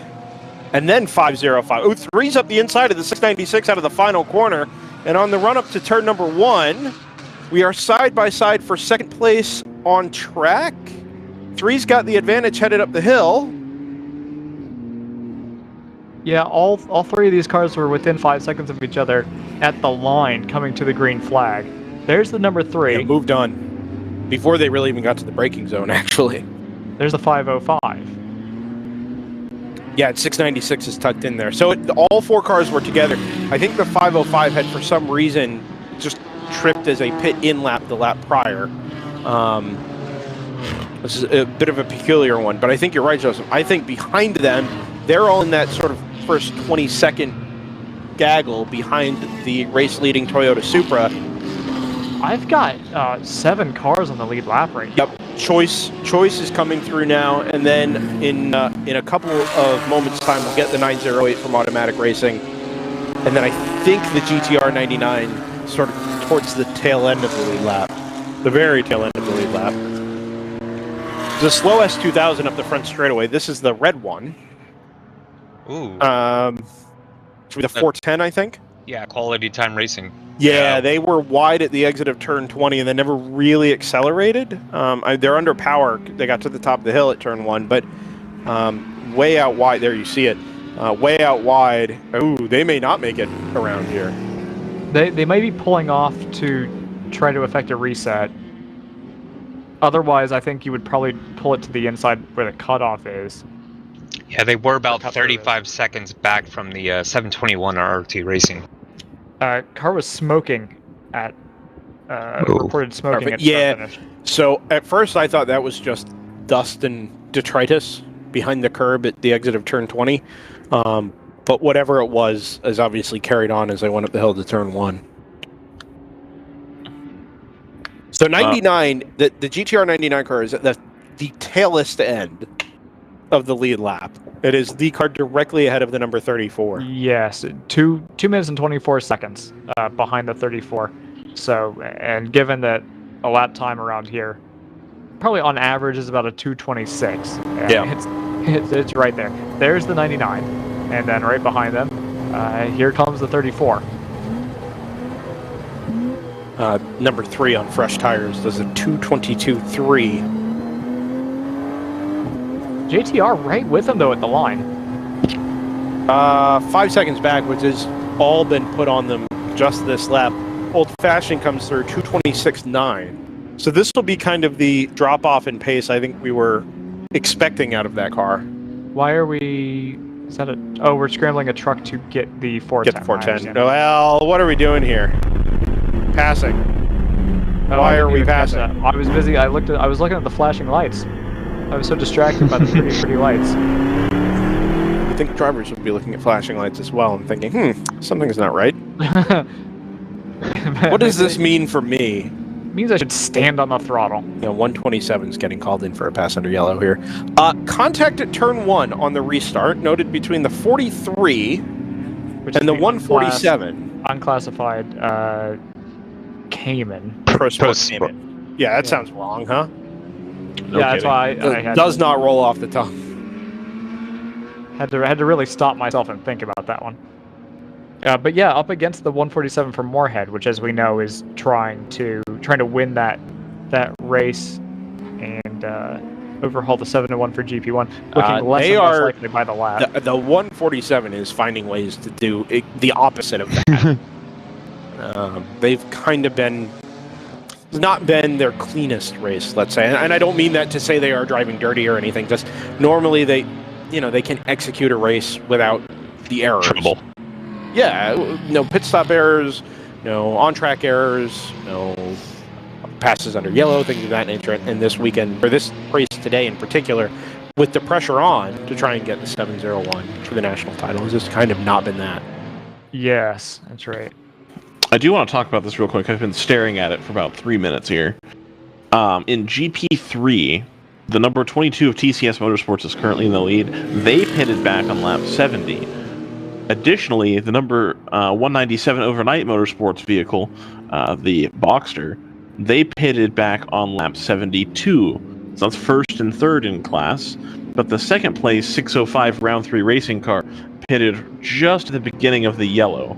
So they're going to be a little bit off the standard strategy there, and they're holding on to second place, and they've got about a 24-second gap to the leader in GP3. So that should be a little bit of a nice wrinkle there for the GP3 win here. Returning back to GP1 briefly, because it is still relevant. That 701 and 147, I don't think we've got anything outstanding in terms of penalties to be doled out. So I can do a little as they run. With Moorhead in second and the round 3 701 in fourth, I have that as being a 1-point advantage to the 701 in the GP1 championship.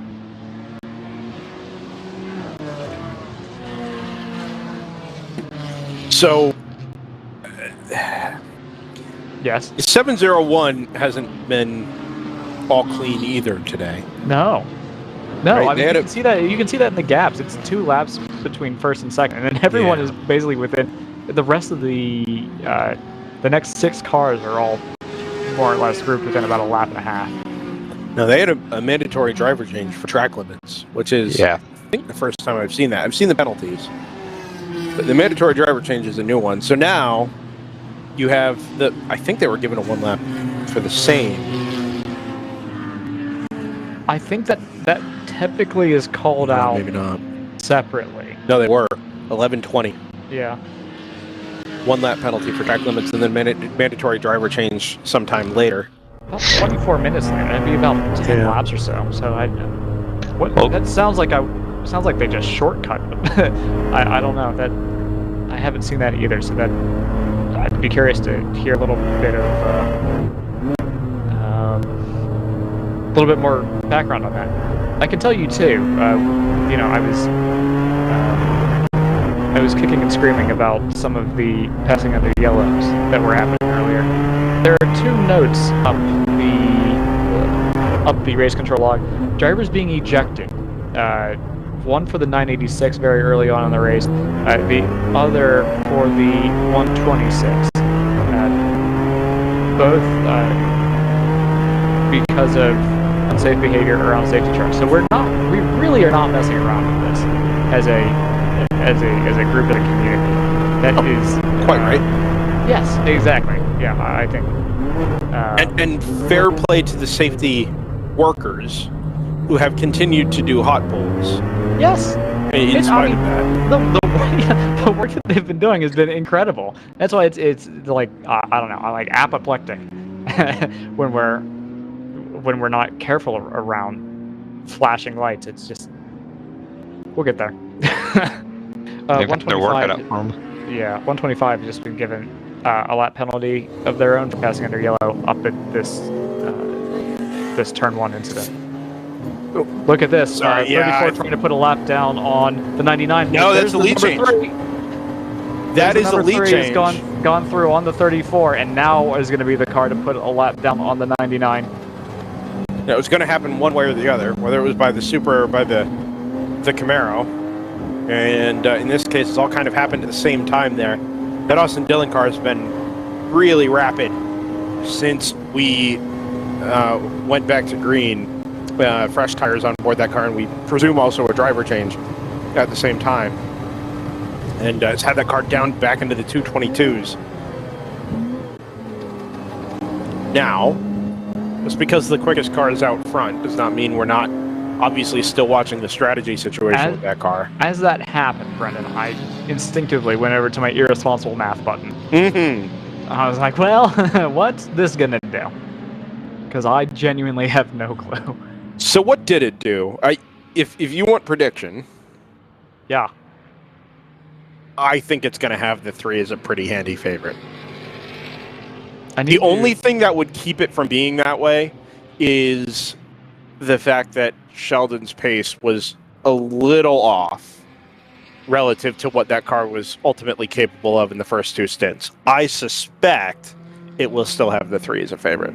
Yeah, I need to handle whatever bug is picking the last running car and calling that the favorite. And by last running car, I mean cars that are actually not on track. So, but yeah, I mean, advantages to the 505, which is curious. We know that car has close to the same sort of pace as the 3. Well, ultimately, yes. Consistently? Well, we don't know. We've only had half the race. There's another half to go. No, that's true. So, so the 505 looks really good because we know that car is capable of a lot, and because we know it can run longer on fuel. Makes me think then that we're kind of expecting the 3 to owe us an additional stop. Let's see if I can confirm or refute that. So I have the 3 as maybe being able to make it on 3 stops, but most likely needing to do 4. And then the other cars in that would be Old Fashioned, which can definitely do it on 3. Hitman, Hitman runs long enough that they might be able to do it on 2, which could be a real game breaker. That's curious. I hadn't noticed that. An hour 20 would be your target there, right? Yeah. Hour 20, 240, and then 4 hours. We should verify that math isn't crazy. But if they can save themselves a pit stop and the race ends up being mostly clean to the end, so your projections have Austin Dillon Motorsports going 14 more laps, right, from our current lap current lap 99. It's almost there. Old Fashioned in 20, JTR in 19, and Hitman Racing in 23. So there is reason to believe that Supra is actually capable of going a good bit further than not just the 3, which is obvious, but even 3 and 4 laps further than the JTR car and the Old Fashioned car. Yeah. Yeah, I think that might be our sleeper piece of information, because I've got the JTR car is also needing 3 stops. If Hitman is on the cusp of making it on 2, it's going to be close. It's right on the line. We're kind of getting it right up against where the Moorhead car was at the end of yesterday's race. The thing is, this all banks on the race going green. Yes, especially if the Hitman strategy is that borderline, right? If they are really on the edge of doing it on 2 more stops, any variation in that causes them to have to pit early for strategy purposes is damning. That's so it doesn't all rely on the race to go green to the end. So there's some factor for yellow flag situations here.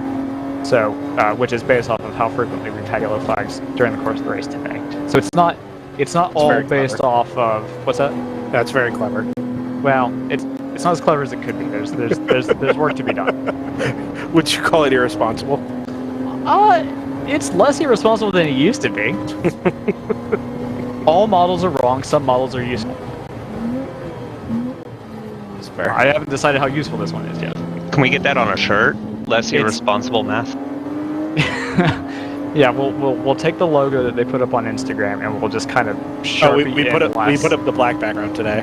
Oh, thank goodness. It went up 3 minutes ago. Oh boy. Maybe that's the inside of the shirt. You just flip it inside out and it goes to less irresponsible math. Reversible math. Reverse out! Dang it! I almost made it. One side has a black background. Dang it. Come with the king, you best not miss. LeBron Mudrak over here. No. That is... I mean, he got us a championship. He got us a ring. That's all we need. Us? You're not from Cleveland. I'm from Ohio. It's Ohio against the world. I thought you were from West Virginia. Are you ever? Only for the first like 2 days of my life, Ryan. Well, all right. Speaking of Ohio. Yeah. No kidding. Playoffs, huh? Playoffs? Don't talk about the playoffs. I just hope we can win a game. I just need to know who's going to be in the Gaspar Bowl. I don't care about the playoffs anymore. Just give me the bowl matchups, the dumb games, and I'm set. Minnesota is going to feature heavily in a dumb game, I'm certain. You know what? No, Nashville Bowl or something. I don't know. I care less about the Ohio State game because I know that they're just going to get destroyed by Georgia, so it's kind of irrelevant. Wow. But I am curious to see. Like, I'm happy for TCU. I think they probably are also going to get clocked pretty good, but we'll see. I was just really hoping they'd give it to Tulane. That's where I'm at. Apologies for those who were tuning in for a race today. It's a race from Texas. We can talk about college football. When do we ever talk about the race? We have Literally 8 hours, 16 hours to fill, really, when you consider, the whole weekend. You got to talk about something. Yeah. It's cultural relevance, JT. It's the general, the cosmic background of our lives. Check us out on TikTok. Speaking of cultural relevance, we don't have a TikTok. Yeah, exactly. Yeah. Yeah, I heard that. When social media goes Joseph, too far, you will be amazed at Layla's turnaround time on some of this stuff. It has been good. Yeah, we need a dedicated social media manager. We do. We have one. We did. Okay, for one race is not dedicated. That's fair. That's just here. I think Layla's plenty dedicated to the craft. Yes. Craft beer. Speaking of craft beer, Brendan, when's that opening up? That's what I was getting at. Can we plug your? Can we plug your business? Your other business? Why don't we find out if we can plug our business's business, and then we'll talk about the other business. Hey, Zach, are the ads queued up still? We're gonna do that like a half hour ago. If you're a craft beer fan in the Eastern Pennsylvania region, just keep an ear out. Just keep an ear out. Zach fell asleep when we got to Ohio. DriversEye Brewing Company. No. But more important than that, the fine folks at Hagerty and at Cooper have given the series a lot of money. Crushing it. Yeah. And in response to that, we're gonna play a small series of videos that we hope you'll put your eyes on, and then you'll see that, and then you'll purchase goods and/or services from them. So.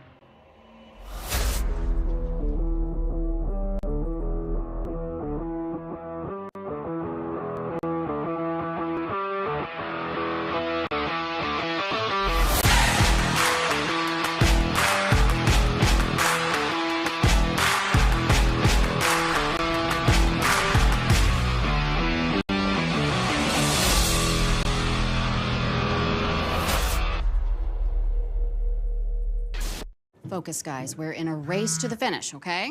Here's where the rubber meets the road. These initiatives move the needle, at all. Well, let's shift gears a minute. We're really kind of at the apex. We need to put the pedal to the metal. We need to nail those hairpin turns, cross that finish line, and take that checkered flag. Woo! Hit the track with the world's largest motorsports calendar, track day insurance, and more. Hagerty. Let's drive together. Sentinel by Candelaria Racing Products is a comprehensive motorsport video system incorporating live streaming, local recording, picture-in-picture, flag status, leaderboards, data overlays, and more. Perfect for endurance racing, sprint racing, and HPDE. Sentinel includes everything you need to get started. With the ability to control the live feed from the cloud and GPS auto start, you will never miss an on-track moment. What are you waiting for? Get your Sentinel today.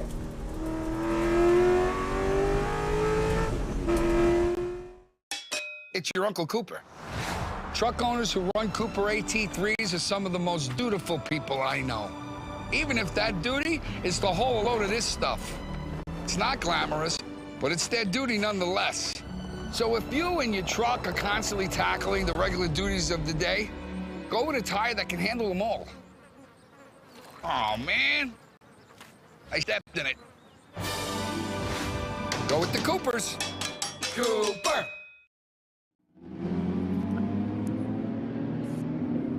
Welcome back to the DriverSeye Live New Year's 6 Bowl Preview Show. Shut up. Oh, God. It's the 2022 National Championship weekend from Circuit of the Americas, the World Racing League, powered by Hagerty. Happy to have you all with us. Listen, I don't think I think there's a good portion of our viewership that are into college football. I think it's fine. We're not going to do it, but I think it would be fine if we wanted to. One of the 7 does not count. Probably get more viewers doing that anyway. You know, I don't know. By accident. I don't know if the city of Austin is really that interested in this discussion, if I'm honest. Layla's just added New Year's 6 Bowl Preview Show powered by Race Fuels. Yes. Yes. That'll be a portion of our podcast. The DriverSeye Live podcast coming soon. Yeah. Probably. Episode 2 is Round 3 Racing has just overtaken Edge Auto Sports for 3rd in GP1. That's put them a spot behind the 147 of Moorhead. Yeah, so this was going to continue trending back towards the 701, right? I think now that they've had their issues, gotta pull up the right timing screen here. Sorry. Yeah. This was over time. The 701. They've had their penalty. They had the mandatory driver change. Right. They've tumbled down, relatively speaking, the GP1 order. Now, based on their pace and their consistency, and the fact that they put Brian Gelli back in the car, they're going to start climbing their way back up, and it's going to be harder and harder for Moorhead to have that sort of hope when it comes to the national championship fight.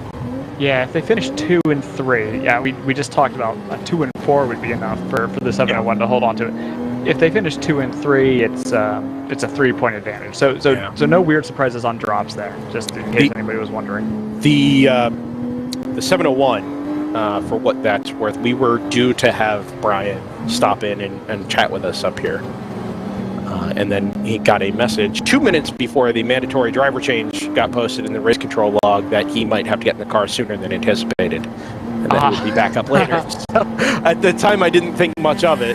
I did not connect those 2 dots. No, I hadn't either, but I did about 5 minutes ago and realized that that's what happened there. So Brian absolutely wheeled the 701 yesterday at the end of the race. Is that going to throw them very rapidly? Is that going to throw them off sequence? Did they fuel at that point? Do we know? Well, were they in at the? They were in at the safety car, right? They didn't do it that minute. They did it on the next stop, which came in only a handful of laps later anyway. But I don't know that puts them off sequence. With PC was in just beforehand, as was Moorhead. If anything, I think it probably worked slightly in the 701's favor that they were able to hang on to the safety car. Interesting. Yeah. Again, they don't need to be doing a lot here. They need to be doing enough, and at the moment they are. Looking at projections, again, if I neglect my whatever weird glitch is putting the 567 at the top of GP1, because that car is not running, so I know that that's wrong. The 44 this is not going to be a surprise to anybody, but is your pretty strong favorite with a 2-lap advantage. That was almost contact. They can basically coast here, basically eyes glued to Marshall's post, because that's the only thing that can take them out of it. That or a mechanical. Next in line would be probably the 701, followed by the 147, which is curious to me because that implies that the 701's got a pace advantage over the 147, which I haven't really paid attention to. It's absolutely the case right now. Okay. That's why we run these things, because we can't keep track of 90 cars at the same time. GP2 is advantage to the 21 on North Loop. Interesting. And with the 51 very close behind. So if everything goes well for those two cars, we could have ourselves a little neck and neck. Yeah, 51 is quicker and drawing away. The gap's out to a minute, and it is growing. And the GP3 doesn't have any weird glitches in it, so I can report that without fear. The 22 has the advantage there, which will also not be a surprise. At the moment, they hold a 30-second advantage over the 605, who would be favored to hold on to that spot, and then the 86 behind them.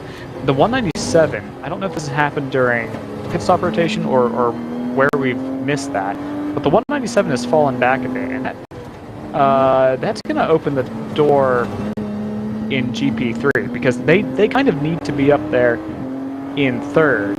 No, that wouldn't even necessarily help. They need some help from the 605 in the form of some trouble for that car if they're going to hold on to the lead in GP3. We could be looking at round 3 holding both of the championships that are up for grabs today by the end of this race.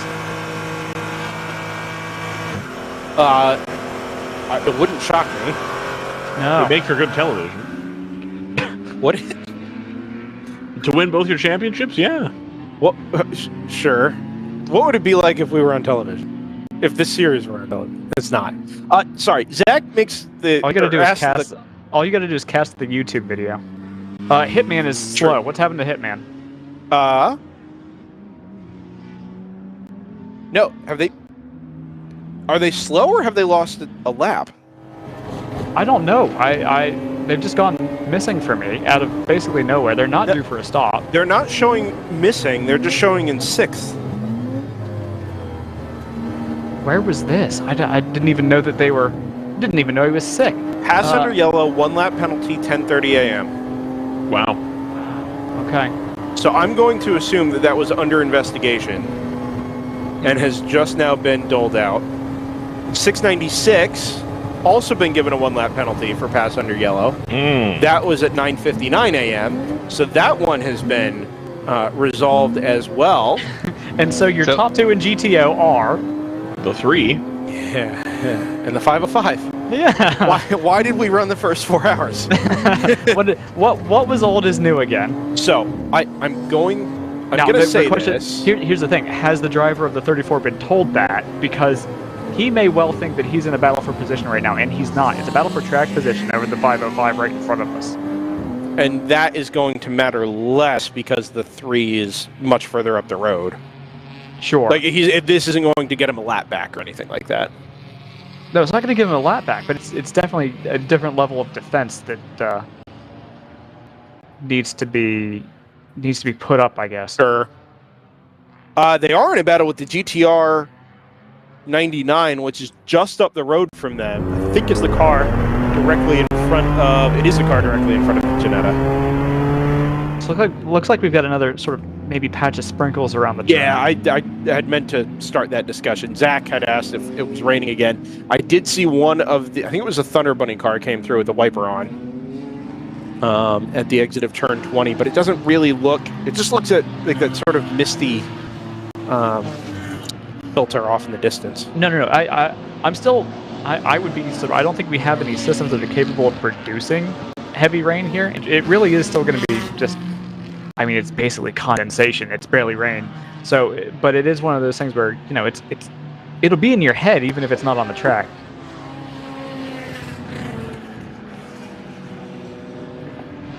Just gonna refresh the weather radar here and double check that.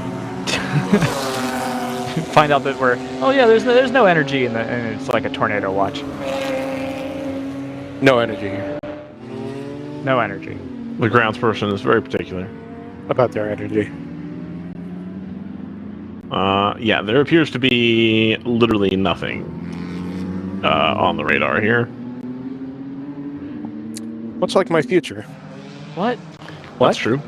You're already not feeling good about your beer? Is that Thanks. Is that what it is, or no? No, we're fine. Ooh, side by side with the 3 and the 908 around the corner, and the Austin Dillon's car is going to use the Edge Autosports BMW as a pick.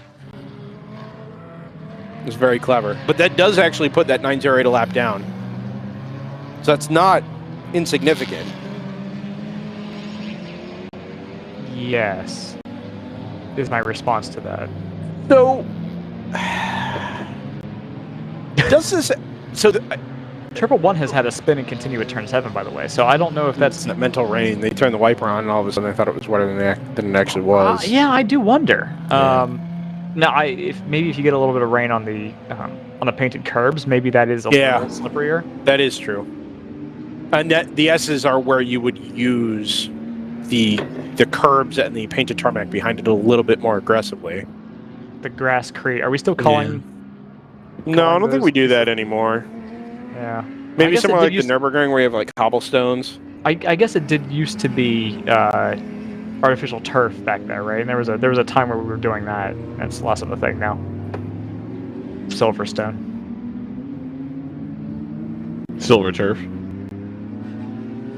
Every time I see 2 cars go side by side into one, I am convinced that they are going to have it coming together. I don't know what it is. It hasn't happened yet, but I'm convinced that someone's going to George Russell straight in.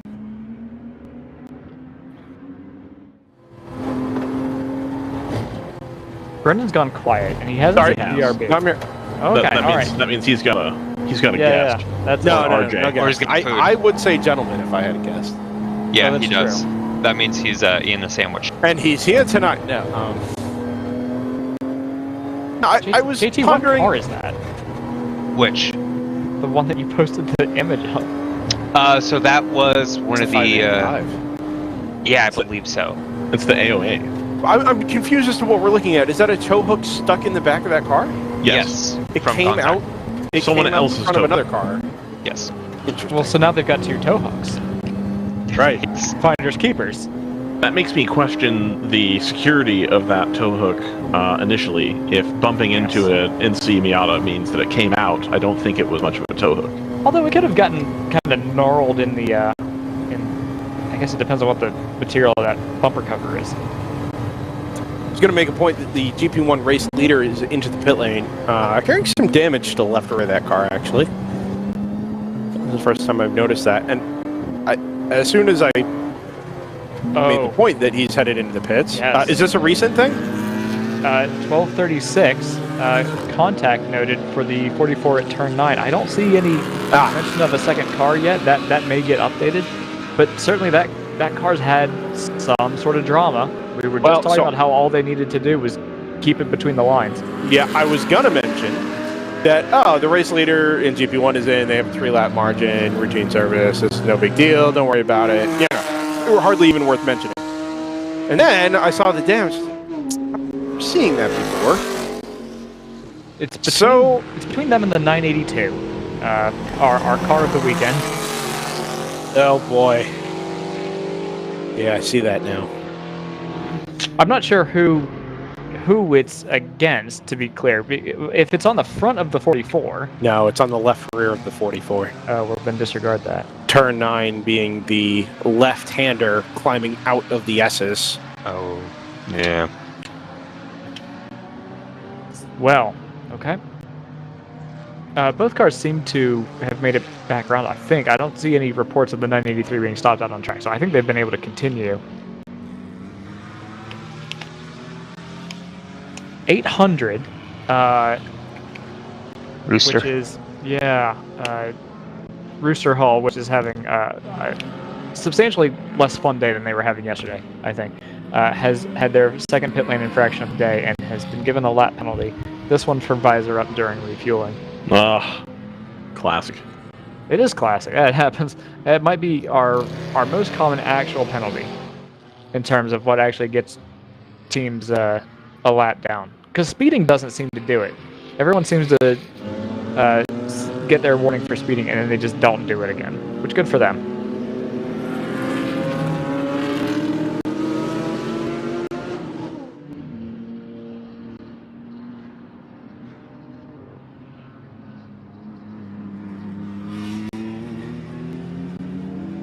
This race has kind of flown by as well.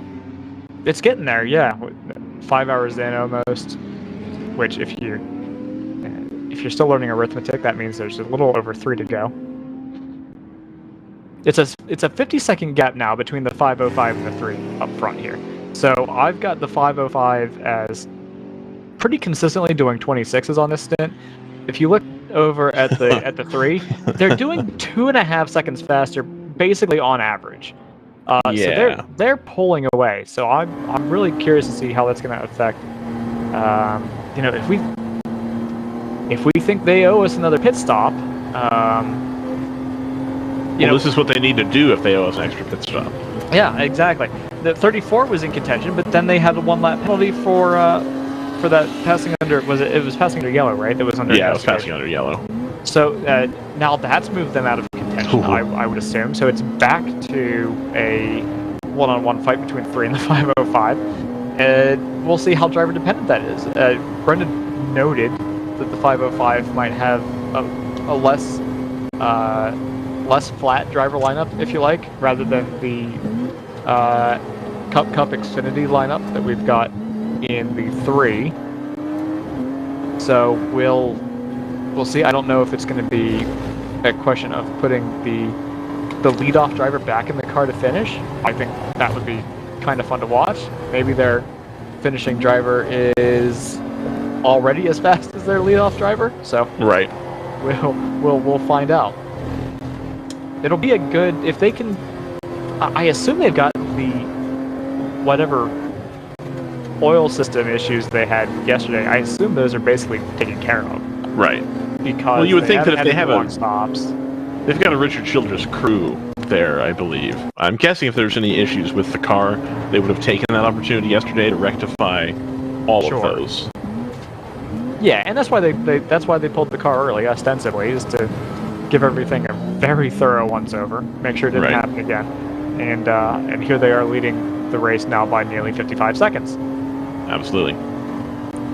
Battle Rage is on for 5th here. Yeah, it's been looking pretty good. Yeah. Sorry, Joseph, your point about PC? Have we seen them come back out yet? Have they left the pits? I don't think they have. We've seen Moorhead gain laps as well as round 3, everybody else, while the PC Racing is still showing at 105. They have just gotten a warning for track limits, which tells me that they're out there. But that was a pretty long stop. I wonder if they were maybe concerned there'd been some exhaust damage done. I'm not sure where exactly that contact was made. Brendan, you'd have a better look than I would, as the 34 goes up the inside of the 983, not for position.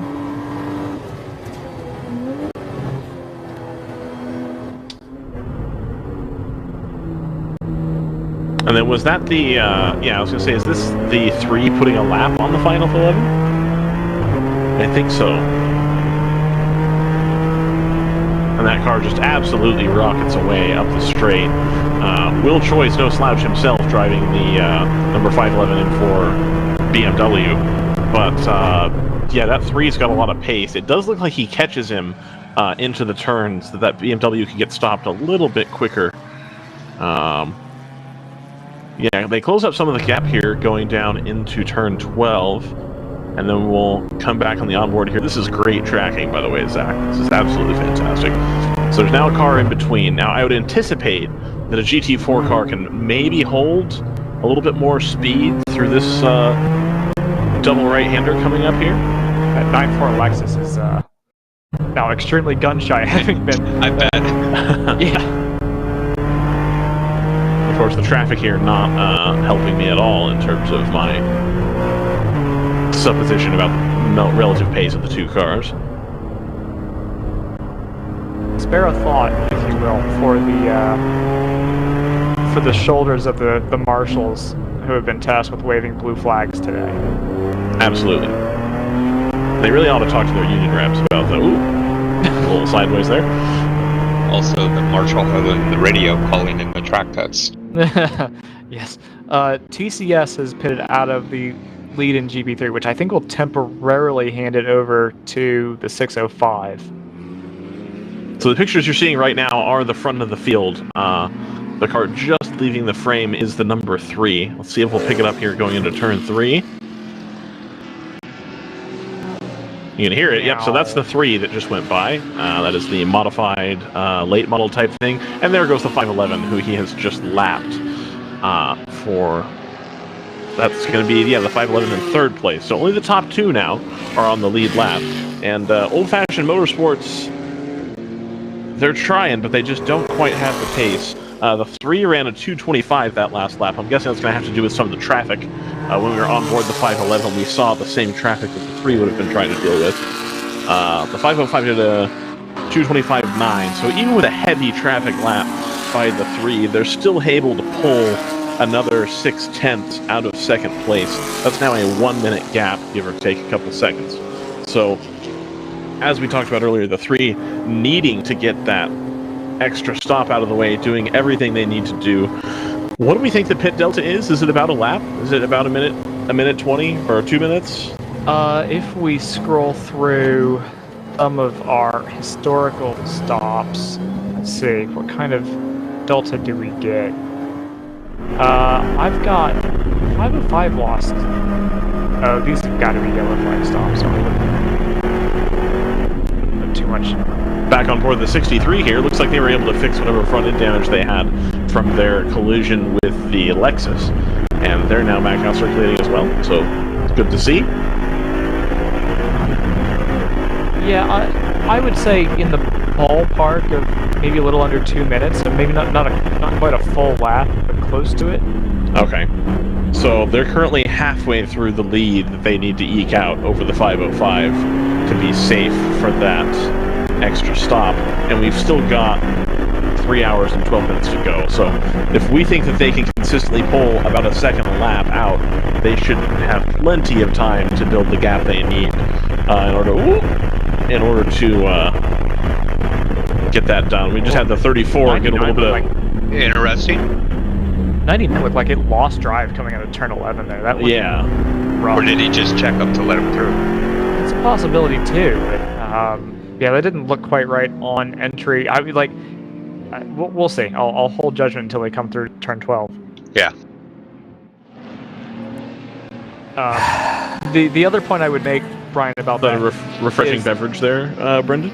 No.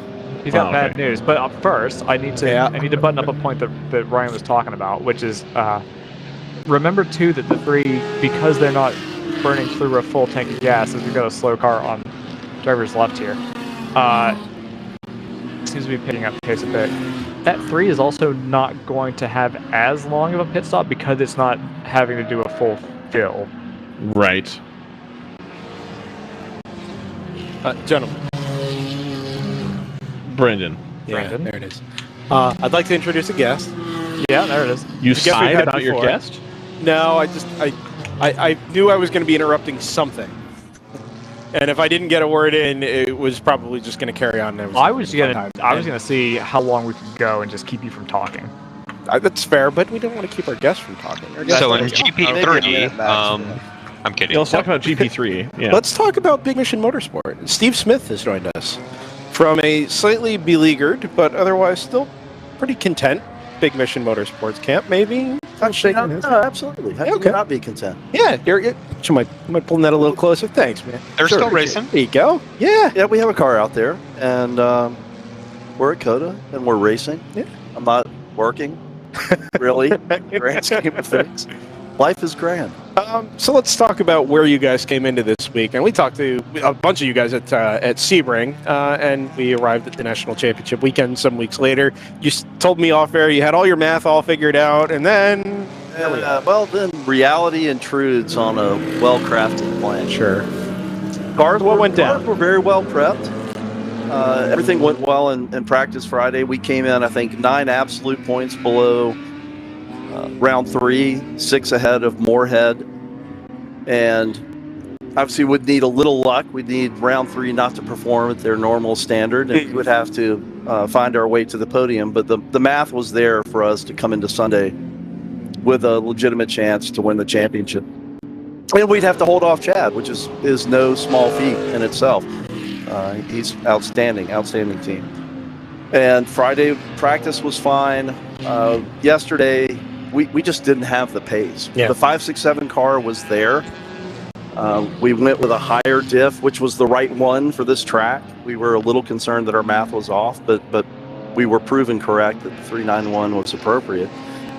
But in terms of absolute pace and the 336 and the 199 cars, it just wasn't there. Yeah. And as a result, the finish wasn't particularly strong in either car. I think we were 4th, 6th, and 7th yesterday, which eliminated the national championship as a possibility. But the hope was, let's go out and, irrespective of the national championship, let's go out and win the damn race today. Sure. Or put a couple of cars on podium. And boy, we have been snake bitten today. It was about 40 minutes into the race when the 567 clutch just completely smoked. And so that car is done and has been done for most of the race.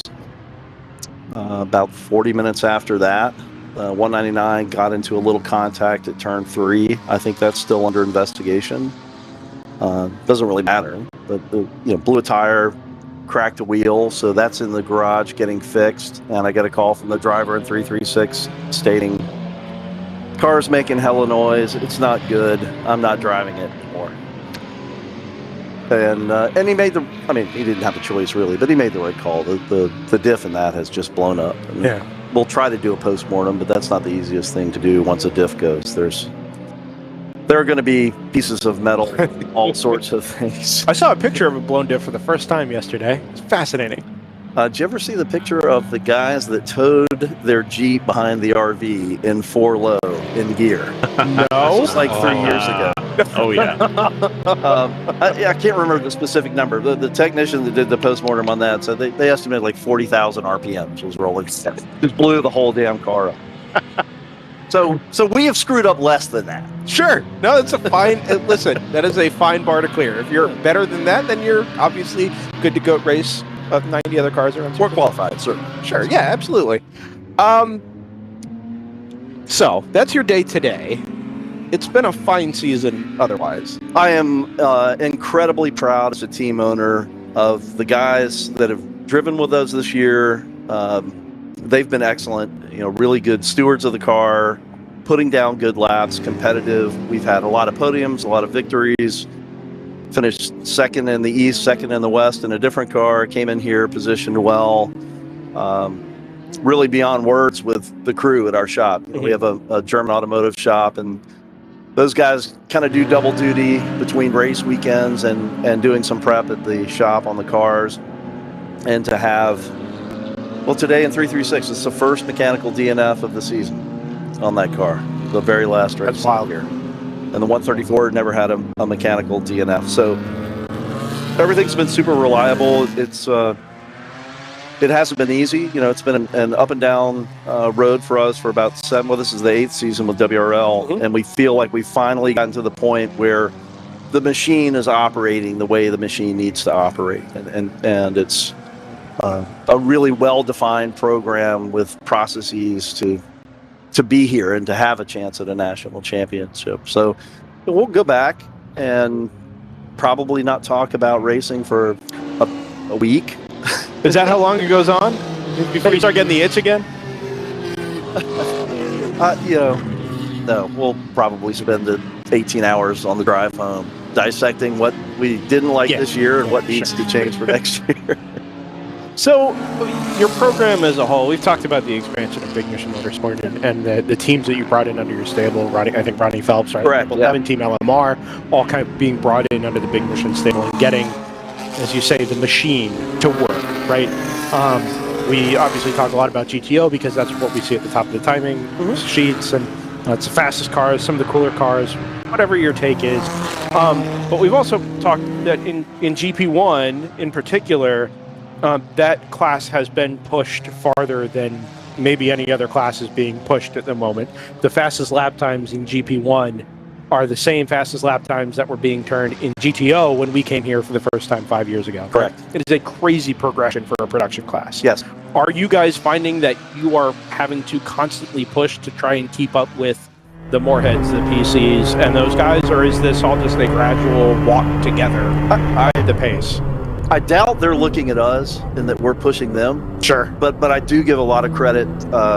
Chad, I think this is his first full season. Last year was a couple of events here and there, if I recall correctly. Peter, we've battled for a long time. And I was chatting with Dan Taylor today, and we were kind of talking about the losing versus winning paradigm. And I hate to lose. He and I hate to lose more than we like to win. Yeah. So, when we go out to an event and Peter hands it to us, or Chad does, or round 3, it's an immediate discussion. Where are we failing? What do we have to do to be better? And earlier this year it was suspension setup and finding absolute time. We felt really comfortable with our E46 platforms. They're right there. Yeah. Something, power to weight is identical across the entire stable, but something's a little different in the, obviously chassis is different in the E46. We need to do something different with those cars to increase the competitiveness, irrespective of the horsepower to weight component. They're just not quite at pace, and we've got to figure out what that is. We look to them, and every single race is a dissection of what did we do well, where are we coming up short, whether it's in execution in the pits or drivers, or is there something in the machines themselves that we need to address and improve in order to be competitive. Yeah. I'm intrigued because we don't get the chance to talk about a lot of general production. It's largely just because we don't get a lot of visitors from the GP classes. In GTO, we're seeing this, the Ginetta, right? The G55 is kind of exists on a unique plane at the moment. It's the lightest car up there in GTO, has less power, but it's turning out that when you figure out a car and you get the platform switched on, that it seems like doing things very differently from your competitors. Running a lighter car with less horsepower might actually be quicker than running these big, heavy, powerful cars. In GP1, obviously, you have all the little performance modifiers that get thrown in there. Is there a world where you think, okay, we need to be doing something drastically different than Chad and then Peter and maybe 701, the round 3 guys and girls, for example? Or do you think you maximize the conceptual design of the car, and now it's just a matter of turning it on and getting it right? Close to mastered the conceptual design, but there are some things specific to the BMW platform that are starting to be problematic. So Peter, I think Choice's GP2 car and now the Montgomery's new car, they're operating on ZF-HB automatics, not DCTs. Peter's been playing with that all year long. It seems like maybe he's kind of gotten there, although he's been bitten by a couple of bugs the last 2 events and hasn't done as well. Transmissions are a big issue for us. Availability of the ZF5 speed is very limited. You do have issues with not driver abuse, but just not perfection in rowing gears over an hour-and-a-half period, and so it's shortening the lives of those. And so we're looking at how do we make a change to the platform we are comfortable with and what we have built and know can be very successful, and eke out greater performance from that particular machine. But in terms of taking a left turn where the rest of the field is going right, I don't think that's something I'm particularly interested in. Sure. One, from a development cost, and I'm not picking on Ginettas at all. I think they're cool. We explored buying one of those at one point. It was an interesting price point. There were a couple things that turned us off from that.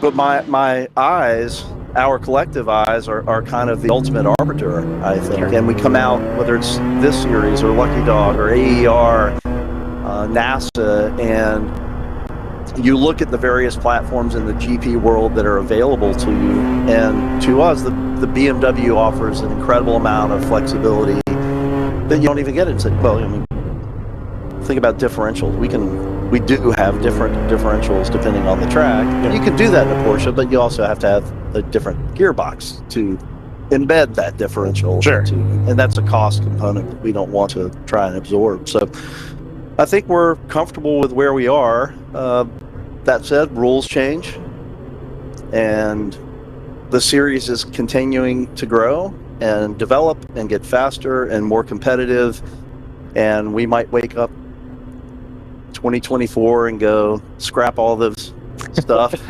Sure. And we're running Veyrons from this point forward.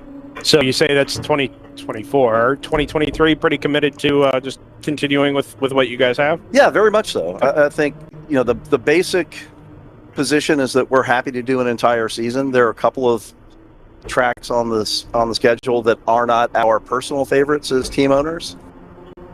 There has to be, with the size and scale of our program, there has to be the right ROI. Sure. Like right now, it does not look like we'll go to NOLA. I would be very surprised if we find ourselves there. And the rest of the season looks pretty good. If I had to pick three that are unlikely, NOLA's unlikely. Mid-Ohio has been such a weather disaster the last 2 years. I'm not very tempted to go that path. Sure. But if enough drivers want to go, we're happy to oblige. Yeah. And New Jersey Motorsports Park. Oh, okay. I think it's, for us, a very, very long haul. And I'm sure it's a great track, but it doesn't have the allure of a Daytona 14-hour or running Sebring or DIR. Watkins Glen might be reasonable for you to tow to. A New Jersey, maybe not so much. Correct. I'd like to talk about the COTA-specific things for a moment, so we can understand kind of what we're seeing this weekend and for the last 3 hours or so. The turtles at the apex, is that something that are they easy to clip? Is that something that could be contributing to breaking driveline components and things like that? It certainly could. When we reviewed the video, we don't see any evidence of that. We're probably a bit more conservative.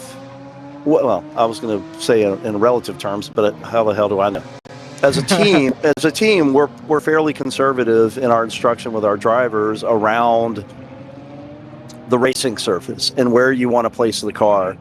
COTA is, in my opinion, it's relatively benign, but the penalty you pay if you hit the turtles is extreme. So it's cautioning them to avoid a circumstance in which they find themselves there or having to make evasive action to not hit one of those turtles. It's not as bad as, say, corner exits at pretty much every corner in Road America, which is going to beat the living garbage out of the bottom of the car. And then the bit between the lines here, we talked a little bit about, about half the track went through a repave since the last time we were here. I think that's right. And also it's been a really cool and cloudy day. Has that affected you guys at all, or is that sort of beyond level of detail that you're interested in? No, I'm happy to share. I think from a driver perspective, the consensus on the team has been the repave has fixed some things that were irritants in the past. I think it was 11 and 20, still a little bit squirrely, particularly if there's moisture on the track. But the group as a whole was pretty pleased with track condition. And then what was the second part of your question? Just the weather today and this weekend. It's been very cool relative to a lot of weekends that we've had at COTA. And we've barely seen any sun. No, I would generally expect the cars to be performing, I don't know if better is the right word, but these are kind of ideal racing conditions in many ways. You can get the car to temp. You're not too worried about external temperatures having a significant influence and causing energy sap. Pace doesn't seem to be, I have to go back and look at the timing. It doesn't seem to be today where it was yesterday. No, the fastest laps are pretty much thereabouts. Low 221s in the very, very highest GTO cars. Back in GP1, I don't know what the fastest laps were yesterday. 228.6 from PC, 27.1 from Moorhead. Let's see. 199 did a 237. 336 did a 231. Yeah. I don't know where you guys were at yesterday. It seems quick. 237 is okay. Okay. It's not a great pace, but 231 is certainly acceptable. And on that platform, I think is, maybe we could eke out a 230 out of that car. Wow. So you are really close. Yeah, we're pretty close on that. Yeah. Oh, and then while we're talking weather, we had this kind of small burst of sprinkles. I don't know if you were out there or if you've talked to anybody who was out there. We were just kind of wondering if we had any sense of if that was affecting the track at all, or if it was more just the mental effect of having drops on the windshield. My experience would tell me that that's more of a mental effect than anything. I did not receive a single report from a driver that there was anything with the track conditions that was problematic. So, but there are not just our team. I think there are a fair number of people you'll find in any paddock that the sprinkles get them a little puckered if they don't spend much time out there practicing in wet conditions. Did you send your drivers out in the rain on Friday morning to go get some laps in, or was it just hey, it's not going to rain this weekend, don't bother? No, we sent them out. Oh, okay. Yeah, I mean, they obviously have a choice to say no. Sure. And I don't think anyone was like, I'm Ayrton Senna. I'm going to go out there. I'm the greatest guy in the rain ever. Watch me. They're like, yeah, I'll go out there. I'll find my pace. I'll see what the track is giving me. And, we may be a 5-car team, but we're not a huge budget team. So we're not putting new tires on. The tires we're running Friday were Sebring's Sundays, right? Sure. So you got to temper their expectations and remind them, hey, these tires have 8 hours on them. Yeah. You can't go out there and rip it up like you're going to be able to. But test the limits of the car, find where you're comfortable, reorient yourself to the track, try and get yourself to speed. And most of the guys, I think, were really, really close Friday to what they ultimately put down yesterday and then today.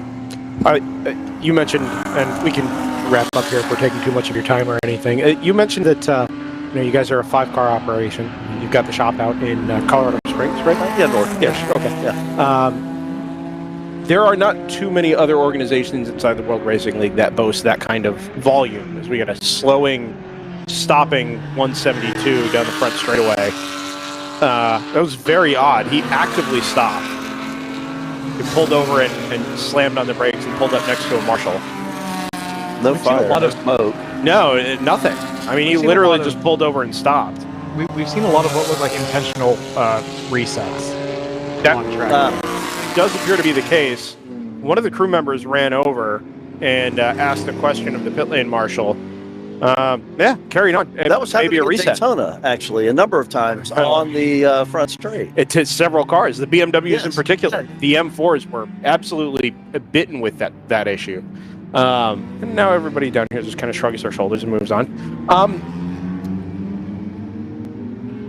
Do you find as a large-scale operation that you are taking on more than it's worth for you guys to take on for an amateur endurance racing series, and or do you feel like at a certain point it becomes too unwieldy for the system to work? Unwieldy, sorry. On the latter part of that, yes, there is a point at which it's too big. Okay. I don't know what that is. You're not there yet? No. Okay. No, we're not there. Sure. And it's probably a very fluid discussion internally. Sure. Can we do more?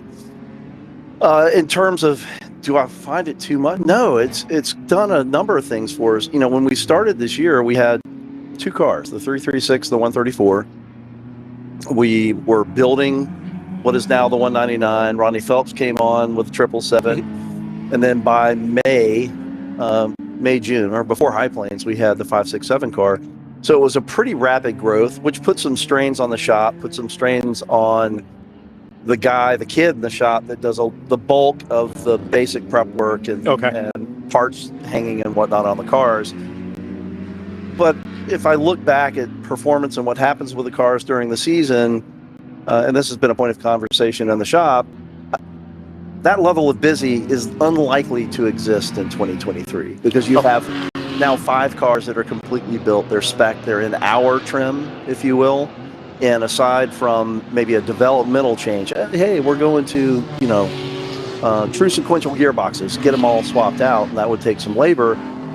for most races, it should be, let's come back, let's do a nut and bolt, let's time out the parts that need to be timed out, do fluids, and they're ready to go. Okay. So I as think time goes on, they can become more known quantities rather than new cars you have to learn. Correct, and that's, it's partly why, even though it's two different BMW chassis, the drive lines are the same. It gives us ease of operations in bringing parts and spares to the track. We don't, God bless him. I love Alex Nelson. He's a friend. He's running 2 Caymans, a BRZ, and a E36 325 this weekend. This is NRG. NRG, yeah. And so, like, that sets my hair on fire. I can't imagine trying to support that. But another car just creates different logistics challenges, and it's around, high plains. We had 5 cars. We had 48 drivers and crew. Wow. So then you have to start thinking about, how the hell do I feed 48 people? And how more worried about the catering than the mechanics. Yeah, and how do I get gas, right? I don't know if you saw that. We had a 1,000-gallon fuel cube delivered to the track. Oh my gosh.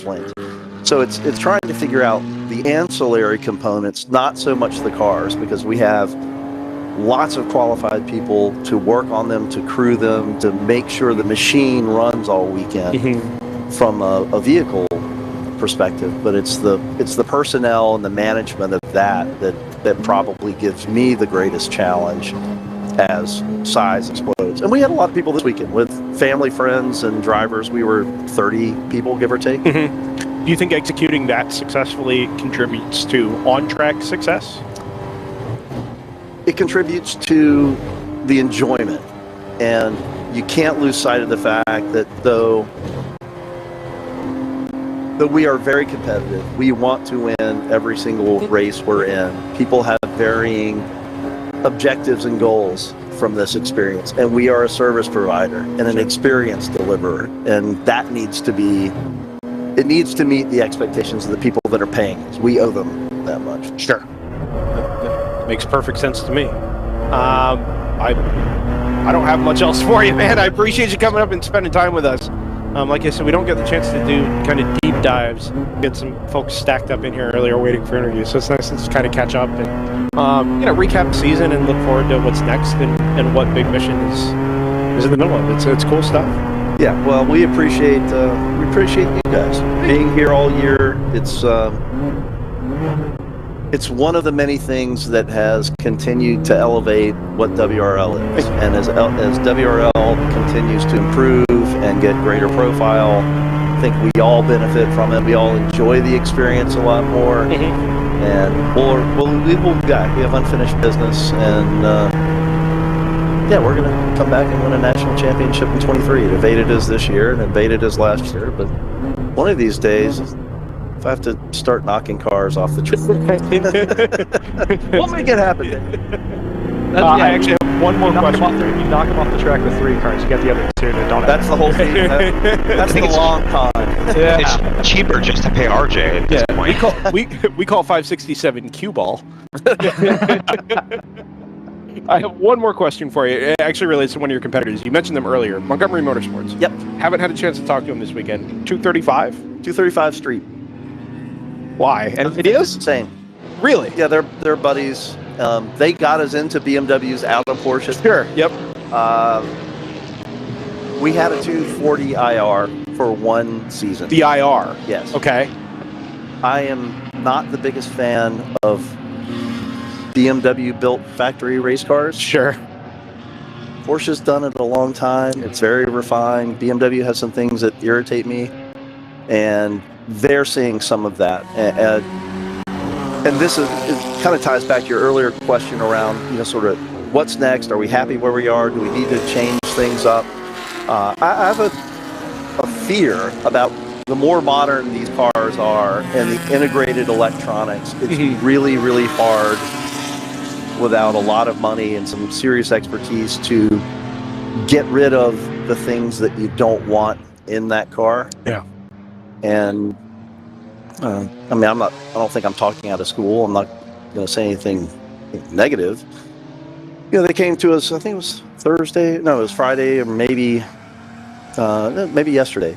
That car with that ZF 8-speed, it does a really weird thing. Usually it's at yaw. If the back wants to start coming around on you, it'll pop into neutral. Oh, odd. Yeah.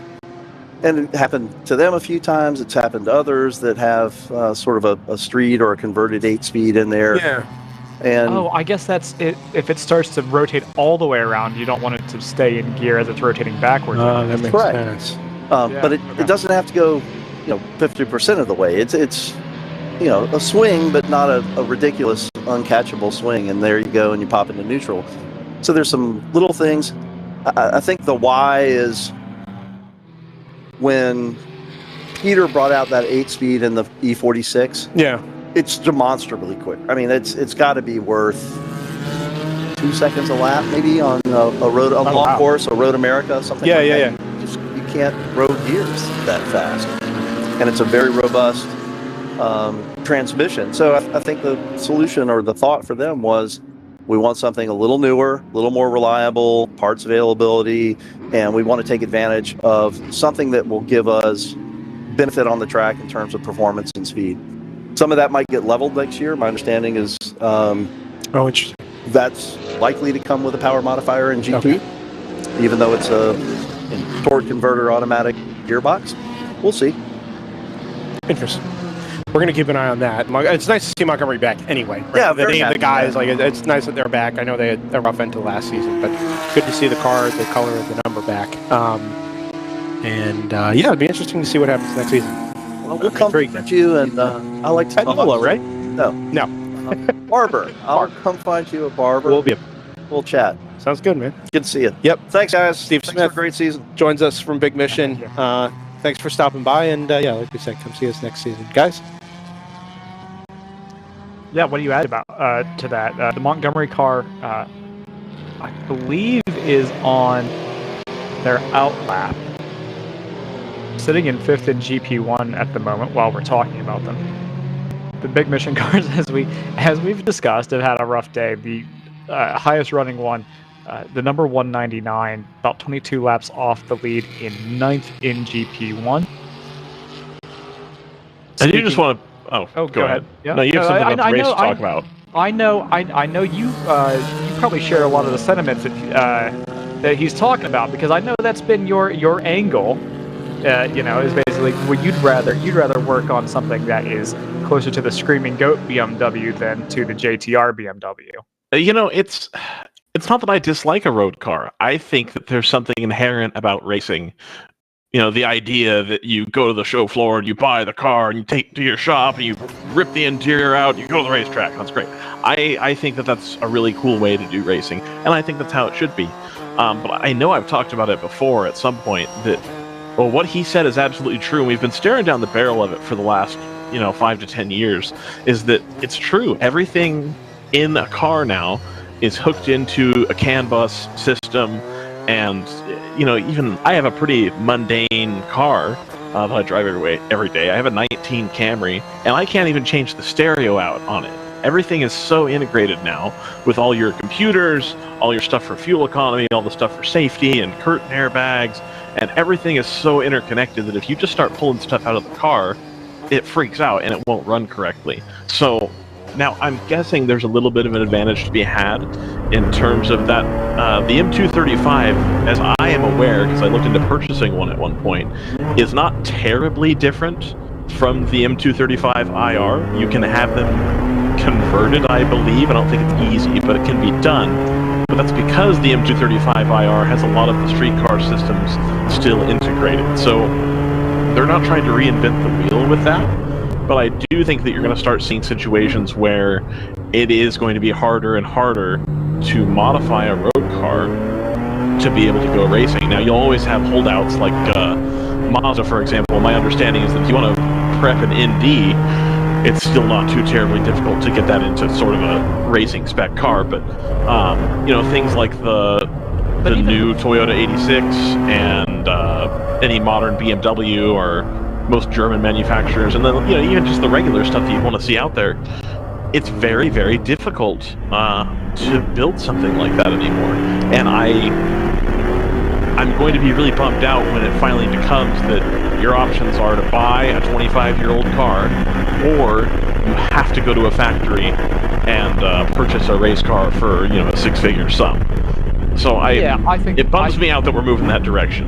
And I think that's the reason why we need to be careful about making sure that we don't let GTO take over the series, right? And I think there's some active, or at least to find ways to keep the GP classes healthy, because you do need that. You need the ability you need to give people space to just wrench on things. It can't be.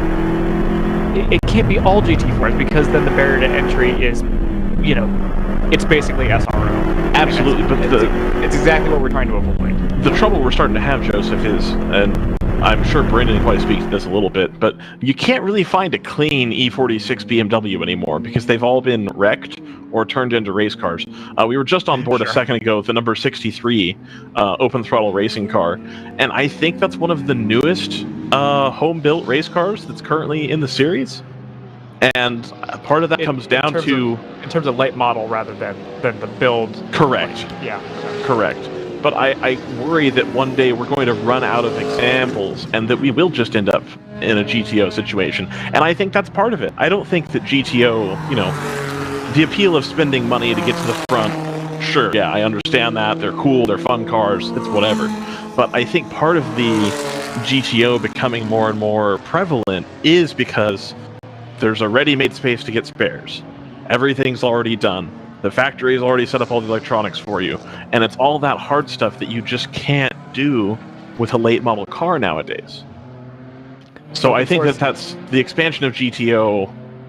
It is a non-0% of that is because it's extremely difficult to build a car from the ground up now. So what you're saying is club racing needs open source ECUs. And then some. It's going to take more than that, I think, because it's not just the engine control unit. It's all the safety stuff. Basically, when they started mandating that all cars had stability control, is when you start to see more and more of this stuff happen. Because if you even think about a car like your Focus, for example, Joseph, not a terrible candidate. Has ASC to be a club racing car, but everything is integrated into that sync system in the center dash. You can't replace the radio. If you started, pulling seats out and stuff, it would give you an airbag warning. If you change the size of the wheel, it's not going to be happy with the wheel speed sensor. And that's a Ford of Europe car too. That's basically been imported to the U.S. or manufactured in the U.S. And big cross up for the Hitman. Absolutely. And we've seen on occasion the odd Focus ST, which I don't think is a super competitive car for this rule set. But also, we've only seen a couple of them. But and it comes back to because it's hard, and that's an enthusiast car, and they're difficult to get working the way you'd want to. Even those, I think, are probably TCB converts. I don't think those are off the showroom floor and converted to race spec. I think those are TCB. Usually TCB. I don't know if they run in TCA ever, but But yeah, I think those are already race cars that have been bought. So yeah, I think to that point it is difficult, and I think even Mazda is a little bit at risk of losing some of that identity as they try to go up market a little bit. Well, and then you even start to think about, let's just say you're a car guy, and this was at a point that I was going to try to pick up earlier as we were talking about, the amount of money you have to spend and being excited and having your GP3, GP2 and trying to make a decision. That at the end of the day, you're going to gravitate towards a car that you're familiar with, whether it's, I started going to track days in my 330i, and so I've really enjoyed that, and a 330i classes really nicely in a GP2. Or I've had this Porsche Boxster, or I've had a Cayman that I've taken to the track, and I want to step up in racing. Like, okay, well, you can find a Boxster to do that cheap. But it's almost as if you want a late model car, if you're somebody that takes their M4 road car to the track, you definitely can't convert that to a race car easily. Okay, now you have to take everything apart to where you're down to a body in white. That's fine. Let's say you can start buying body in whites from manufacturers. You call Chevrolet and say, hi, I would like an empty Corvette shell, please. Not only would they not sell that to you, but now you're having to develop an entire car. And so the cost behind that, at that point, you may as well just go for the off-the-shelf GT4 car. And so the auto industry itself is not moving in the direction that helps club racing, which I think is a bummer. Can we talk about the polar opposite of that quickly? Certainly, absolutely. Buying an off-the-shelf GT4 car and going racing quickly? Yes, absolutely. Let's do it. Yeah, our winners from yesterday have joined us. The fine folks down at Screaming Goat Racing. Yeah, they had a better day yesterday than today. Than they've had today, absolutely. Yep. I'm going to ask you two to introduce yourselves first, because we've got two of you on the microphone. We can match voices here. Oh, really? Cade. Hold on, I want to mention, it looks like the 9-4 Lexus that has been earlier was involved in the contact with the car that we're actually on board with now. That car came back out on track faster than I expected, but the 9-4 Lexus is being put up on a wrecker on the back straightaway. So that should be a yellow flag zone. That's another one of these situations. We've had a very sort of calm middle stanza of this race, and now we've got another potential trapdoor. 6th place in GP2. There you go. Cade? Yeah, I'm Cade. And then I'm Brett. Brett. Okay. Brandon is here with us as well. He does not have a microphone at the moment, just kind of taking it all in the corner time and scoring room. They were having a discussion, my esteemed remote commentators having a discussion there about the tendency towards GT4s and buying cars off the shelf. We talked a lot yesterday about the Screaming Goat M3. Do you guys have an affectionate name for it now that it's no longer just your bog standard M3? I don't think we've named it yet. No. That's maybe a Brian question. I gotcha. It's been an exciting development to watch from our side. You guys, we saw you at Daytona. Things weren't going so well. We've seen you, I think, once since then. Didn't go so well. And then finally you bring the car here and it runs like clockwork for 8 hours basically yesterday. It's pretty cool. Pretty much, yeah. Yesterday it felt like we figured out most of the issues finally. What were the issues that led into yesterday? Like, what have you guys been dealing with from a development standpoint that hadn't worked up until yesterday, or was it just random failures? So at Daytona, the car felt pretty good, but as we got to the midpoint of the race, we had an engine failure, which we learned one of the crate motor that we got for the LS. One of the GM techs hadn't tightened down one of the rockers all the way, and we dropped the valve into the cylinder. Gotcha. That was Daytona. And everyone had told us that day, did you try something? And we said no, and they said, been there and done that. And so we kind of left with our tail between our legs, and by the time they tore it apart, they saw no signs of starvation. So we went through the warranty process, and GM looked at it. And oh, wow. Yeah, great for us. They hooked us up, and they fulfilled that. So that's what's in there now. And it ran fine at Sebring, and we had another freak drive shaft failure, which, no one breaks those a whole lot. So that was just kind of random. And yesterday it all came together, aside from us learning the tires. And this morning, a couple more just freak. Gotcha. Now we know kind of things. Let's talk about the tires. Yeah. Go ahead. Yeah. So Joseph also wants to know about the tires. We talked about it a bit off air. Yeah, I want to know what two you changed and which one blew out. They're not the two you think? So, okay. So the sequence went 6 hours 40 in. I pitted more or less scheduled under yellow, and they had been checking them every stop, and they saw cords on left front and left rear looked close. So we just swapped left sides, and then Brandon got in and ran most of his stint, and 40 minutes to go, the right rear went flat. So then we just pitted and splashed and did the right rear only. And the right front was an 8-hour tire. That's wild. Yeah. I'm kind of impressed. Where did the right rear go flat? Because we noticed you guys only lost like 10 or 15 seconds. Oh, 12.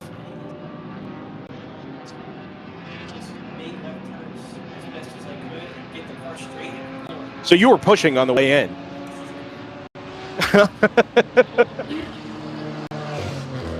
Yeah, that's why I asked, because you guys lost basically no time. That's really impressive. Also, more impressive, I think, the fact that you guys tried to go the whole race on a set.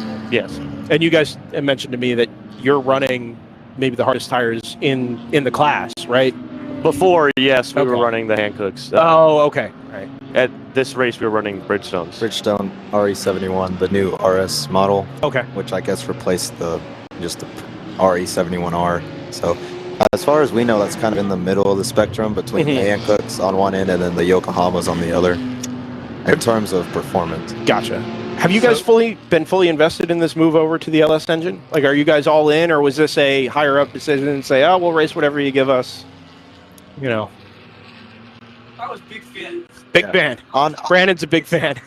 On paper, it made perfect sense because we just could not get the horsepower and torque out of the S54 reliably that all of the factory cars can get quite easily. So Okay. With the LS, it's detuned almost, you could argue, a similar percentage that a lot of the GT4s. So we can hit those numbers on the head now. And everything else since has been growing pains. Gotcha. Well, Brendan, it's about go ahead. No, you're fine. Go ahead. It's detuned about 100 horsepower. So Oh, okay. All right. So there's a pretty decent margin there, reliability-wise. We're in the limits of the car. That was one of the large reasons they wanted to go to the LS. Gotcha. So you could run it at 70% instead of the S54, which was at kill all the time. Gotcha. And I've realized sitting here just thinking about it. Famously in the early 2000s, Brendan, if you recall, BMW didn't use this motor in their M3 race car because it didn't give enough power, and they again rather famously cheated and put a V8 in their own car in order to get it to run competitively. So it totally makes sense now in my head that, like, no kidding, this car runs great with V8. It gets you right into the window. So it's like, it's genius. Like, I'm glad somebody has done that. Were you guys concerned about giving up the fuel mileage advantage that you guys had enjoyed for so long? Yeah, that was one of our large concerns going to the LS, and we have seen some drop in fuel mileage, about 1.5 miles per gallon, I think, each stint. Okay. But we made up for what we lost in fuel mileage and being able to keep up with the M4s and the Caymans more down the straightaways. Sure. And if I'm not mistaken, with this higher horsepower, we were able to carry a smidget more fuel. Yes, that's also true. Yeah, so I mean, the laps we're running isn't that different, but yeah, it does burn a little bit more. Sure. I mean, fuel mileage is great if the whole race is run under green, right? Maybe fewer pit stops, certainly shorter pit stops when it comes to the end of the race. Those are all great advantages to have. But yesterday, it didn't run green, obviously, all the way. And maybe more importantly, if you had a lower horsepower engine, would you have been able to outrun the 696?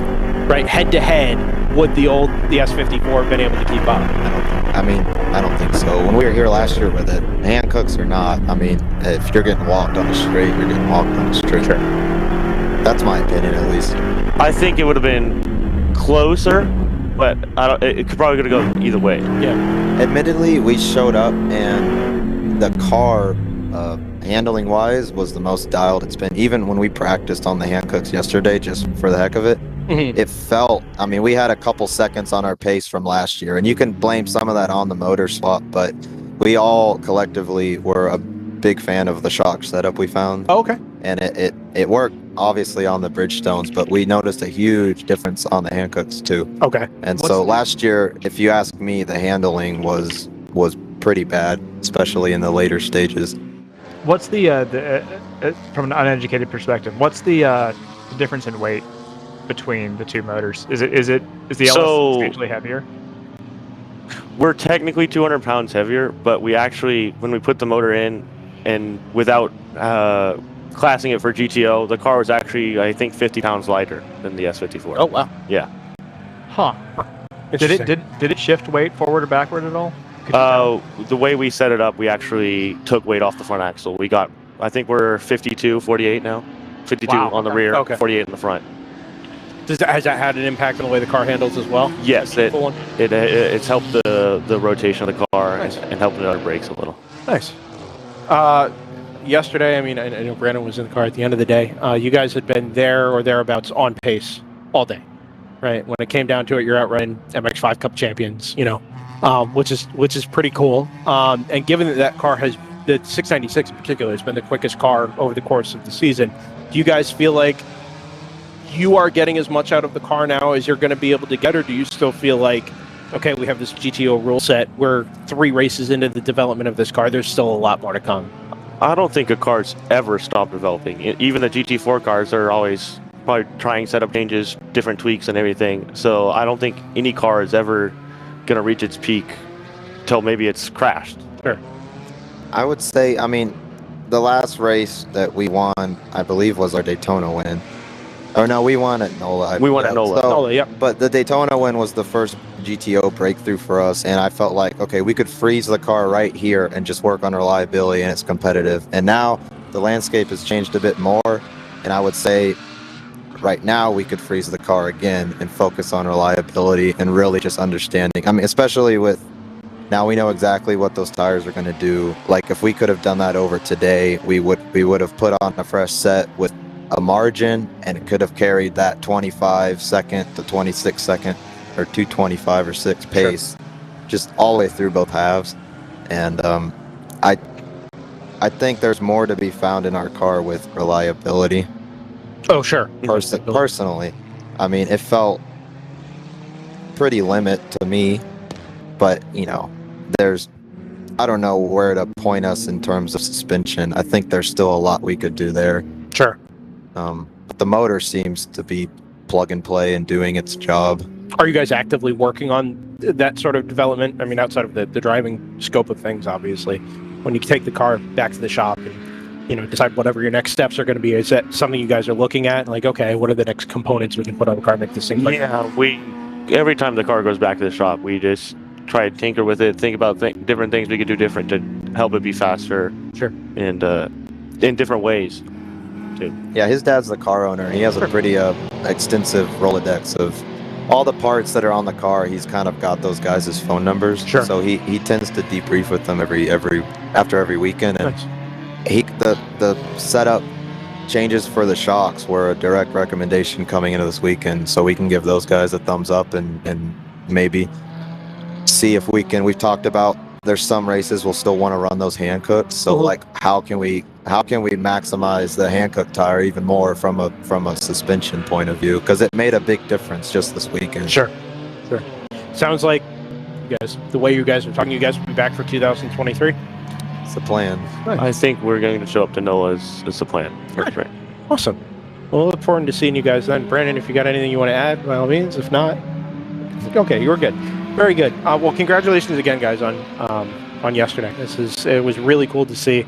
And I don't know if anybody heard or watched, but we had a lengthy discussion at the end of the race yesterday about how, you know, in a class that is developing towards the factory cars, the GT4s, the TCRs, and everything designed to be a professional, easy-to-run race car, that you guys are the opposite of that, right? You guys are doing something truly unique and different on an interesting platform, and it's very cool to see that type of approach have success up against the other professional type cars. So, congratulations again, and best of luck to you moving into next season. Yeah, hopefully thank you. See you guys in NOLA. Yeah, 100%. Thank you. Thanks for joining us. Screaming Goat Racing, the number 29. Winners yesterday in the Saturday race at Circuit of the Americas. Speaking of BMWs, that 44 for PC Racing still holding down the point in GP1. We were concerned after they had their nose-to-tail contact that they appeared to be the victim of. We were concerned that maybe they might fall back in the order, having to repair that, or that they might lose a bit of performance depending on where exactly they took that shot. That doesn't really seem to have happened. They've lost some pace, but not really enough to put them in any sort of real danger. And it may well be that they've backed it down on purpose. It may not be that the limitations of the car have fallen at all. Choice Racing, another BMW, leading GP2. So it's really half the classes at the moment led by BMWs. That GP3 leader in the 605, obviously a Boxster, and then I don't know what you'd classify the Austin Dillon Motorsports number 3 as, other than a Chevrolet. It's not production based, and it's been balanced accordingly. But it's still got a 1.5-minute lead over the 505 of Old Fashioned Motorsports. Okay, Joseph, I have a question for you. It's a trivia thing. Oh boy. All right. Flag. So from what I've been able to find, just kidding. Hagerty. No, also not that. Oh. Good try. I appreciate that. I'm gonna try one more spot here. I was curious because, as discussed prior, this is the method in which PTG and BMW ran their GT2 car in the American Le Mans series, right? Okay. Okay. So I pulled up Race Hero here. I'm not going to get this. I went to the qualifying. Actually, you could give a good guess. And Screaming Goat in qualifying ran a 223 at Sebring with this car, supposedly. I think it's the car. Yes. Okay. So they ran a 223. And then PTG qualified 7th and 14th at Sebring. What do you think the delta was there between PTG's time at Sebring in 2006 and Screaming Goat at Sebring in 2022? I think 16 years of suspension and tire development is nothing to scoff at, right? Well, right, but there's no tire development though because they're on road tires. It's true. Because now Can you tell me which one was faster? So definitely the PTG car was faster. For okay. Okay. It wasn't as much faster as I thought it would be. Is it like, okay, so Screaming Goat did, what was the time again? 2:23. I'm gonna say, and before you tell us the answer, I think we should all go and have a guess. 2:23. I'm gonna say, say the PTG cars did 2:18 and 2:19. Okay. JT? That was back at GT2 spec, correct? Correct. I could have sworn those used to be able to do like 2:09s. So yeah, I'd say about 11 seconds. Okay. Brendan, or are you still gone? Brendan's still gone. So, PTG did a 2:04. Wow, okay.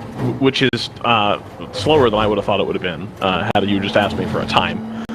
But if you figure 2:04, and then this, at Sebring, we were just talking to Screaming Goat about it, they haven't really had their car dialed in at any point in time, it sounds like, and they're just now making suspension changes to get it where they want it to be. So we're talking a clean 20-second difference at Sebring. But modern GT3s are only doing like 2 minutes flat. Still, Right. So if you put the Screaming Goat car on slicks, that's probably 5 to 10 seconds.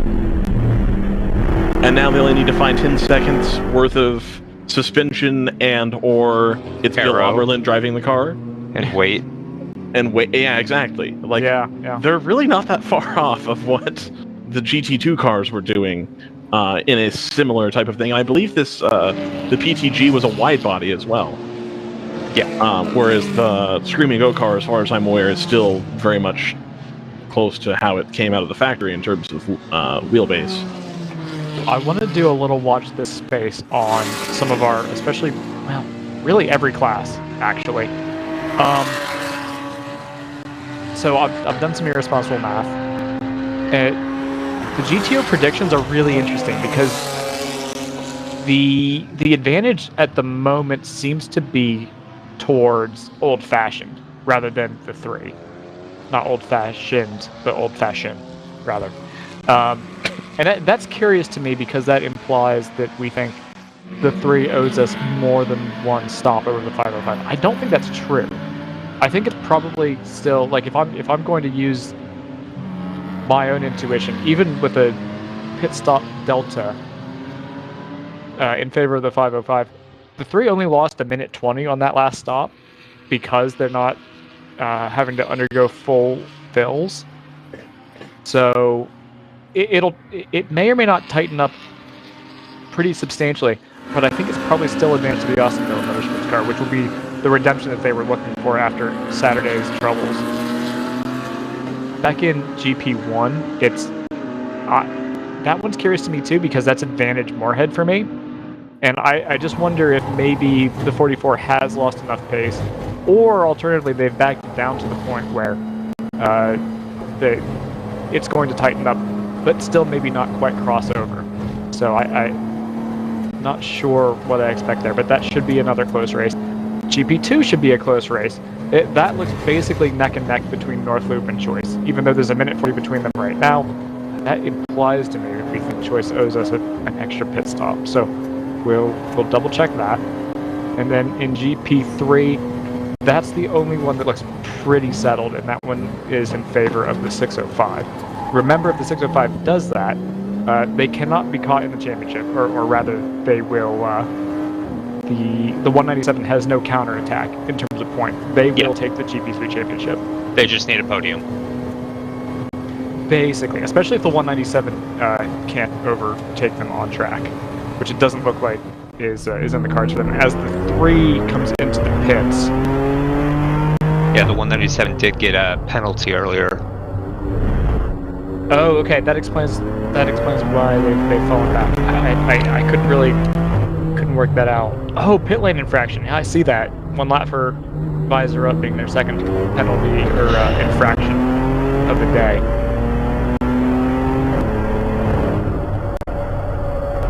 As they run, I still have round 3. They'll swap around, so they'll actually carry more of an advantage. As they run, round 3 has a 9-point advantage over Moorhead in GP1, and they've got they win this race, and Overnight finishes 4th. They will overtake Overnight Motorsports by about 8 points. So they are. We talked earlier in the day about the possibility of round 3 taking both of the championships that are still up for grabs. That seems on the cards for the moment. Absolutely. Looks like the Austin Dillon car just came in. Did we report that? I did mention that. Okay. I was just trying to round up something else. Yep. Expecting, like I said, that should be a time loss of about 1:20. So a relatively quick stop, owing to the fact that they're not getting the full tank in, or rather, they're not burning through the entire tank. Right. That was a 21-lap stint. I don't believe there was any yellow flags in that, or rather, no full course caution. So that seems to be a legitimate stint length for them. With that being said, we're approaching 2.25, or we're through 2.25 hours, approaching 2 hours ago. So as we hit the quarter mark, let's queue up some more wonderful words of marketing joy from our glorious series sponsors, and then that might give us enough time for Brendan to come back. Maybe. We'll see. We'll see on the other end of this break. Do we need him? Well.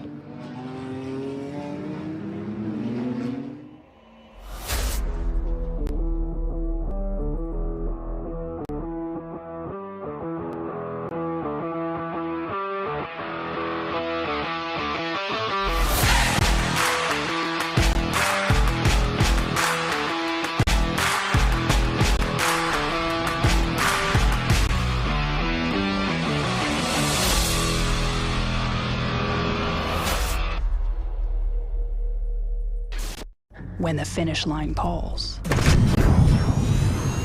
we answer. Hit the road with insurance protection from Hagerty. Whether you drive a built racer, sports car, or exotic, and save an average of $264. Get a quote today at Hagerty.com.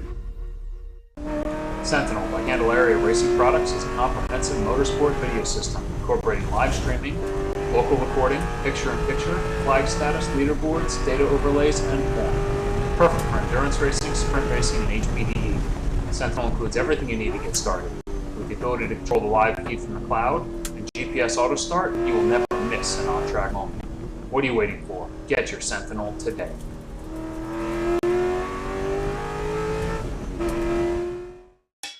It's your Uncle Cooper. Your SUV is a multi-purpose tool, like a corkscrew fish scaler. And that means your tires should be multi-purpose too. Like these Cooper rugged Treks. They're tough, but also run smooth as butter. And with dual sidewalls, it's like having a multi-tool that can look like a completely different multi-tool. Don't take that idea, by the way. I'm gonna patent it. Go with the Coopers. Cooper! Welcome back to the finale of the World Racing League for 2022. Sunday race at Circuit of the Americas, 8 hours, our second one of the weekend, being led by the audience favorite, I think, Austin Dillon Motorsports. Not a series regular, of course, getting a little bit of Do you want to call it track time? Is that going to offend people if we call it track time for the number 3? I mean, I don't think it's going to be offensive. It is what it is. They're not running an official entry. They're not getting points for what they're doing. They're definitely not running an actual NASCAR. No. Which And is like, I'm probably sure the it's important nice to learn the track. And as we're aware, the tires in the Cup Series are not brilliant tires. So it's probably not that far off in terms of running a road tire at this course, but there can't be that much that's genuinely transferable from the car they're running here. That's the Bass Pro Shops Get Bioethanol number 3 Chevrolet Camaro. Is there actually Bass Pro Shops on the car? There is. It's on the hood. Oh, wow. Okay. I knew that they had the bioethanol tie-up, but I actually hadn't seen the Bass Pro Shop sponsorship. No tire logos, but there is the Bass Pro. Yeah, which makes me think that it's probably not Goodyear tires. I would be assured that it is not a Goodyear tire since they don't have a tire in this space. Dunlop does, which is a Goodyear homie, if you will. But I haven't seen a whole lot of people running those either. The SP Max, like it has like multiple X's in it. So we were talking about time loss for the 3 because they had that shorter pit stop. They've come out 3 seconds ahead of the 5:05. That feels pretty important to me, unless they do somehow still owe us another pit stop. Right. Time loss for that one was 1:14, which is on the order of like 20-25 seconds faster than we would expect a full service GTO pit stop. There it is. You can see it, Joseph, on the preview. It just left, of course. So we'll see it. You won't be able to see it in turn 19. Okay. Anyway. But yeah, the fact that they have to make more pit stops is going to be slightly counteracted by. It's definitely going to be counteracted by their pace, but it's going to be slightly counteracted by the fact that the stops that they do make are going to be a little shorter. It's not a fast fuel fill like you'd expect in NASCAR or a full professional racing series, right? It's a very slow fuel fill, so it does matter that you're taking on less fuel here. It's not a simple matter of like, oh well, they didn't get a quarter can in. That was gonna be a whole 2 seconds. I think it legitimately could be like a 15-second difference here in terms of pit stop length. It's not gonna completely make up for it, but it will help. Another thing which doesn't matter at this point, because I think they're probably done with their driver changes, is Joseph, have you ever gotten in a car that doesn't have a movable door and you have to go through the window net thing? My Focus actually does come with door hinges, and so no, they're not welded shut. Yeah, it's difficult to get into a race, and granted, I'm 6'4" and quite portly at this point. But even when I was younger, getting into a race car that the door didn't move and trying to snake yourself in through the window, I can't imagine trying to do that fast in terms of what we see from endurance teams nowadays. So that's probably not a fun process either, and might have contributed to a little bit longer pit stop as well if they were doing a driver change. Yeah, I don't know what the limiting factor actually is there, because it does take so long to fill up that it might not be that bad. Honestly, the thing that probably takes the longest for any of these driver swaps, including theirs, is belting in and making sure that you're secure. Trying to get out and then trying to get someone else in would be a non-trivial amount of time, I'm convinced. Can we just follow up on something from yesterday? No. And also earlier this only morning. look forward. Only look forward. But also follow up to something from the beginning of the season. Sadako That's so long ago. Why it's would a long you do time that? ago. But there are relevant callbacks here. Sadako Kalsa has joined us again from the number 126 Fast Track Racing BMW. Welcome back. Thank you very much. I asked you how your day was going. You said great. We talked about some brief penalties, but other than that, you guys are still having a pretty okay day? Yeah. As far as I can tell, the other 3 drivers have huge smiles on their face. Okay. I am just coming down off of the adrenaline hit, and literally just got out of the car. No, well, I mean, I'm in flip-flops, so I've had enough time to change. But yeah, like a half hour or so. Okay. I think I started around maybe noon and went to around 1:15 or something. Oh my gosh, I didn't realize we were this late in the day already. Oh yeah. Yeah, so I got out of the car. I am just like high on life right now. Everything feels great. I'm a happy M4 GT4 BMW nerd. I'm very, very happy to hear that. You guys are back in P16 at the moment, still very much like top third of GTO, which is nothing to sneeze at. We'll talk about your stint in a second. You, in very few words, put to me earlier that the car essentially gave you a stop and go. Yes. Can you provide some additional details on that? Okay, yeah. So the way that our Sunday started is we had Rob from Rob Walker Racing take the green flag. He took it from 12th spot. Our sister car, actually Rob took it from 13. The sister car was in 12. They weren't lined up side by side. Rob took the start, handed the car over to Mark. Mark went out a few laps, and then he had the BMW went into a limp mode. Now I had a limp mode when I did my first drive in a M4 GT4 like the day before Thanksgiving. Okay. So that was the first time I'd ever been in one of those cars. I had a limp mode. It was really weird when it happened to me at Willow in Southern California. I did like a lap and a half, and all of a sudden, just like I don't really have gas pedal, or the way it felt for me is like I was at a VMAX of 60 and I could give it all the gas pedal and there'd be no additional acceleration. But what would happen if I like brought it down below whatever that threshold number was, then I could accelerate back up to 60. Gotcha.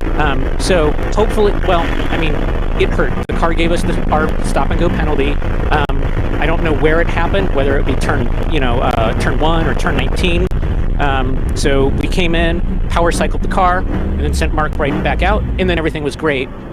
Except that it seems like we lose about 3/4 of a lap when we come in to stop, or at least when we come into fuel. So maybe a stop and go would only be in about a half lap. Sure.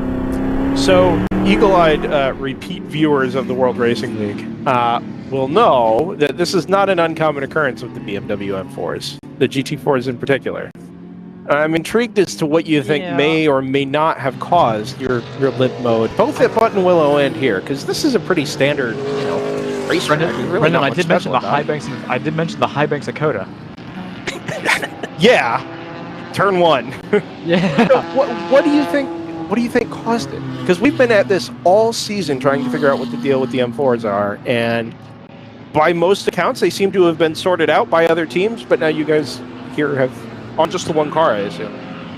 Yes. Yeah. Today, as far as I know, we've only had one motor-imposed stop-and-go penalty on us. What caused it? No, but I can tell you something else. Okay. Okay. So this is the first time that I've ever been with a team that's running real-time telemetry through Motec. And so when I'm looking at the race engineer, they're sitting up on the box. We have one guy for the 126, another guy for the 125. It seems to me like he's in a spreadsheet. He's noting down lap times and maybe some other values. But he said that what he's looking for is along the bottom of the display, he has a set of alarms. And it seems like the alarm that is closest to the threshold of being tripped and there being the hey dummy big red light on it is trans temps.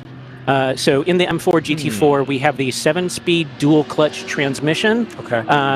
Bolted to the 3-liter straight 6. I don't know how many turbos it has, or even like if it's an S58 or 68 or what the motor nomenclature is. But the transmission temperature is the one that's closest to the threshold of idiot light. Gotcha. Is this a common thing in BMWs, particularly like the new generation transmissions? So I think we've heard that before as well. Okay. In other cars. I know that I have buddies that do like a Porsche Club stuff in their Caymans, and they always put a trans cooler on it. Okay. And I think that's with the PDK, so Porsche Doppelklutschen, dual clutch for Porsche, or DCT dual clutch for BMW. Sure. Oh, interesting. The next M4 that Rob Walker Racing Autotechnic just took delivery of, the G82 BMW M4 that's going to be competing at Daytona in just a few weeks. That is not a dual clutch 7-speed transmission. It's actually the ZF automatic 8-speed. So I've been at the Performance Center a whole bunch trying to get a competition license. I guess it hasn't arrived yet. Yeah. But SCCA competition license, you can get one through the BMW Performance Center, whether it's the one in Palm Springs Thermal or the one on the East Coast.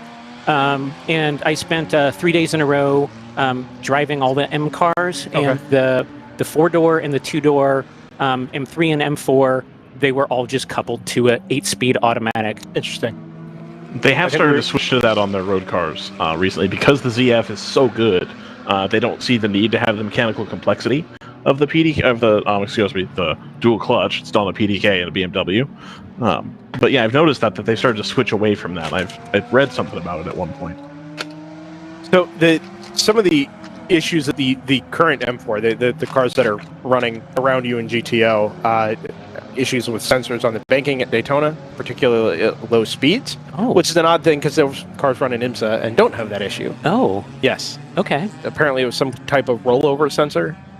Being at 50 miles an hour on the banking at Daytona, I thought the car was rolling over. Weird. Put the car into a limp mode. We have also seen over probably a 3-race span, cars that were timing out, the M4s that were timing out certain components, they were going into limp mode, stopping just off track, resetting the car, and going again, and doing it with enough frequency that they had gotten the whole process down to like an 8 to 10 second process. Oh, that's genius. Yes, a little terrifying when you see a BMW just stop accelerating, pull off, turn itself off and on again, and then in the runoff of turn 1 at Daytona. Yeah, exactly. So everybody's approaching at 155 miles an hour, and there's a BMW setting off in the dark out the paved runoff, resetting itself because it went into limp mode again. A dark blue BMW. Yeah. This has been a theme all season, so that's why I wanted to ask, because this is not like an isolated incident. It may be for you guys in this case, but we've had this theme all season long of BMWs doing odd things at odd times. So it's interesting to hear that you've had kind of a follow-up to that. Yeah. Oh, well, let me tell you a little bit more about the fast track racing car 125 and 126. Please do, yeah. Okay. So Rob is a overly humble dude. By the way, Rob is in car 126 right now. If you're here watching the broadcast, it's the fast track racing car with the yellow inverse mohawk. The 125 car has the orange inverse mohawk. Mm-hmm. Those two cars, so Rob ran GT4 America in the SRO Series 2022. 7 events, 2 races per weekend, 14 races. The car that we're in with the yellow inverse mohawk was fielded by Travis Horrell, Tim Horrell, who actually used hand controls. Oh, wow. Yeah, so when we showed up on Friday to meet the car for the first time, I said, "Oh, we're going to have hand controls, Rob. This is awesome. It's going to be rad." No, they pulled the hand controls out. It's a kid. It's easy to do. No big deal.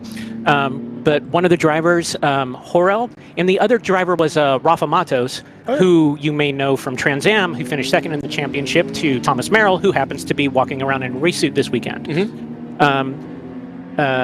So those cars got used this year. And I assume they weren't, born at the beginning of 22, so they have a lot of years of use on them.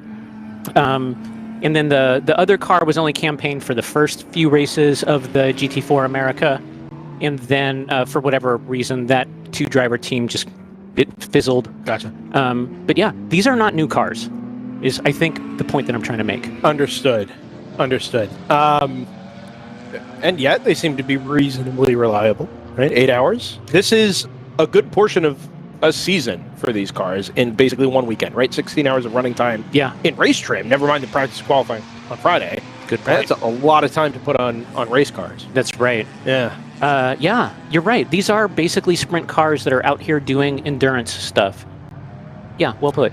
We've been considering the number of hours that some of these cars have put on it. The 696 has done, I think, 10 weekends of racing, 10 or 11 weekends of racing this year. 16 hours times 10 or 11. That is so many hours to put on race cars in one season, right? And it's unique. There aren't too many series that you will do that in. But it does take its toll on the equipment, obviously, particularly the M4s, and I think teams have been finding that. Is this a car that will roll into next season for fast track racing? I know there's a new BMW M4 on the way for Rob Walker Racing. What does that plan look like? Cool. Yeah. So the way that SRO weekends went 2022 is Rob would show up with Auto Technic Racing. Okay. And I was just like part of the Rob Walker Racing entourage, just like being around and being around all the fast drivers, seeing all the cool stuff and having a great time watching races. Fast track racing is the biggest fielder of BMWs at the SRO weekends. Okay. A lot of what they do is the M2 competition sport, and then it might have more stuff, but it's basically the M2s that run in Touring Car America, specifically TCX. So I think they fielded about 4 or 5 of those. Okay. And what I remember is it was all like college-age drivers. Oh. There was one GT4 America car. My understanding with the what we have on track today, the F82 M4 GT4 is still okay to run it in 2023. And then I think another complication is probably not all of the G82s that have been ordered will be delivered in time for the first race of the season. That happens like March 30 or 31, the last weekend of March. So I think a lot of BMW teams won't have a choice. They'll probably start a year with the F82 and then move on to the G82 when it comes. Is that a BMW restriction that they've said we don't want previous gen cars racing in professional tier series, or is that an IMSA restriction or an SRO restriction where they don't want previous gen cars? Where does that come from? Intrigued. So I'm really good at speculating. Uh-huh. Okay. Hey, Zach. So what's I mean, obviously, like BMW wants the new stuff that's in showrooms to be on track. Since they can't deliver the cars in time, they're going to have overlap of the old one and new one because they would much rather have teams racing than not racing. And then specifically with SRO, the way that the weekends are going to be in 2023 is there's going to be 5 SRO classes. The new addition is going to be the GR Cup, which I am super excited about. A lot of young drivers. I'm hoping it's going to be just like the MX-5 Cup in terms of like how action-packed and just young, exciting drivers. But in those 5 classes, one of those classes is called GT America, and then GT America is cool with basically old cars or cars that are kind of like a generation or 2 old. So in the GT America SRO races, there's like an Audi GT3. The original one. Yeah. And then there's a customer Corvette. And then there's no other Corvettes, racing that aren't like a Jordan Taylor car. Gotcha. And I think there's a few other kind of, and there's also the guy that runs the Daskalos, who also runs like an Audi A4 in a GT, I said the R8 in a GT3 trim. Okay. So my understanding is that's also like an aged out car, but that is a group that's cool with like older cars. Gotcha. Okay. Understood. WRL, now that you've got the weekend under your belt, is this a place that you and Rob Walker Racing would come back and race again? Was this just kind of a one-off fun weekend? What's your view of the weekend?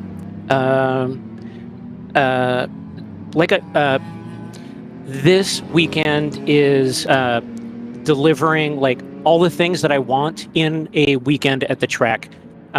There are incredibly talented drivers that I can walk up to and talk about the nuancy of nuanced stuff. The wheel-to-wheel competition, the pressure that I'm getting from behind or, in my quarter panel, getting moved with Jedi mind tricks by like Kyle Busch. These things are new experiences to me. To be so close, so hard racing, with such a big motor underneath me, and then the ability to just like, total $250,000 any given turn, a whole bunch of times in an hour. It's not like what I'm here to do, but it's also kind of neat going into this of like, oh, I know that guy in that car. He's on television on NASCAR weekends. That's cool. Or that car's really expensive, so I can't afford the one that I'm in right now. How about I don't total any of them? And then sometimes, I'm doing 4-wide stuff. So it's all rad. With respect to future plans, this is, or the outlook that we have for this weekend is this is a 3-day test for GT4 America 2023. Okay. The 3rd round of the SRO series will be here at Circuit of the Americas. Testing is expensive, but I can just call this testing, and it's a great amount of seat time. I'm learning how to drive, and like I said yesterday, I'm very new to a car, quote unquote, this big, this much motor, this much grip. Sure. So this is a great way of trial by fire. Hey, you want to learn how to drive a big car? Do it next to other big cars where it's really scary. You're going to get run down. Dudes are going to breathe down your neck. And you have no choice but to figure it out. Gotcha. Does it feel behind the wheel? Does your progression feel like you are physically getting faster, or does it just feel like an increase in confidence the more laps and seat time you get? Oh, that's a cool question. So I'm going to out myself.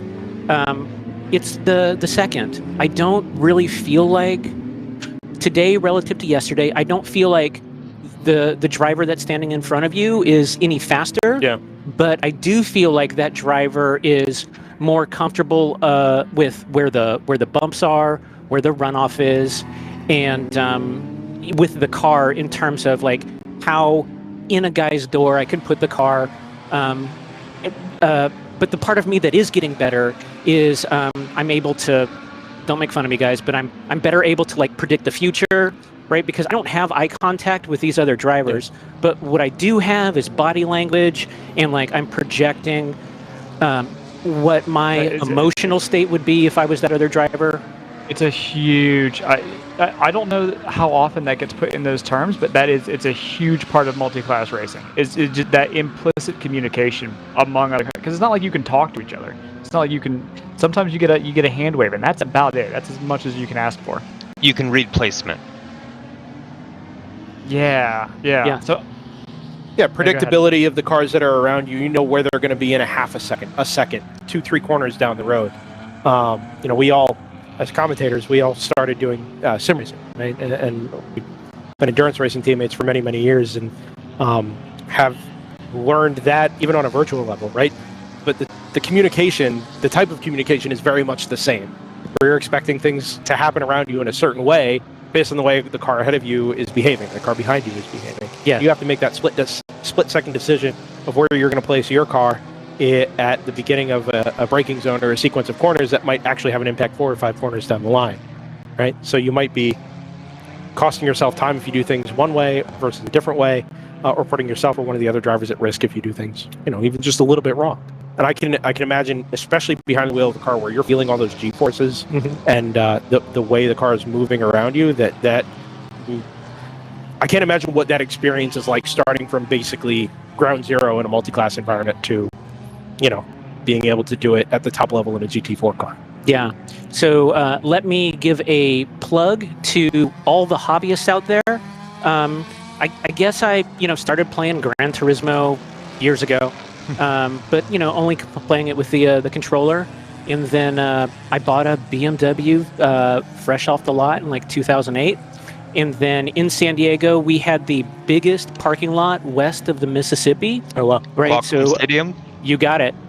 And what we would do is we would set up. I used to be a big deal with the BMW Club Autocross program in San Diego. We would set up courses that were 90 seconds long, autocross courses. We would routinely get third gear stuff.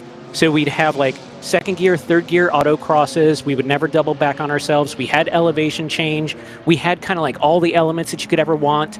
And it was a 90-second lap. So Rob Walker and I have honed our car control, not like the current crop of youngs have done it, in a cart.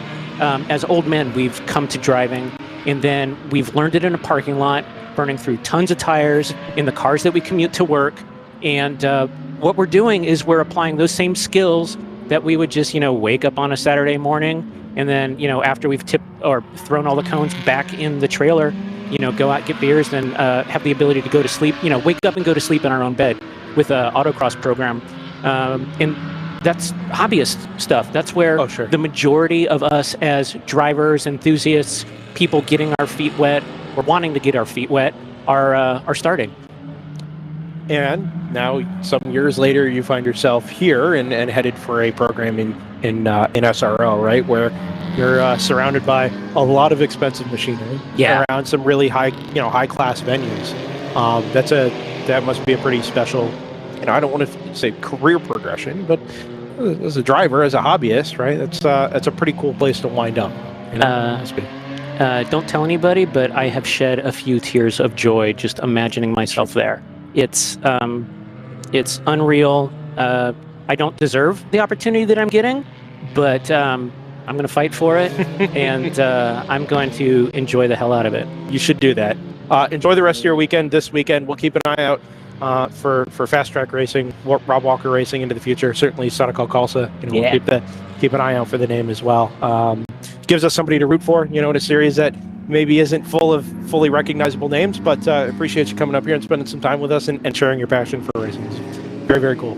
Cool. Thank you so much for the time, and thanks for having me. Thanks for being here, and thank you, WRL. I'm having a great weekend. Thank you. I'm happy to hear that. Gentlemen, we've got a race to wrap up here. Hour 45 to go. Yeah, we do. I don't know that much has really changed. We did have a stop from Old Fashioned, I believe. Yeah, about a lap ago. They fell back about a minute 40. So that's looking like that sort of 20-second delta that the Austin Dillon car is making up. Making up isn't quite the right word. I guess recouping by having a faster pit stop. When they do stop, we are expecting the number 3 to come back in about 10 laps time, old-fashioned, which would put 3 halfway through their fuel run. We're expecting the old-fashioned car to go for another 26 laps or so. So that would put them probably inside of an hour. So I would say one more stop to go for them. 10 laps to go in the stint for the 3 would probably put them in at an hour 24, maybe an hour 20 to go. So I think that's one stop and then at least another after that. 80 minutes. I think they'll be okay. Even at their shortest fuel runs that they were having to do, they could at least make 40 minutes. So 2 more stops to go for the number 3, 1 more stop to go for the 505. Keep those in mind. That'll be a total time loss of about 2 minutes 40 for the 3 and a minute and 50 for the 505. Somebody do the math on that for me. I think that's about 40 seconds in the favor of the 505. And then and that won't be enough. Even if their pace is exactly identical to the rest of the race, that's still a minute advantage to the Austin Dillon Motorsports number 3. So, let's see the track diffuser on that 1008 actually. Looks like it's a skew just a bit. But that's the state of play in GTO. I think it's one of those things where if a caution comes out at the right time or the wrong time, it could throw things into a little bit of disarray. But we've started to kind of home in on where we think this race is going to end up. If we stay on this onboard with Choice Racing, we'll see turn 7 drivers left. The 721 from RRT Racing has come to a stop just off the track. That is the 3rd place car in GP2. Yeah, it is. They've gone missing on my timing as well. So that is see it right confirmation here. If you needed it, yeah. That's going to promote the Driveway Austin number 18 onto the podium. On a completely random note from GT2, quite excited. I saw that the 52 Motorsports entry come into the top 20 in GTO and has now promptly broken a pit lane rule and has lost a lap. I haven't seen that Mustang at all. I've been looking for it. Yeah, it was an entry that we noticed Friday night when we were getting acquainted with everything. But it is one that I don't know. I don't even know if I've heard it. I feel like we should have heard it. No, exactly. Should hear it somewhere. It's listed as a GT350R. Yes, right. I don't believe anything's really changed at the head of GP1 other than the 701 has overhauled the 147. There's that 721 from RRT that you mentioned, JT. Yeah.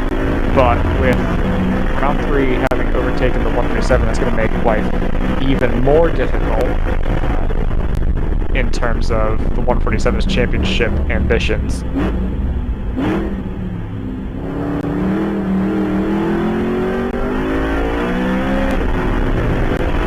There we go. So there's an update from the YouTube chat. The 5.2 is running an M2 CS after a problem with the Mustang.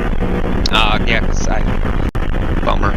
So that's called false advertising. advertising. So this is part of my my theory that you can't run a high displacement car in GTO and detune it enough, and it's bearing out again.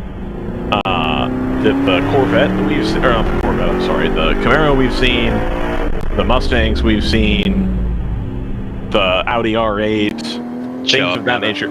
Anything that's over 3.5 or 4 liters of displacement really ends up having a hard time staying on the track for whatever reason. I don't think it's the engine, though. All of the cars that they haven't had in GTO or that have come and been uncompetitive or they've had an engine issue have all been high displacement vehicles. Oh, well, I think it's that they're not race prep vehicles. What displacement are the Astons? That's a good point. No, because they're only a 4 liter, I believe, because they're a V8. Because they're the small one. Let's see. But like the Mercedes is big displacement. Yeah, I mean, to be fair, with Mercedes, it's the first race. Right. Camaro, you can have a couple arguments. Yes, as somebody points out in the chat, Screaming Goat's over 6 liters. That's true. That is an off-the-shelf road car motor, though, and not a race motor. True. But I'll accept that. That's fine. Is that a stopped car here in shot? Yeah, it looks like it driver's left. It's a 721 again. So that car has gotten going and then has made it halfway across around the track and stopped again. So they just need help one more time, and they should be able to make it on pit lane. That's exactly right. Yeah. The old Aston Martin is a 4.7. Okay. All right, so I'll have to amend that. I remember reading a few years ago that everything was going to switch to half-liter cylinders. That somehow that was like the ideal bore and stroke. It is. Okay. Is that still the case? Are we still doing that? There's a... You can go slightly over bore, I think it is. Gives you a little bit more efficiency versus power. So slightly, like, because there's a ratio, too, of bore to stroke. Sure. And if you go a little bit wider on the bore, it gives you more efficiency, I believe. I thought I remember reading that somewhere. Generally, yeah, they're moving towards that. Okay. So what engine is this Camaro running? Which Camaro? The one that is leading the race. Is there a Camaro leading the race? Austin. That's it's the yeah. That goes back to my original point, which is like that's not really a Camaro. Additionally, the LS is a truck motor, which runs at 200 and 300 horsepower quite routinely. So what you're saying is we need some Utes in the field. Correct. Yes. Oh, I am very pro-Ute. Yeah. It's not a World Racing League until you have international class cars in the field. I'm going to start referring to people as world champions. No one's going to stop you. I'm going to do it. Well,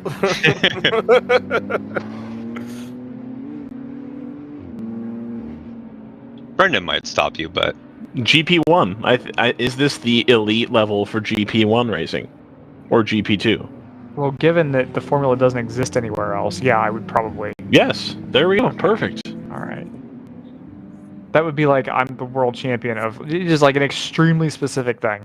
did WRL GP3 outlast Junior Formula GP3? Yes. Ooh, yeah. Well, I mean, it's GP3 here is still around, and GP3... No, but in terms of lifespan.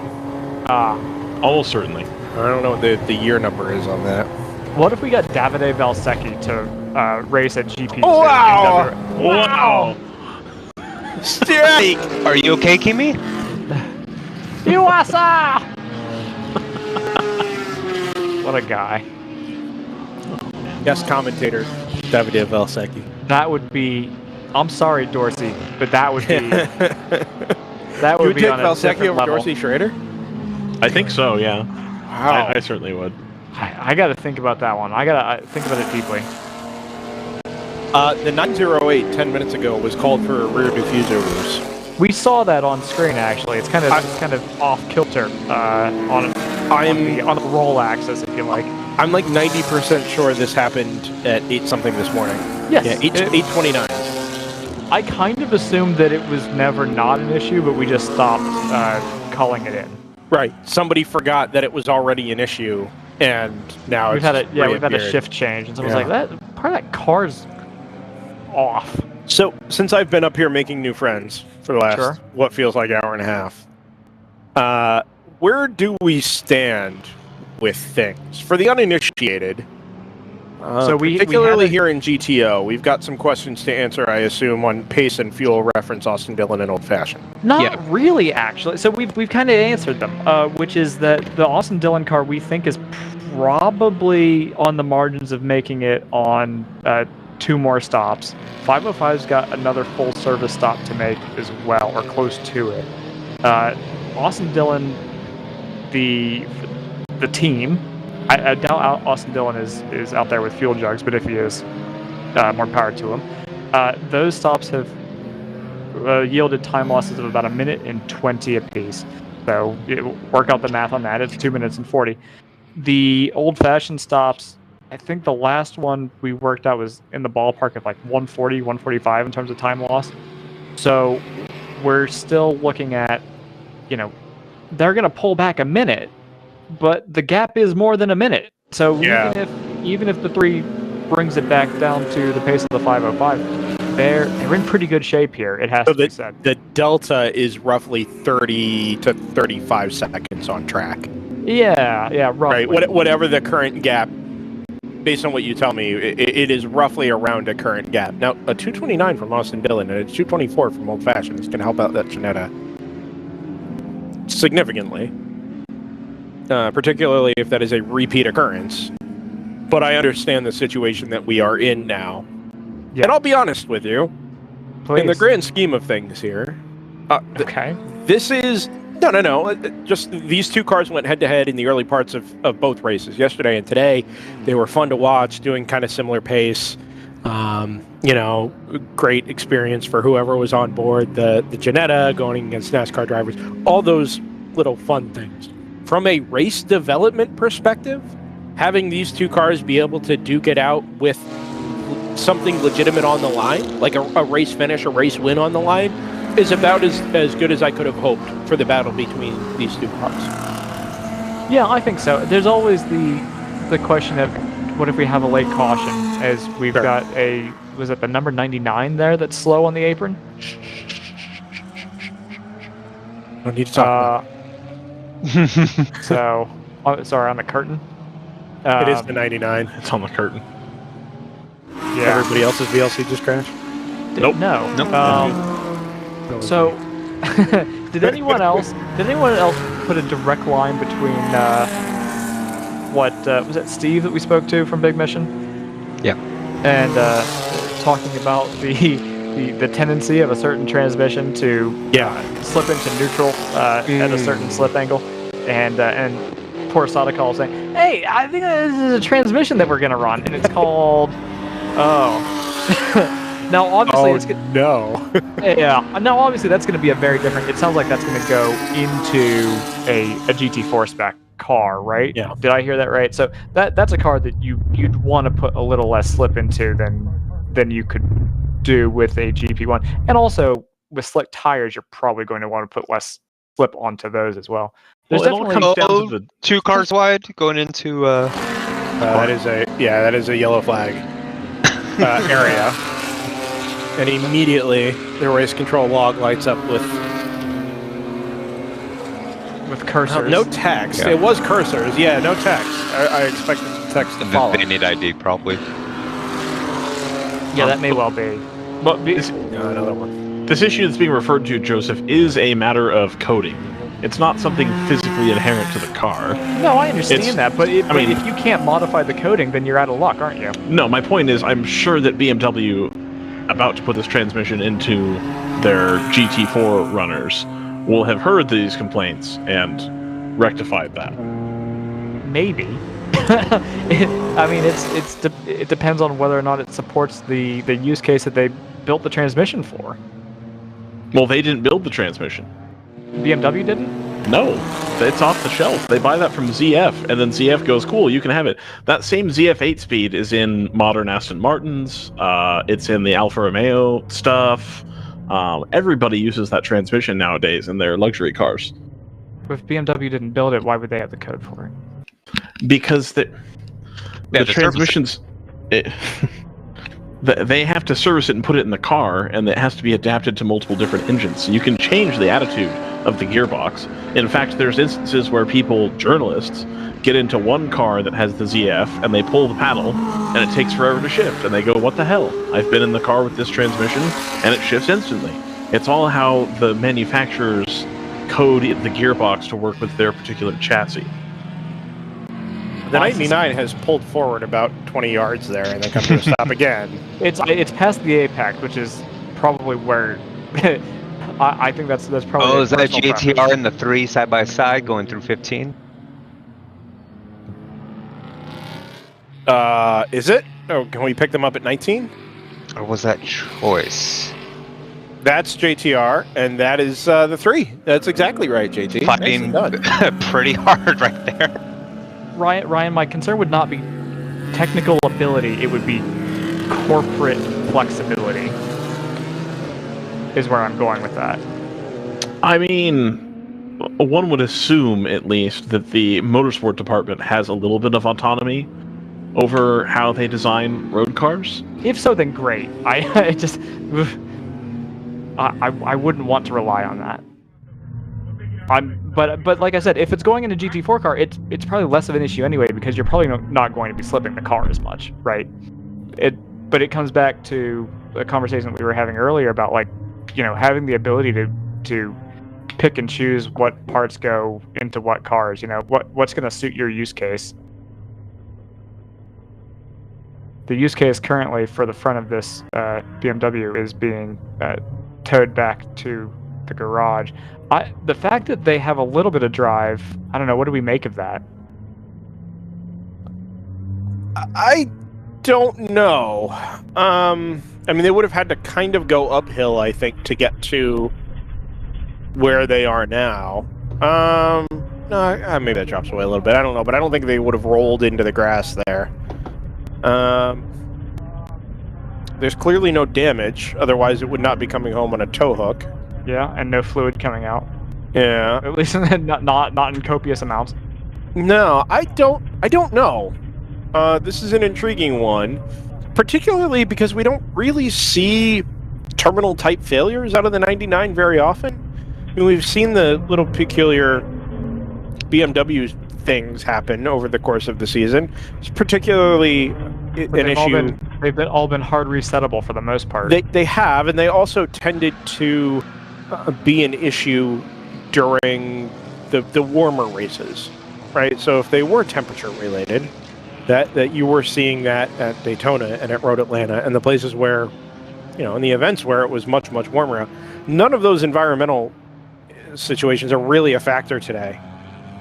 Everything is about as friendly as you're going to get. It could be some type of hardware a component failure elsewhere, where at the end of a season, maybe you're trying to stretch something without having to replace it. Doesn't really seem like the GTR way, but it's certainly possible. And maybe it's a random failure, but I have no idea, grinding to a halt and then coming back on a tow hook, what that might be. Austin Dillon Motorsports is in the pits for what I'm going to assume. It's a little earlier than I would have liked. Stopped? Yeah, stop? It's supposed to be. It's a little earlier than I would have liked to see from them. It's actually a little earlier than maybe they're back timing it. Q discussion about back timing doesn't exist. Here we go. Bingo sheet checkbox. But yeah, a 19-lap stint. We know that they're capable. The stint previous, they did 21 laps. So curious that they've chosen. Well. And maybe that's related. But curious that they've chosen to pit a couple laps early. We've got a standing yellow here at 12. I notice on our monitor. I'm not sure what that's for. So there should be the 420 stop somewhere. Okay, there it is, left of 13. Yeah, I don't know that our timing tower is going to get in the way, but it's being pulled back on its own tow rope around turn 13. Now making its way into 14. We're going to get a visor up warning here on the 3. That'll be a lap. They had one warning today. I know they had one yesterday. Are they going to get another one today? That's a good point. I shouldn't jump the gun on that.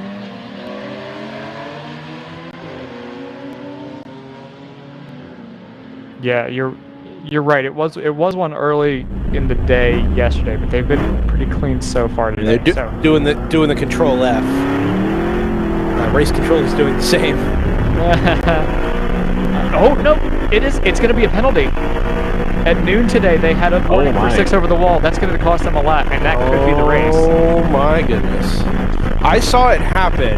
I mentioned they were doing a driver change. The pit lane marshal was waving his hand in front of his face at the driver as if to say, slide it down, slide it down.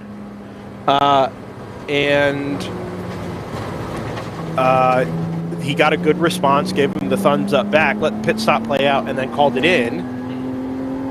Now, because it's still about safety. You know, whether you're going to get the penalty or not, you want the visor down. And also, the last thing you want is serious regulars complaining that you've given the ringers a break. Absolutely, but we are still waiting for this to update in real time on the race control log, where no penalty or action has been listed as yet, even though the cursor is very much hovering on the. Well, because they 314. They also don't want to be accused by the ringers of discriminating against the ringers. So it's an awful spot to be in. Yeah, absolutely. The 420 is into the pit lane on the back of a tow rope, and we'll head into the paddock with the hard left-hand turn. Is it raining again? Yeah, it's a little bit of mist again. It's the same. Same level of severity. But it is one of those things where, you know, maybe gets the curbs a little greasy. Definitely gets in drivers' heads if they haven't seen it before. So we'll see. Does this look any heavier? Maybe a little bit, but that also might be just a little bit of how this particular website has chosen to shade their weather. It always rains at Circuit of the Americas. It does tend to sprinkle. I feel like every other year we're here, we at least get a little bit of mist here. That fog in the morning. That's true. I got a note, 1 lap penalty. It's official for the 3. Oof. You hate to see it. Might find out how fast that car really They're trying to keep him out of the upper brackets. Okay. Wow. Well, that is... It may not be... going to say race changing. It is race changing. I think it absolutely is race changing. It's swung the balance directly in favor of the 505, who have had their own penalty today. They had a 2-lap penalty, did they not? That's right. Yeah, exactly. Yeah. I mean, this already could have been a very different race. The margin is 10 seconds on track, by the way, so even a 1-lap penalty would not put the number 3 a full lap down. It'd be very close, but not there. So with an hour and a half left to play out here, a little less than an hour and a half left to play out here, I don't think it fully takes the 3 out of contention yet. It will drop them to... do you have a sense on where it would drop them to, Joseph? Maybe just back... Would it just be back to second? I think a 2-lap penalty, I think possibly... No, 1. Oh, you're right. A 1 lap. I was thinking about the 505. A 1-lap penalty, I think, could potentially, at least temporarily, pull them all the way back to 4th. Because they had the 511 full lap under, correct? Sorry, it's just been removed from the log entirely. Okay. Brian Francis made a phone call. Yeah, I'm joking. That's a joke, obviously. I want to be clear here. The 34 is waving at whoever the NASCAR driver in the 3 is. I don't know who it is, but he was waving fairly aggressively. Guys, let's switch to Cam 6. Turn 11. 11. Oh yeah. Drama. It's the Moorhead car. Are you sure? Yes. Oh yeah. My goodness. Oh, smoke up the right front. That could just be brake. Yeah, that could just be heat, because it is relatively cool there today. It is a great view of the 147 though. And the louvers. Louvers. There you go. Come on. Are you gonna whistle at it now? You could do it. You could do it. And You too could book an Airbnb in Austin, Texas. Indeed, Brendan likely has. I have. Is it in Austin, Texas, or did you book it in like San Antonio and drive it? Why would I drive from San Antonio? So, on a serious note here, this is the end of the 147's title hopes here. This is going to hand it to the 701 in GP1. It is. I can't imagine, unless this is something that just necessitates a hard reset, I can't imagine this being something that they're going to be able to recover from and make the positions that they need to make up. The other thing here is this is going to be over a blind crest coming out of turn 9. I wonder if that's why he's parked it there instead of at the bottom of the compression. Yeah, it may be. Well, call it compression, bottom of the hill anyway. Sure. I think you park it where it's not in a safe space, so to speak, a runoff area, so to speak. There you're just in basically what functions as an apron. So to put a bow on our other Marshall. Oh, okay. Well, that was a group of cars. To put a bow on the discussion about the yellow. Okay, interesting. Not sure what for. This seems to be the only stoppage, but it is over a blind crest, so maybe they just decided it's too dangerous of a, especially with the mist here. Maybe they've decided it's too dangerous of a situation to put Marshall's trackside for. Or if it's going to have to be loaded instead of towed. I don't know. And someone does suggest that the right rear looks broken. It's hard to tell, but if you look at the we're gone. If you look at the louver, either that or the tires normally sits very well inside of the wheel well. You think it's a shock, maybe? Yeah, possibly. Okay. Suspension issue. That's the best our cameras looked. Yeah, you can see it better now. Yeah, there we go. Yeah, I don't think the wheel's gonna sit that deep inside there, just because you risk a lot of rubbing. Right. And I would agree with that. You could also compare it to the right front, which is, it's got a decent bit more clearance. So what is this going to do to our various leaders? The 605 has come in for what is absolutely going to be their last stop. GP3 can make it from here. GP2 would probably be able to make it from here if anybody still needs one. Where would 505 stretch it from here? Do we know who the pace car picked up? Should be the 3.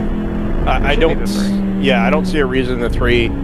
They were just in the bids. Pace car has just exited turn 1. The 3 will be the next car. The 3 is 2 cars back. I think it'll be.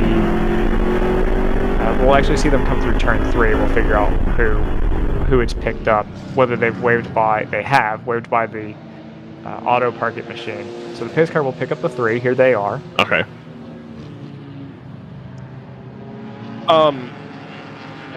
Having watched an onboard come through turn 9 there, the preceding safety vehicle is basically on what would be the racing line exiting turn 9. Interesting. Okay. Right. So you're coming through a sequence of corners that's pretty high, if not high speed, high commitment. And then coming up over a blind crest down into turn 10. The preceding safety vehicle is an important sort of marker for the work that's going on downstream from it. And I wonder in this case, there it is, just off the driver's right there. I wonder if they looked at the overall situation and said, okay, nobody's going to end up in the wall where the car is, where our camera is, but the overall picture of what's going on down there at 9 and 10 suggests that this is maybe not the best place to recover a car with cars at racing speed. The question for me, even Brendan, well-behaved cars at racing speed is a little. The question for me, Brendan, is okay. So for me, if I'm the 3 crew, I probably bring that car in to top off. For one thing. Secondly, I don't think you do, because that's track position. That's from the head of the queue and open air to the back of the queue. Not if you do it now, is the thing. but maybe that No, moment's if already passed. especially if you do it now.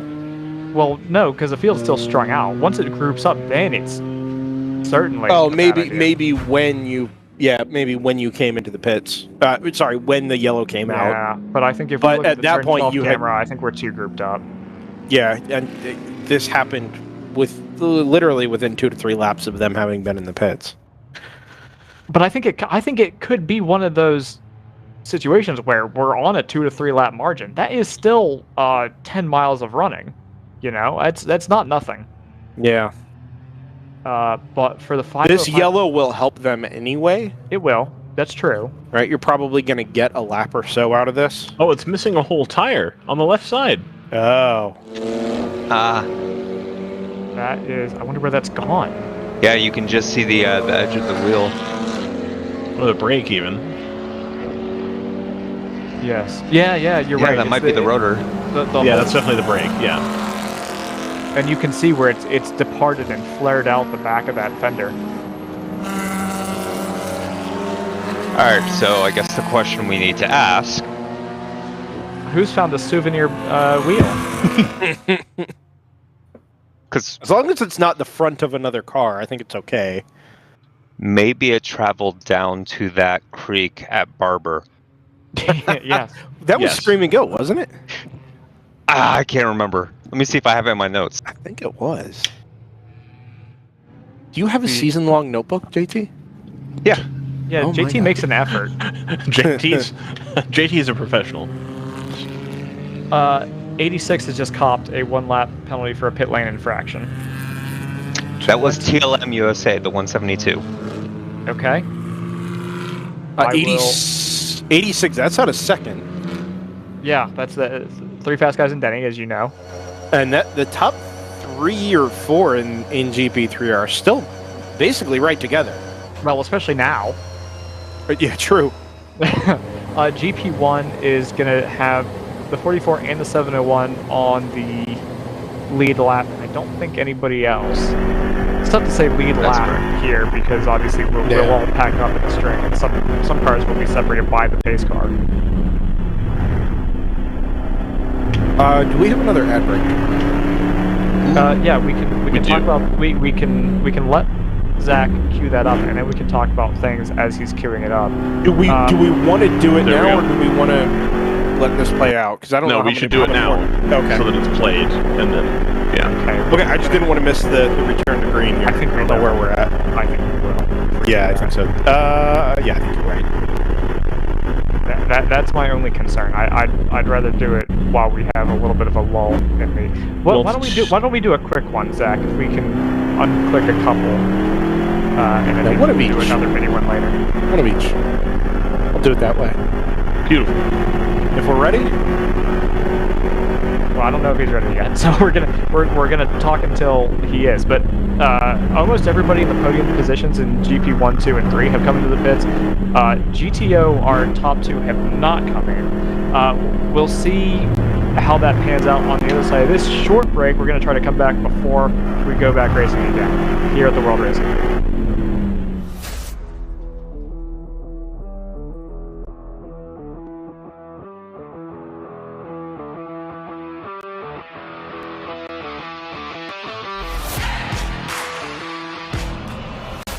When the finish line calls, we answer. Hit the road with insurance protection from Hagerty. Whether you drive a built racer, sports car, or exotic, and save an average of $264. Get a quote today at Hagerty.com. Sentinel by Candelaria Racing Products is a comprehensive motorsport video system incorporating live streaming, local recording, picture-in-picture, flag status, leaderboards, data overlays, and more. Perfect for endurance racing, sprint racing, and HPDE. Sentinel includes everything you need to get started. With the ability to control the live feed from the cloud and GPS auto start, you will never miss an on-track moment. What are you waiting for? Get your Sentinel today.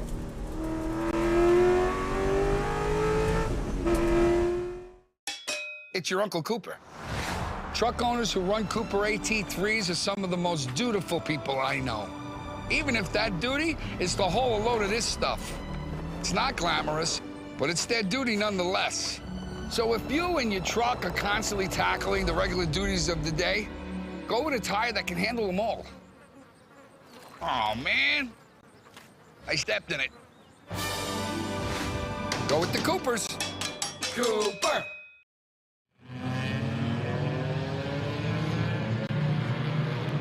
Back at Circuit of the Americas in Austin, Texas, the conclusion of the 2022 World Racing League powered by Hagerty season right here on DriverSeye Live. We have timed the ad break to perfection.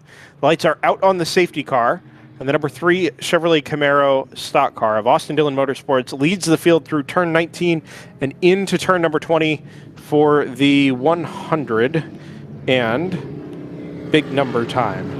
158th time. Wrong screen pulled up.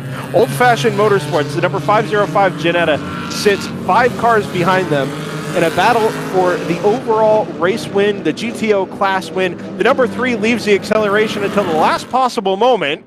The Geico restart zone. It looks 1 second gap across the line. Yeah, it's basically nothing there. The 505 got a decent jump. The 34 is in that little group as well and got a good jump at the head of the field. Worth noting that the only car between the 505 and the 3 are GTO cars. There's 2 of them. They're both GTO class cars, so time loss here should be minimal if you're in the 505. And at this point, we've basically just reset the race and asked the 2 fastest cars in the field to go head-to-head for the last hour and 9 minutes of the 2022 World Racing League season. There aren't too many better setups than you could than this that you could ask for. This is shaping up to be something really exciting. Go ahead, Joseph. Is it 3 p.m. or 9 a.m.? I can't tell. It looks very similar. We haven't seen the sun in between either, so no telling where the sun is as to what time it is. The 3's got a good jump here, straight off the green flag. You see it just heading out of turn 11 at the moment. I think. Oh, did a car just loop it at the exit of? At the exit of 11. Yes, it did. Exit. Yeah, of 11. Was that? Driver's left. Is that the TLM car? 420, who was in front of the 505. Yeah, it was. So that's 1 fewer car in front of the old-fashioned machine. I think the Hitman Super is the only other car that's in there. Yeah, that was a slower. That's a general production car, I think, that came out of the pits right before we took the restart. Yeah, we'll see these cars come up in the area at turn 14 and 15. Somehow it looks darker than the end of the race yesterday, which ended an hour later. It does. So there's your margin. First and second on the road. First and second in the standings. Yeah, 3's been quick. It looked like they may have done a driver change there. I'm not sure who got out or in. Somebody reported that Bush did get in the car. Okay. Who we believe started it also, or at least started yesterday's. Yeah. And if you're down in the 505 and you're in this to win it, you'd put Chris Pies back in the car. 223.1 first lap back to green for the number 3, 225.1 for the 505, with some traffic to play with there as well. Yeah, imagine getting the call, getting the text and saying, "Well, hey, we've got to put you in for a hand-to-hand combat fight between you and the 2-time Cup Series champion." Go get him. Yeah. What if we you're believe Kyle in Busch? you. What if you're Kyle Busch being asked to go hold off a sim racer in a GT4 car? You'd be like, "Let me throw hands." I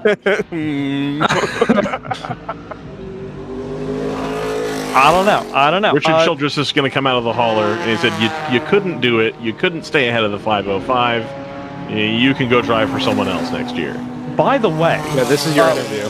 We've had a podium change. The 908, broken splitter and all, has just overtaken the 511 for Choice Racing for that 3rd spot in GTO. So I think the 511 pitted under this yellow. I believe everybody did, other than our top 2, basically. Yeah. That's the other element of this that hasn't really played out yet. I think it's 1 stop for each of them. We think. It's going to be close.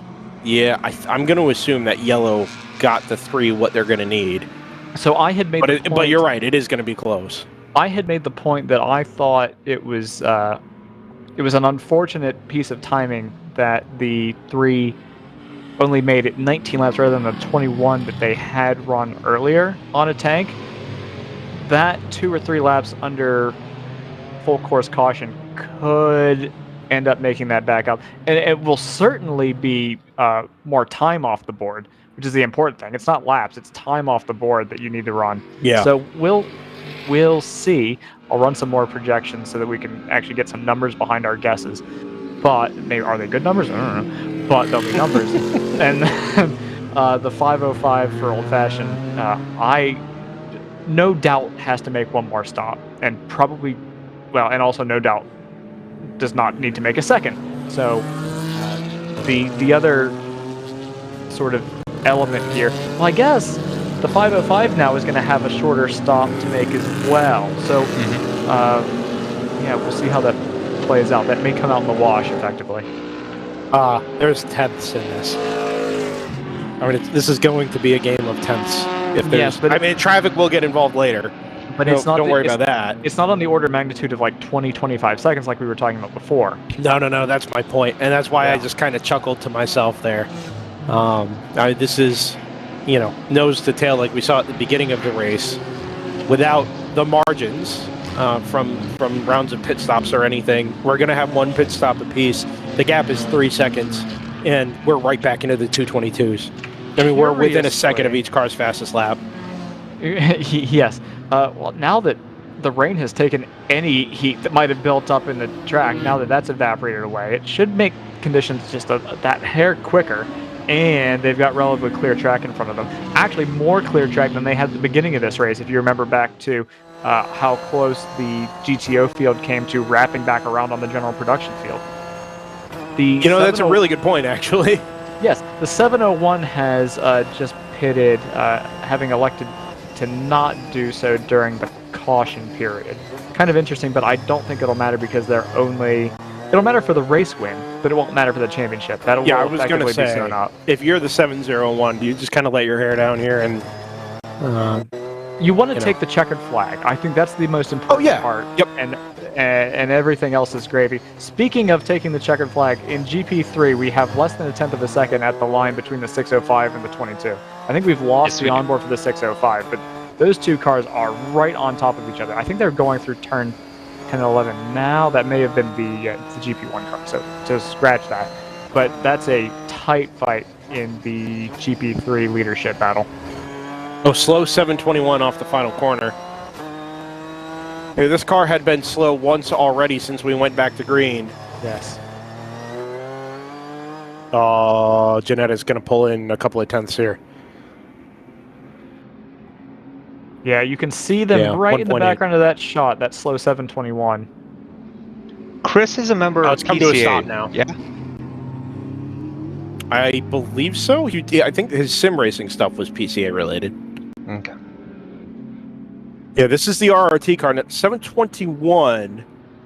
Were they in contention for any third in GP2? Yeah, and actually they've had their own mechanical issues already today because they were fighting for fighting at least a lap or 2 off the lead in GP2, and so they've since fallen away.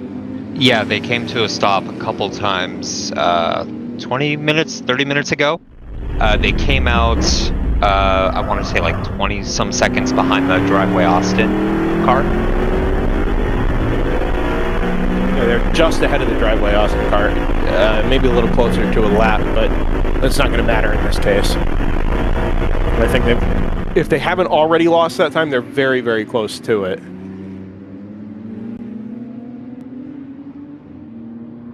We'll make the point about yellow flags again. This time it should be a yellow flag, possibly on the way into 20, maybe on the way out I can of 20. see it. I can see it here. It's perpendicular to basically the turtle from turn 20. So basically, right at turn in is where the standing yellow is, and the waving yellow is right here at start. At the start line now. But the issue, and the thing people are really going to have to be careful with, is that it's not the yellow flag to the incident, it's the yellow flag to the green flag. Yes. And the green flag is at the finish line at the bottom of the hill at turn 1.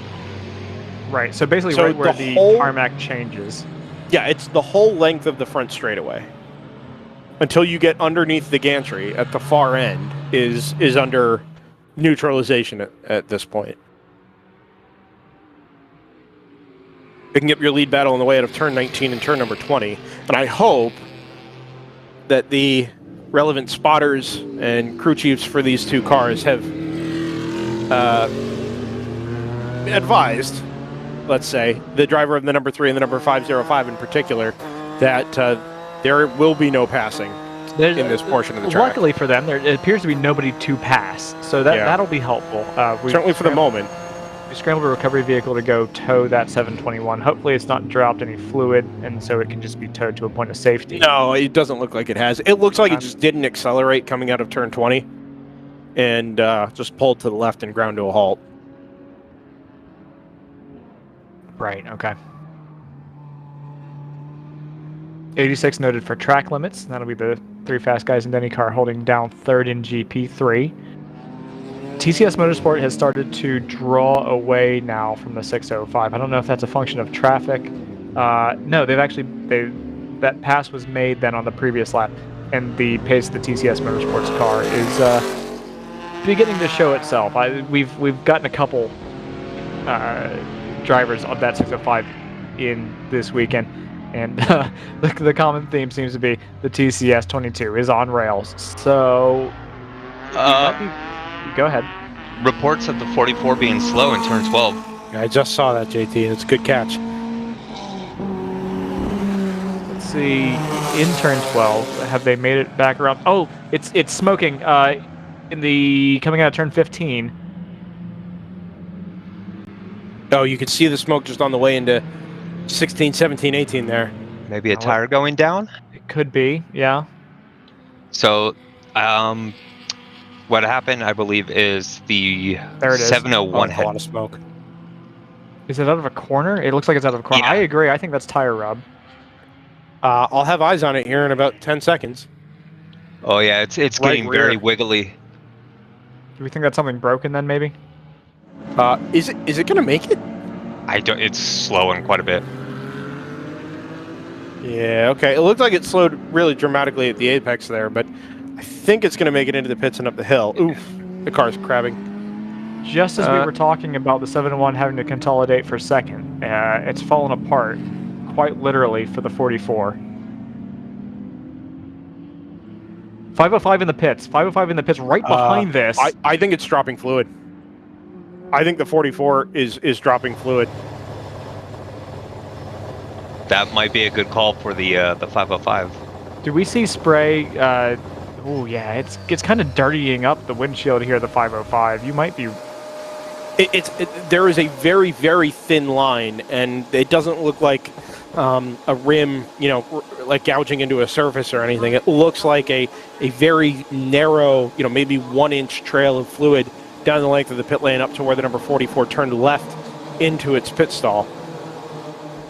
So we're inside an hour to go then, 57 minutes and a half remaining in the season finale, did it again, of the 2022 World Racing League powered by Hagerty season. We're live on DriverSeye Live. Brendan Kazmarek, Joseph Mudrock, JT Tamby, Ryan West, Layla Kazmarek, and Zach Johnson are all with you. And the latter two silent contributors, Layla Kazmarek on Instagram at DriverSeye Live, Zach Johnson on production. Happy and thrilled to be with you all in this final hour. We have got a fantastic race shaping up between the number 3 from Austin Dillon Motorsports, the number 505 from Old Fashioned Motorsports. Stock car versus Ginetta GT4. NASCAR versus British GT. V8 crate engine versus 6-cylinder? 4-cylinder. Question mark? 4-cylinder? Sure. It's 4-cylinder. It might be a 6-cylinder. I'm gonna double check. It's I 4-cylinder. believe you're right. Anyway, these have been the 2 quickest cars in the field over the balance of the race today.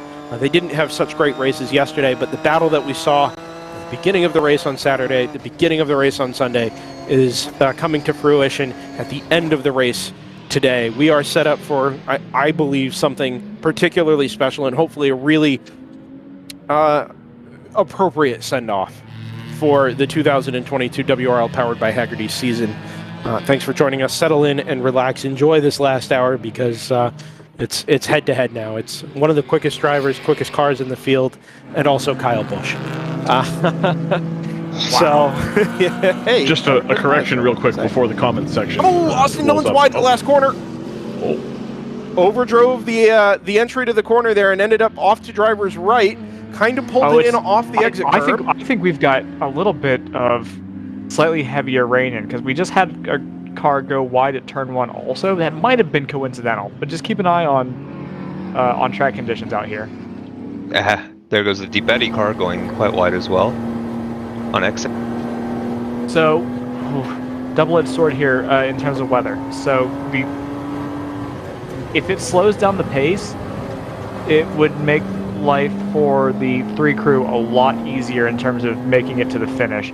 Depending on which onboard you pick, there's a decent amount of wiper activity. Wiper activity doesn't equate to surface conditions, but it is something to keep an eye out for.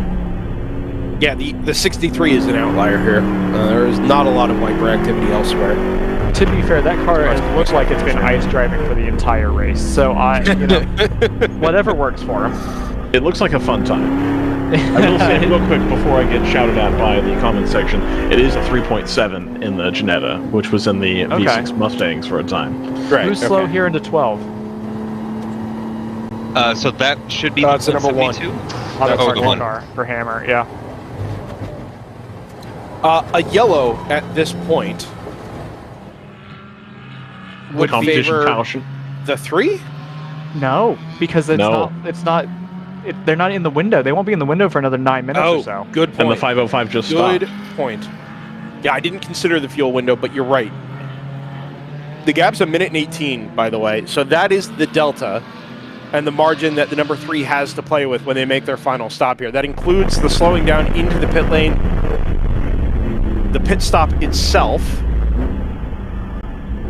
whatever fuel needs to be put in the car, and then the trek back up to the pit lane exit at start-finish.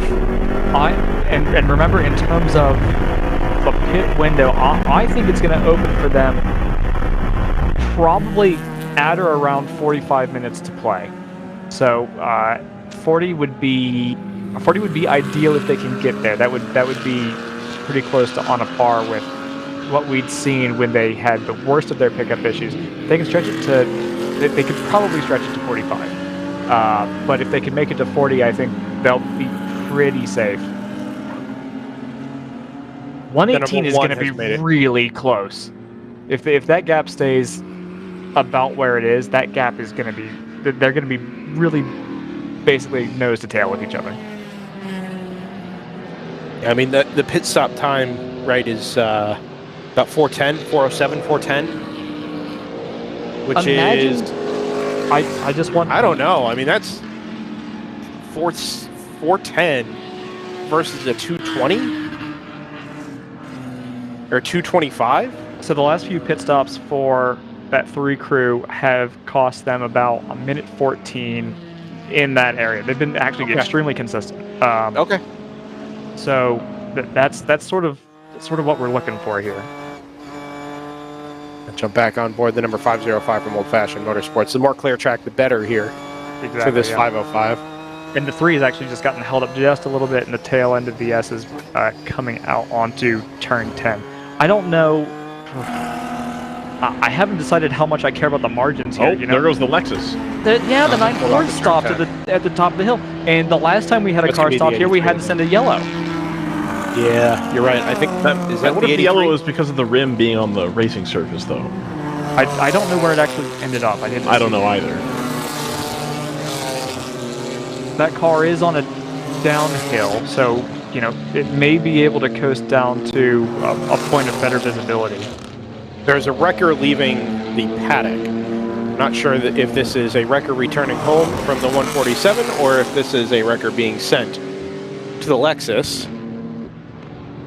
Yeah, you see it at the very right-hand side of your screen. The number 3, double yellow. Oh, of course yellow. The number 3 has an entry in progress into the race control log. Oh no! Is it on pit lane? There's nothing out. No. They went through this area of the track 30 seconds ago. I didn't think that this car was stationary when they went through on the slow car in front of them. Let's remember what happened last time here. I think we're just being extremely tentative when it comes to putting down penalties. Well, yeah, I mean, something like this would be race defining. Yes. Okay, the number has gone. Let's not lose sight of the fact. Maybe let's not just read stuff off of the race control log. That's what it's there for. I would counter. No, I mean like until it's like finished, and not. Well, yes, that. Yeah, it was pretty reliable up until about 20 minutes ago when suddenly it wasn't. But let's not lose sight of the fact that where's the second stop car? I don't think we have one, do we? No, it just says 9. Turn 9. Oh, Driver's that looks left. like an error. Yeah, that looks like an error. I think that's meant to be driver's right because that is turn 910 there. Not lose sight of the fact that the 3 is not yet in their fuel window, and they haven't come in.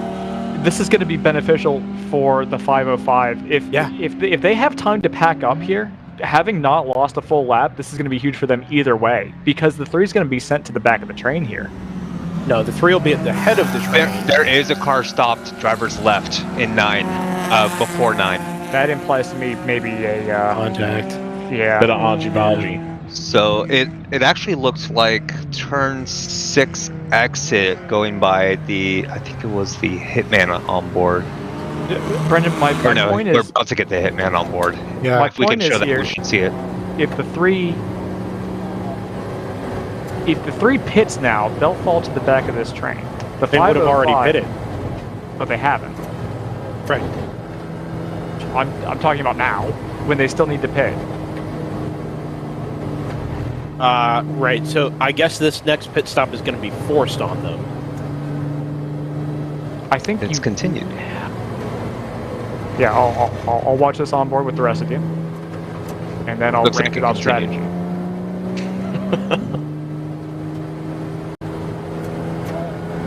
I see skid marks that imply some kind of spin. Although I wonder if that's the Moorhead car. If that's from the Moorhead car having lost that inside rear and looped it under power. Yeah, so the car in 9 or 6 that I was calling out has moved.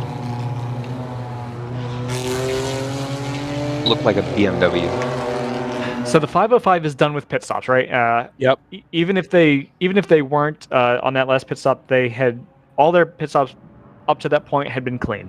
So they could afford a slip up, a visor up, and it would have been fine for them, which is a great position to put yourself in that last pit stop. There's no real pressure other than to do your jobs. The gap here is 1:17, or it was at the Ooh, fire in the pit lane, guys. Sorry, the 63, while it was fueling, caught fire at the fuel fill point, and it sort of tricked up the fuel filler can. They've got extinguishers on it immediately. Excellent. Yeah. And it looks like everybody is safe down there, but just a quick flash fire during fueling with the number 63 open throttle racing BMW. It's a scary situation. Good thing that they had it ready. Had the fire bottle ready. Visors down. No fuel flashing in the eyes. Yeah. Yeah, Ryan, that's exactly correct. This is why you penalize the visor down, the extinguisher not ready, because it is a crucial safety component for the safety systems in the rulebook to work. So more extinguishing going down in the right rear corner of that car. I wonder if they're just dousing whatever fuel had spilled, even if it's not ignited. Brendan, you won't have seen this because you're looking at your window at the conflagration commotion, but one of the W2W cars is being towed into the pit lane. Yeah, it's just come off the right-hand side here. It's badly holding up the 401 on the way up the hill, as is the 511 is being held up as well. So I think the 3 is going to have to come in here. Next time. Yeah, I think that's the move. I think the move for them is to wait as long as possible. There's the 505. Depending on how we concertina, accordion, slinky, the 3 could actually come out here ahead of the 505 because the 505 is at the absolute end of the train, and I don't know if the 3 is going to fall all the way back to the end of the train. If the 3 can do 8 more laps like your script suggests, Joseph, then you hold off as long as you can because they're going to have clear track. You want to be out in front, running as fast as you can for as long as you can before you come in. Right, because when you come out, you are going to end up in the traffic that is presently all stacked up behind you. Yeah, 7 laps. You don't pit from under now, yellow. You wait. 7 laps from now, even if you were under green, would get you to about a little under half an hour to go. So this will be a relatively short fill, even for them, who haven't been able to fill all the way up anyway. Well, I think you roll the dice either way. You know, it's the last pit stop. You fill it or do whatever you think you need to do. Yeah, it's not a roll of the dice, though. You're calculating how much fuel you're going to need. It's just a matter of when you do it. Well, they don't know how much fuel they need because they don't know what their fuel pressure situation is. 8 gallons is 8 gallons. Yeah, they've been doing the same They've been doing the same stint length all race. Yeah, to it. And it's not going to change how much you need to add. Just you need to wait till the tank is empty enough that you can make it home with whatever you need to add. So Yeah, whatever the pickup problem is, has been extremely consistent. So it's very fortunate. Yeah. I really believe if you're in the three camp, you just wait as long as you can. There was no motion or movement down in that area of the pit lane. What can you expand on that? What do you mean? Because if you wait until we go green, that's too late. No, I think you have to wait until you go green because I think trying to do it under yellow puts you at the back of the field, where you are now, instead of being at the head of a 60 car queue, you're at the back of a 60 car queue, and you have to pass 55 or 60 cars to get up to where the 505 is, who no longer has to pit. Whereas, if you go back to green, you have clear track, you're able to do 222s and 223s. The 505 is mired back in traffic, right, and is doing 226s, 228s, 230s, getting through traffic. You build the margin up to where you've got 30 seconds, maybe 20 or 30 seconds on track. Then you come in, do your quick fuel, and you send the car and go, and hope that you get a yellow to bunch things back up. I think if you do it now, you're putting yourself too far behind Brendan, the number 505 for it to make a difference. If you get your stopwatch out, as the leader of the train comes through, I want you to time until it gets there, and see where in the chain a minute is, because I think that's how much time they're going to lose stationary. Because I think they'll come out in front of the 505 if they pit during the yellow. In front of the 505? Although they've made it all the way. There's up no the train. way. Okay. Yeah, the 505 is there at turn 12. Well, they were very far back in the train earlier, so other people have pitted around them. It's 25 seconds. Okay. Which I guess not nothing, right? That is a margin. I don't know. Would you rather have? Yeah, if it's me, I think I still pit under the yellow, because you're still going to lose. You're not racing the pack. You're racing the 505. Do you know what I'm saying? The 505 is going to be at race speed while yours. Okay, the 3. Yeah. Okay, and that's right in the window that we thought they needed. So that is that's ideal for them. They'll come out. Oof. Lexus is still getting put on the truck. Hitman has gone through on track. The 696 is coming through on track, and the 505 is rounding the final corner. I like to think that they're listening to this and thinking, "What complete idiots!" Right. Meanwhile, Scott, you muppets. Well, the one thing I hadn't considered was that they weren't going to come out at the back of the field, right? They may still come out with cars. Yes. Behind them, right? Where they may only have to pass 30 cars instead of having to pass 60. It's still a 70-car train, you know? Yeah. So, but I am curious now. You've got eyes on them right now, and this is the end of the train that's coming through with the 521, rounding turn 20. It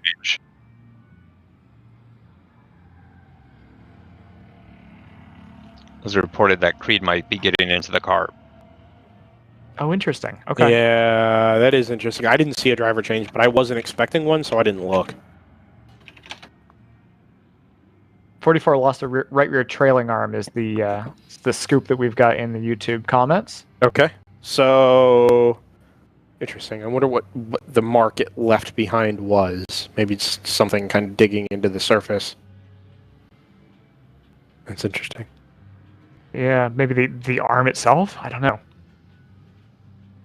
They are cleaning up the number 63 here.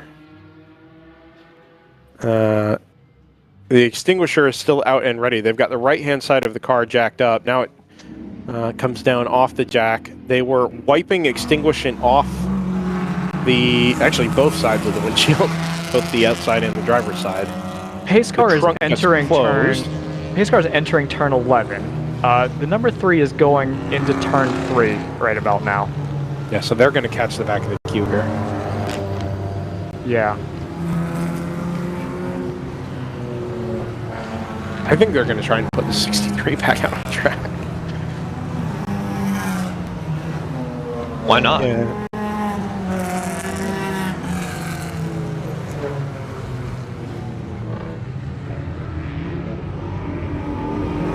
Leland makes the point that it was kind of an odd-looking fire. They fuel basically right above the right rear wheel well. And I wonder if they just had a little bit of fuel spill onto like a hot brake or something. And that started to ignite up the side of the car. Well, it does remind me of an IndyCar where they have to spray the fuel port down every time. Right. I mean, I don't know. It always looks kind of silly. They were still actively fueling. And to his credit, the fuel man or woman, as soon as the fire started to trickle back up to the fuel can, backed away. He didn't throw the can. I mean, he held onto the can, backed away from the car, and sort of tried to shake it out. He was never, in danger of being on fire, but obviously had all of his protective gear. The fire extinguisher person was on it immediately, and it was just a quick, flash. As soon as active fueling stopped, the fire basically was put out. But it's still a scary scenario, and two WRL, well, a WRL, Pit Marshal, and Clay are down there just sort of supervising the clean process. The driver is back in the car. So, scary moment, but I think it's going to result in that car being sent. Are lights off a pace car? I think they are. Yeah, and then they're in. Safety car is in. It's the Pinnacle, number 127 Porsche, that's going to lead us back to green. Single file behind them, and we wait on the number 505 to round the final corner and head down the front straightaway, which they do now.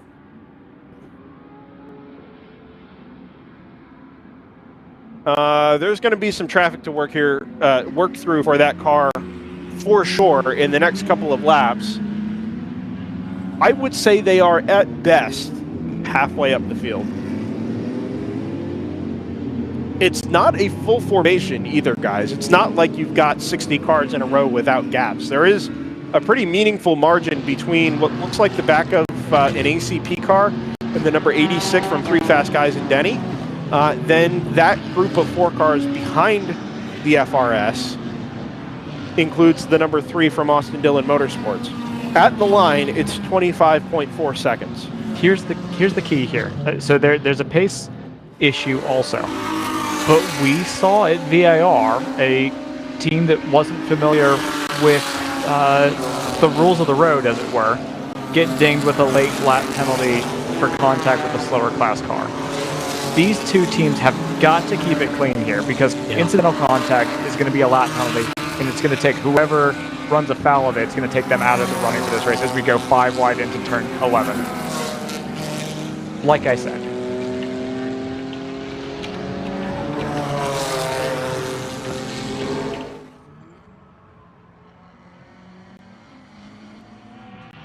Gap was 25 seconds at the line, and I believe basically on restarts, the entire field, every sector goes green at the same time, right?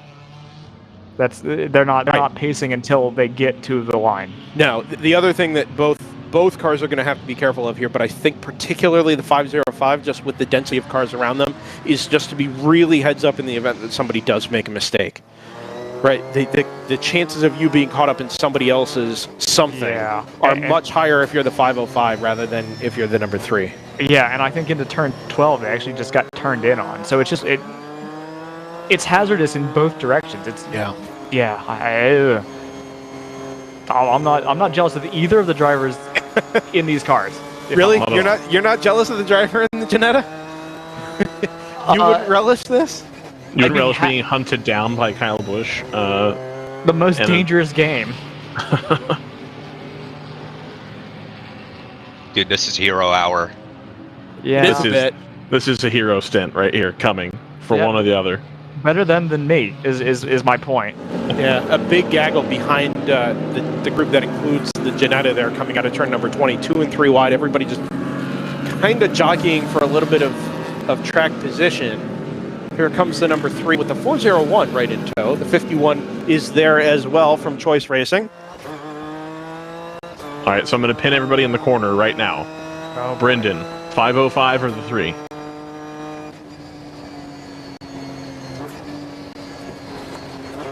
All right, we'll ask Joseph. We'll ask Joseph then. Joseph, 505 or the 3? Who's got the pace? Depends on the driver. I think if it's Kyle Busch in the car, I think it's the 3. No. As it sits right now with the info we have, I'm expositing. If it was Kyle Busch in the 3, I think it would be an easy. I think it'd be easy for the 3. I haven't gotten the sense that Sheldon Creed's willing to put the car on the knife edge in terms of traffic that Kyle was willing to. So I think it's gonna be close, but I think they've got time. I think they've got time in the 3, and I think it's gonna be their race. Okay, so are you picking the 505 or the 3? I said the 3. I just said it's gonna be their race. All right. You did a lot of like backing it up, and then I said the 3. Okay, JT. I like an underdog, so I'm going with the 505. Excellent. Brendan, are you back yet? No. All right. We've lost Brendan Kesner. I'm also going to take the 505 just for funsies. I want to see Kyle Busch have to drive for Spire next year.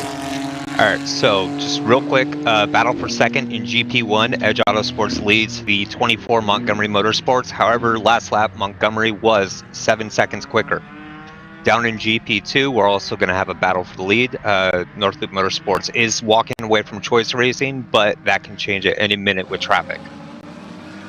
There's also TCS Motorsports, 6 seconds behind the third place Driveway Austin number 18 car as well. The good news is 605 has a bit of a gap to 3 Fast Guys and Denny's in second for GP3, but last lap, Fast Guys and Denny were quicker. So we need to keep an eye on these production classes as well.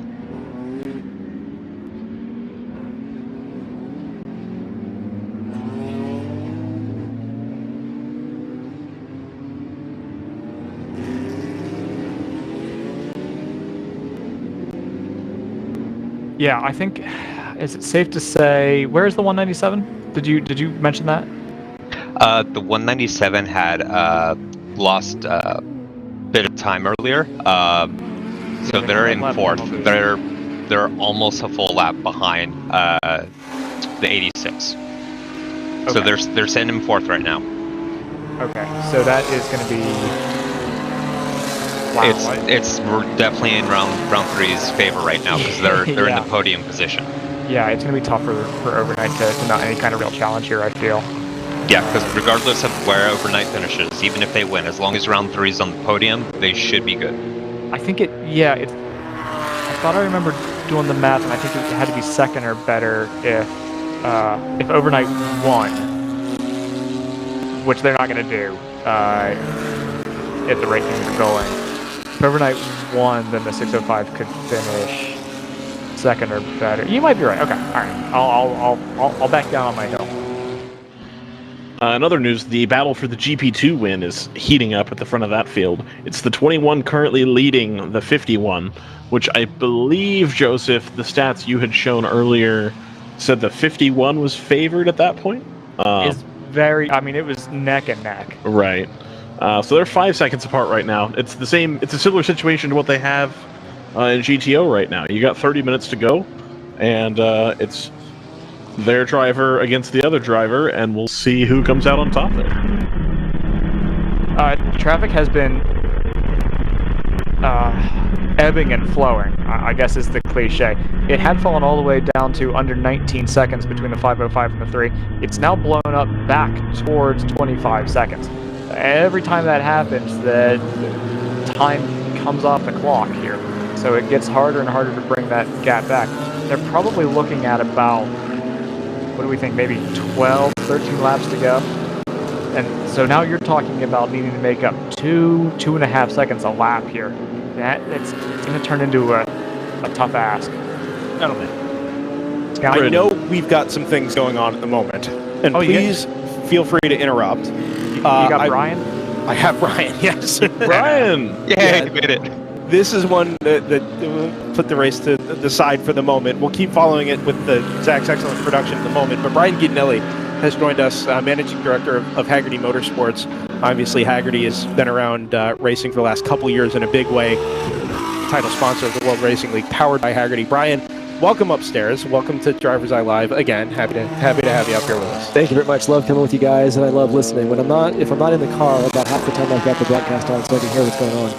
Yeah, we've just gave us a quick primer off air. There's a couple of things going on. I want to start with the most recent thing, which is you wheeling the heck out of the 701 at the end of the day yesterday. Talk us through that, because we found out it was you in the car. I had my eyes fixed in the upper right-hand corner of the screen watching you do your thing. It was awesome. Well, thank you. First of all, it's an awesome car. It's tons of fun to drive. I drove it last year at Sebring at the 24-hour. That was my first time running with round 3. I'd been at WRL a few times before, but it had been a couple of years. I'd actually run this race once, maybe 2016, I think. Okay. So I'd done it once a long time ago. Car's a ton of fun to drive. There's a couple little niggling issues with it right now that they're sorting out on the brakes and some stuff, but the directions were just go out and see how fast you can go, basically. Which, you don't always get that in an endurance race, so I've raced here a couple times in the past, but it was just a ton of fun to go out there and pound around. And when the radio calls are like, they're doing 36s, you're doing 33s, they're doing 36s, you're doing 33s, it just amps it up in a way that it's really hard to explain. Yeah, sure. Championship has been on the line for the 701 this weekend, the National GP1 Championship. You've kind of been thrown into that, right? We've had you in the WRL in the 609 previously this season, but this time you're thrown in the middle of a championship fight. Seems certainly like you delivered. We saw you in the car again earlier this afternoon, and you were doing the same thing. Looks like 30s and 31s, and just taking the fight to what you guys needed to do to wrap up the GP1 national title. Yeah, one of the things that the 701 has done all year has been consistent. So they've had a lot of podiums and a lot of wins. Moorhead has had a few more wins, actually. So if it came down to a tiebreaker, they would take it.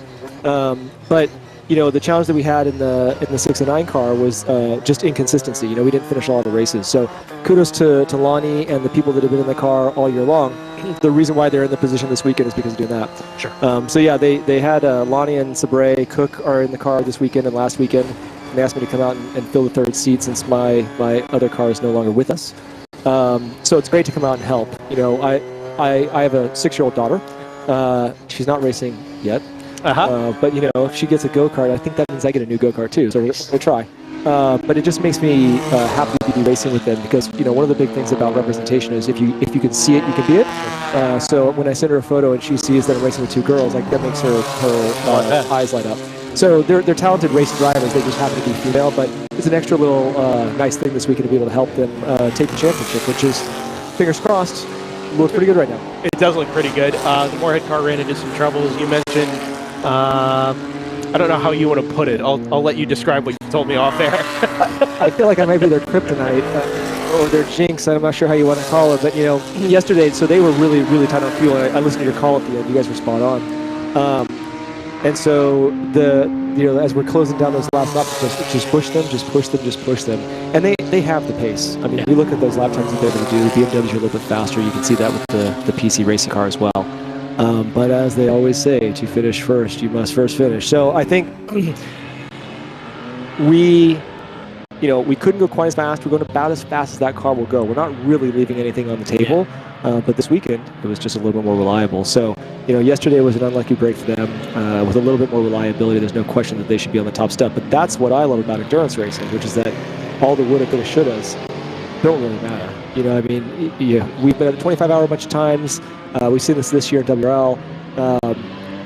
Even as it gets more competitive, yes, it can be hard to come back from a one lap gap.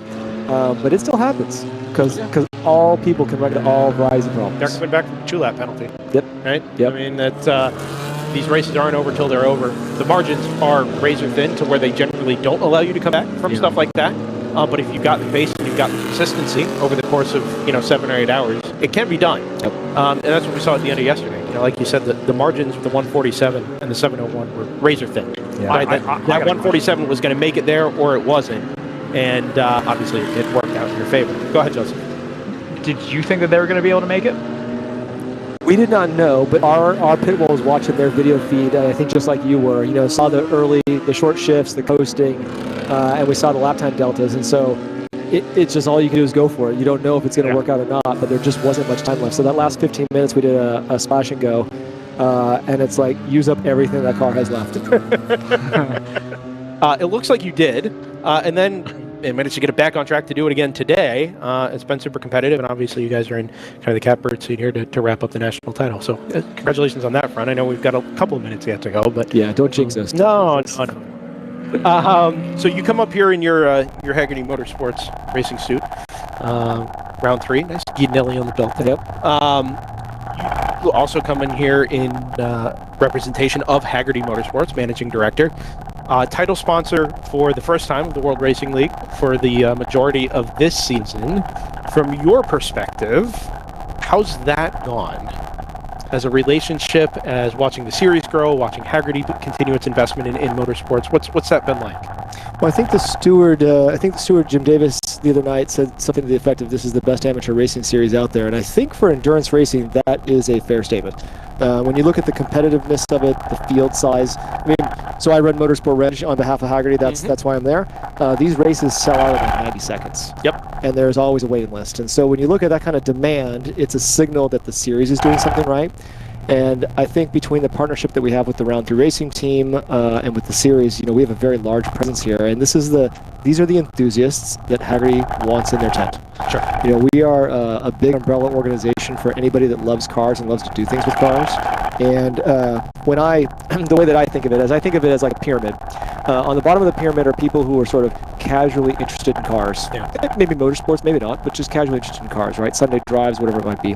At the peak of the pyramid, the apex, if you will, play on words, but the apex predator of this pyramid is the racer, because they are making poor decisions financially and emotionally and mentally every day to do this thing that is like an addiction. And so when I think about bringing those two audiences together, that's what I really am excited about at Hagerty and what kind of drew me to the organization in the first place. So this weekend we got a Cars and Caffeine in the paddock Saturday morning. So we had about 65 or 70 people come out from the Austin area who, there was a few of their daily drivers there. There was a really cool Toyota rally car that was set up there. There was a Ken Block replica Hoonigan Mustang. There was a Corvette GTLM replica. Just the graphics, street car, and a bunch of other really fun stuff. And a lot of those people have either never been to COTA, or they've maybe been to the F1 race, but they didn't even really know that there was this kind of accessible level of amateur racing where you can walk around and see things and there's no crowds, right? You can go anywhere you want and watch.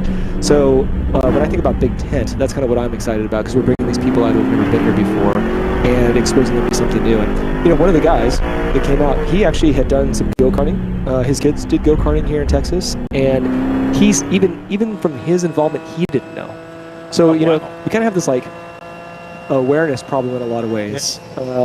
And that's even my story. The way that I got into this was finding a pamphlet in the glove box of a car that I leased that said you could join the BMW Car Club and go on track. I was like, wait, you don't have to be a pro racer to go on a race track? Oh. Yeah.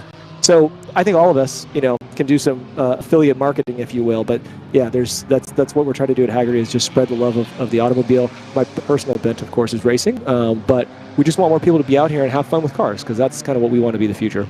And it seems like we're doing it extremely well. The World Racing League in particular, yes, you're casting a wide net. You have, a couple of hundred drivers over the course of the season that are going to participate. You have the chance to bring in some spectators and people that don't really know what's going on. Our mission at DriversEye Live is to share more racing with more people, through digital distribution and whatever we can do, and spread our passion for motorsports. And it seems like this is all coming together over top of the World Racing League.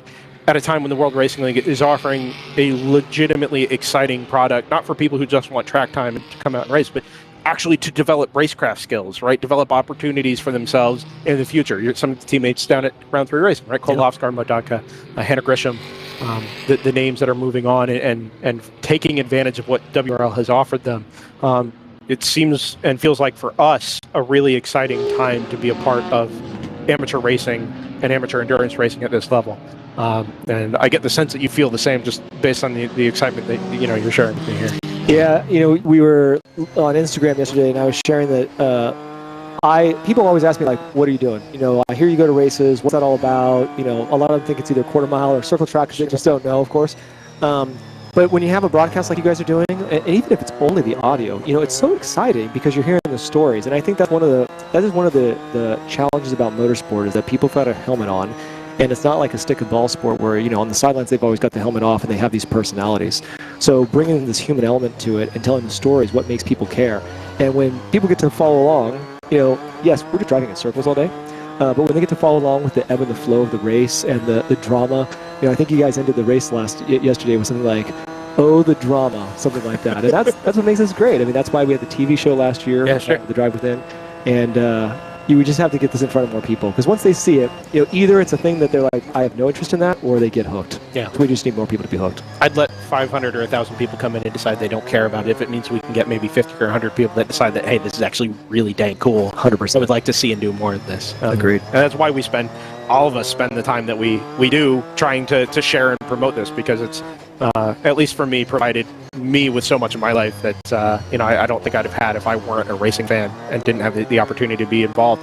And you deserve some credit in that. I mean, obviously, Hagerty is a big part of helping promote the World Racing League, but you personally, back in the early days of Endurance Radio and DriversEye Live, I know we've moved on from that in a lot of ways, but the first weekend in December is obviously a special one for a lot of us, just based on where we started and where your roots are in motor racing. And reflecting on that and where we are now as a group, the guys that are in our ears, commentating remotely are the same guys that started out at the 25-hour all those years ago. And it's just, it's really special to wrap things up here in view of where you were, where we were back in 2013 or whenever this all started. And just hugely appreciative of you, of everything that you have done yourself and also at Hagerty Motorsports and helping to make racing as special as it is for us. No, thank you. It's if people like you don't use what we build, like Race Hero, for example, then it doesn't really matter. We try to provide some tooling, but it doesn't matter. So it's been a great time working with you guys over the years, and it's kind of hard. I mean, that's 10 years almost, right? I know. We're getting old. Yeah, right. It's very, very special, and now we have the opportunity to do more of this at DriversEye Live as well. Now moving into the SCCA Super Tour as well next season. Very exciting. Yeah, very super cool. So, Brian, I'm going to let you go down, kind of deal with whatever nerves are going down at the 701 camp. Things seem good for the moment, but I'll let you return to your friends down at Round 3 Racing. Thank you for coming up and spending some time with us. You are always welcome here, and I'm sure we'll see you at a racetrack sometime soon. For sure. Should be a good party tonight. Thanks, y'all. Take care, Brian. It's Brian Gelli, Managing Director of Hagerty Motorsports and driver at the number 701 Round 3 Porsche game. Yeah, formerly the 609, as he mentioned, had that nasty crash at Sebring. Great that he was able to, as he says, contribute to the championship effort over the 701 camp.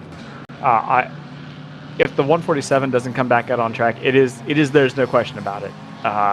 And it's increasingly getting to the point where even if the 147 was able to remount, they wouldn't be able to pull back the gap on the 701. Yeah, there's not enough time. Yeah, I think if you're in the round 3 camp, you can safely count one championship as yours.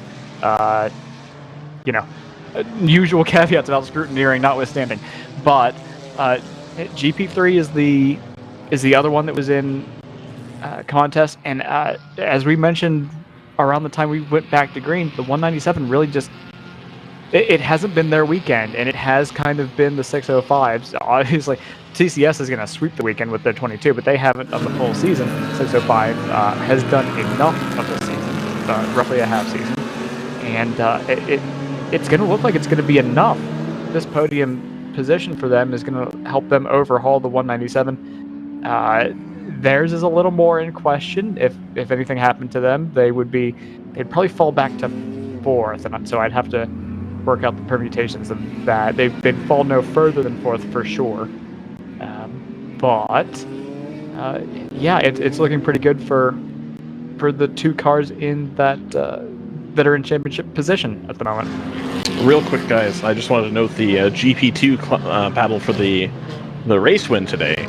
Northloop Motorsport has now eked that gap out to 11.2 seconds. So they were under 5 at one point to the number 51 Choice Racing BMW. They have now extended that gap out to 11 seconds. So looking pretty good here. They've only got, 15 minutes left to run or so. So they just need to hold on a little bit longer. Maybe if we could show their feed without sound. And then play some trackside sound from a different channel. I don't know if we have that capability or not. That's pretty challenging to do on the fly. Okay, got it. Well, at least if we could show the battle. CJ, of course, they're driving the car right now, trying to bring it home for the state of Minnesota. Yeah. The other class battle that we've been following, that GTO battle, seems to have basically leveled off. It looks like you guys had the right prediction at this point, because with 15 minutes to go, it's now up to a 30-second gap between the 505 and the 3. Believe it or not, that Ginetta has pulled away from the 3 for us and Dylan. Let's go. Let's go. Is this going to be the first win for a Ginetta? I think so, and I'm very excited about that because, as we've discussed in the past at great lengths, the Ginetta has not always been a competitive package here in WRL. So I'm glad that somebody has been able to get their arms around it and push that car to the front. I obviously caveat that with saying that there are 15 minutes to go, and so any number of mechanical things can befall a car also. And it was a mechanical issue that took them out of the running for the win yesterday as well. So no guarantees here in the slightest for that 505 crew, but they've done everything in their power to outrace their competition to this point. Also keeping an eye on GP1, Fifth Gear Motorsports has passed the 24 Montgomery Motorsports for 3rd and is slowly reeling in the 26 Edge Autosports that's in 2nd. I mean, that's what happens when you have Jason Plato in your car. That's the second time you've made that joke. Well, it's the first time somebody's recognized it, so... Oh, I glossed over it earlier. 0 for 2.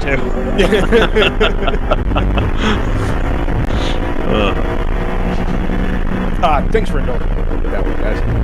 It's always a special treat to chat with Brian and reflect a little bit, but especially with where WRL is at these days. Also, Joseph Software. Absolutely. Joseph was a Datagraph to Brian, really. Yeah, it helps a little bit. It's all right. Yep. More than just gratitude is owed in debt, I'm sure. Choice Racing 2/10 behind JTR for 3rd. No yeah, that JTR car, sure. I noticed it earlier when it left turn 20. It's quick, but it doesn't seem like the ultimate pace of that car has been there over the last, at the very least, 20 minutes or so. I assume it's catching the 511, or has been, no, the 511's been catching it. Yes. Yeah, 2nd and a half that time around. And keep in mind, automatic with the 908 is just a further 9 seconds behind. Northloop now up to a 15-second lead on the number 51. So that's going to be, again, mechanical stuff notwithstanding and traffic, etc. But 15 seconds is a tough gap to make up in 4 laps or so. That choice car has been so quick and so consistent all day. It has, and that's why it's, Northloop, a car full of good guys that have some speed. Earlier it looked like they just didn't quite have the pace for him, but now they've been able to pull it out. Again, they've got CJ closing it out. He's the one that started the car yesterday. So it might just be a matter of CJ's got a little bit more pace than the rest of the drivers. I'm not certain how the dynamic works on that, but they're doing what they need to do to stay out in front of the 51. And we're about to get another update, 16.8 seconds. So still going the right direction here. Note from Tony McIntosh down at JTR Motorsports Engineering. Obviously references the one-lap penalty. We mentioned that earlier in the race. It is close now. Glenn's back in the car. Jared Thomas is unwell today. So that's a bit of a shame. Jared's obviously a quick driver. Never heard of him. Yeah. But it's left them behind the 8 ball a little bit today in the thick of a fight with the number 511 from Choice Racing. They've got their pace back down to a 227.2. So they're being pushed a little bit here by the number 511, and I think if they can hang on to this pace, and this is what the 511 has got, this may go nose to tail for the remaining 10 minutes. I think the 147 is back out on track. Oops. I'm pretty confident I saw a black and orange BMW go undershot. Joseph, with the remaining 10 minutes here, are there any little loose ends we need to tie up with national championship battles? I think we've basically covered it. It looks like the 605 is basically, again, barring anything unforeseen, they've got GP3 covered and they'll overtake overnight. The 701 is obviously, with this win, going to take, really, I guess, cement their victory in GP1. As we know, in GP2, that's been decided for some time. That came into the weekend decided in favor of North Loop. So they're going to end the season with a win both in the championship and in the race, of course. GTO, third place for JTR Motorsports Engineering, won't have an effect on their championship in GTO, but it'll be nice for them to finish the year on the podium. Oh, in the overall, let's talk about the overall. Yeah. That also, I shouldn't say also, because the 197 is actually going to come away with an overall championship in basically the no draw sum points of all classes, sort of amalgamation championship. I had forgotten that was a no drops. Yes. Overall national. Yeah. Yes. So you're basically rewarded for doing as many races as possible. So, so good on them for coming away with one championship. It won't be the one I think. At least I assume that they were hoping for. But it is a championship nonetheless. And congratulations to them. Well, so we have 5 champions to crown today. I still think you get some race credits for winning the national championship, so that'll help the bottom line for sure. Oh yeah. It's not nothing. Yeah, I think you'd like to come away with both because they had the overall secured coming in. I think that 197 and overnight as a whole crew. We've talked to them a couple of times this season. An example of a team taking their first steps into the World Racing League this season and doing it right, starting at the bottom end and offering some charitable contributions as a part of what they're doing, I believe, with that number 197 car, and looking to what the future might hold and taking a step up into potentially GP1 next season with that number 191. So, it's I think a positive reflection of Overnight's first season in the World Racing League to come away with that overall national title. I did speak a little early. Sure they won't shrug that one off. I did speak a little early on the 696 because on that last lap they were just overtaken by the 511 who's retaken, and it's right there in front of you. So that fight's not over. That 696 is still in it, but they'll have about 3, maybe 4 laps to sort that one out. If Will Choice is on board that 511, and I know much about Will Choice, he will be ear to ear grin, as if he were eating something.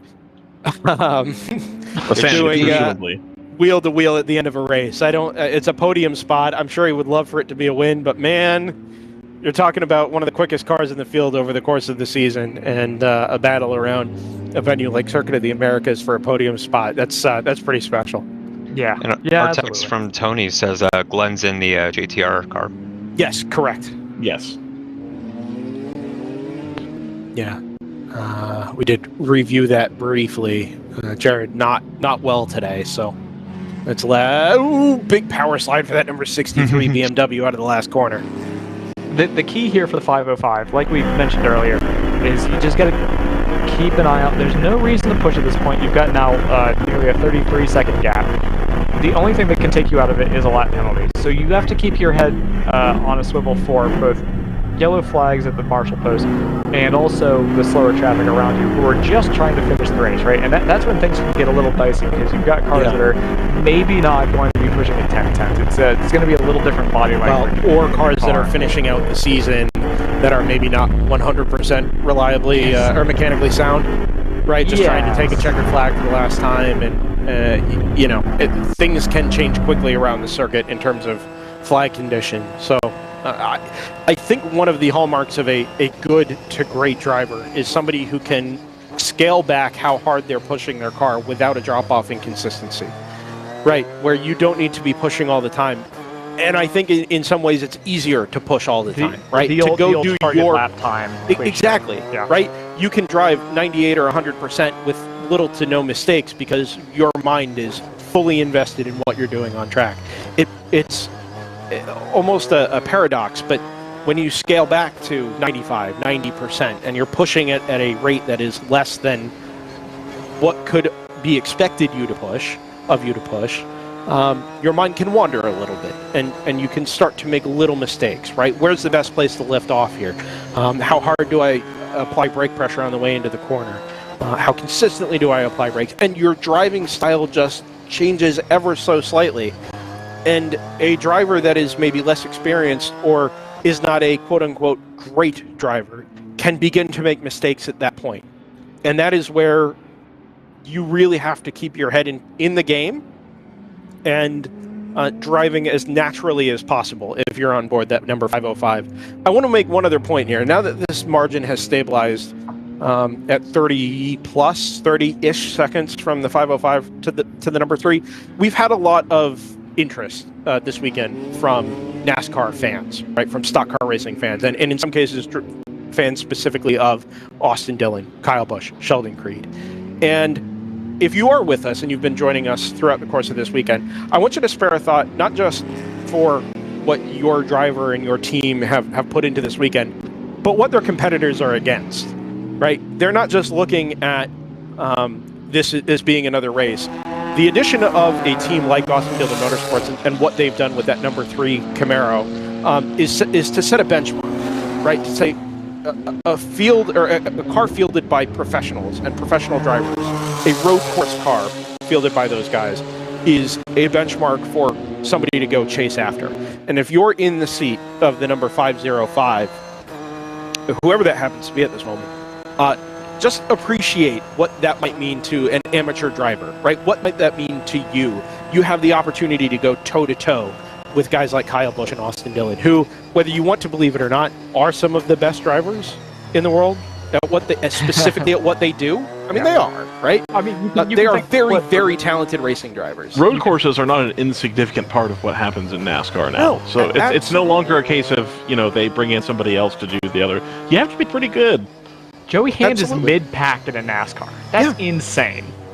You have, and now you have somebody, I assume, like Chris Pies, who's on board the number 505, or has been on board the 505, being that, right, head-to-head with somebody that has been on television since he was, maybe 15, 20 years old, and watching racing growing up, right? He is an enthusiast who had the opportunity to get on track and now has gone head-to-head and is 2 minutes away from beating a full professional stock car racing driver, a guy who is paid to do this for a living. And not just for him, but for his team and for those who have helped set up and get that number 505 to where it is.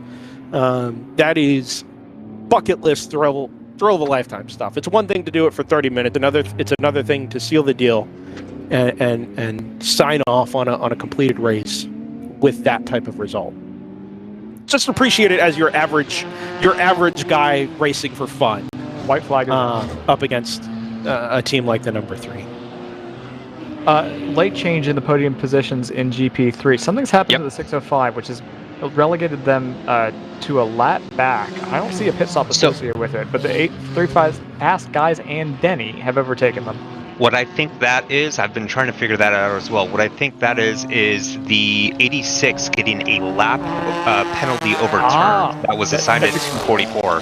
That's exactly right, JT. 1 lap penalty overturned based on video evidence from a pit lane infraction. Good call. So that will now reduce the margin of victory in GP3 to 21 seconds.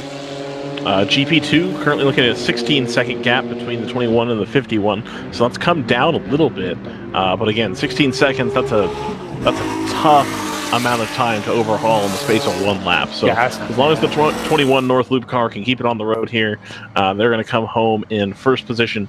We'll have a second position for the number 51 Choice Racing BMW. I would imagine pretty similar builds between the two of those. And then the number 18 Driveway Austin will be third, and they're several laps down. The closest old-fashioned motorsports came to a race win in WRL was the 2020 race at Barber, where they were 6.8 seconds off of the 981 for Will to Win Racing. They do not have a win to their name in WRL as far as I can see in the record book. This will be their very first. Yeah, let's call them home here. Old Fashioned Motorsports, the number 505 Ginetta. I think it's been a long time coming for the Ginettas as well. Those cars have been quick, but maybe not the most reliable.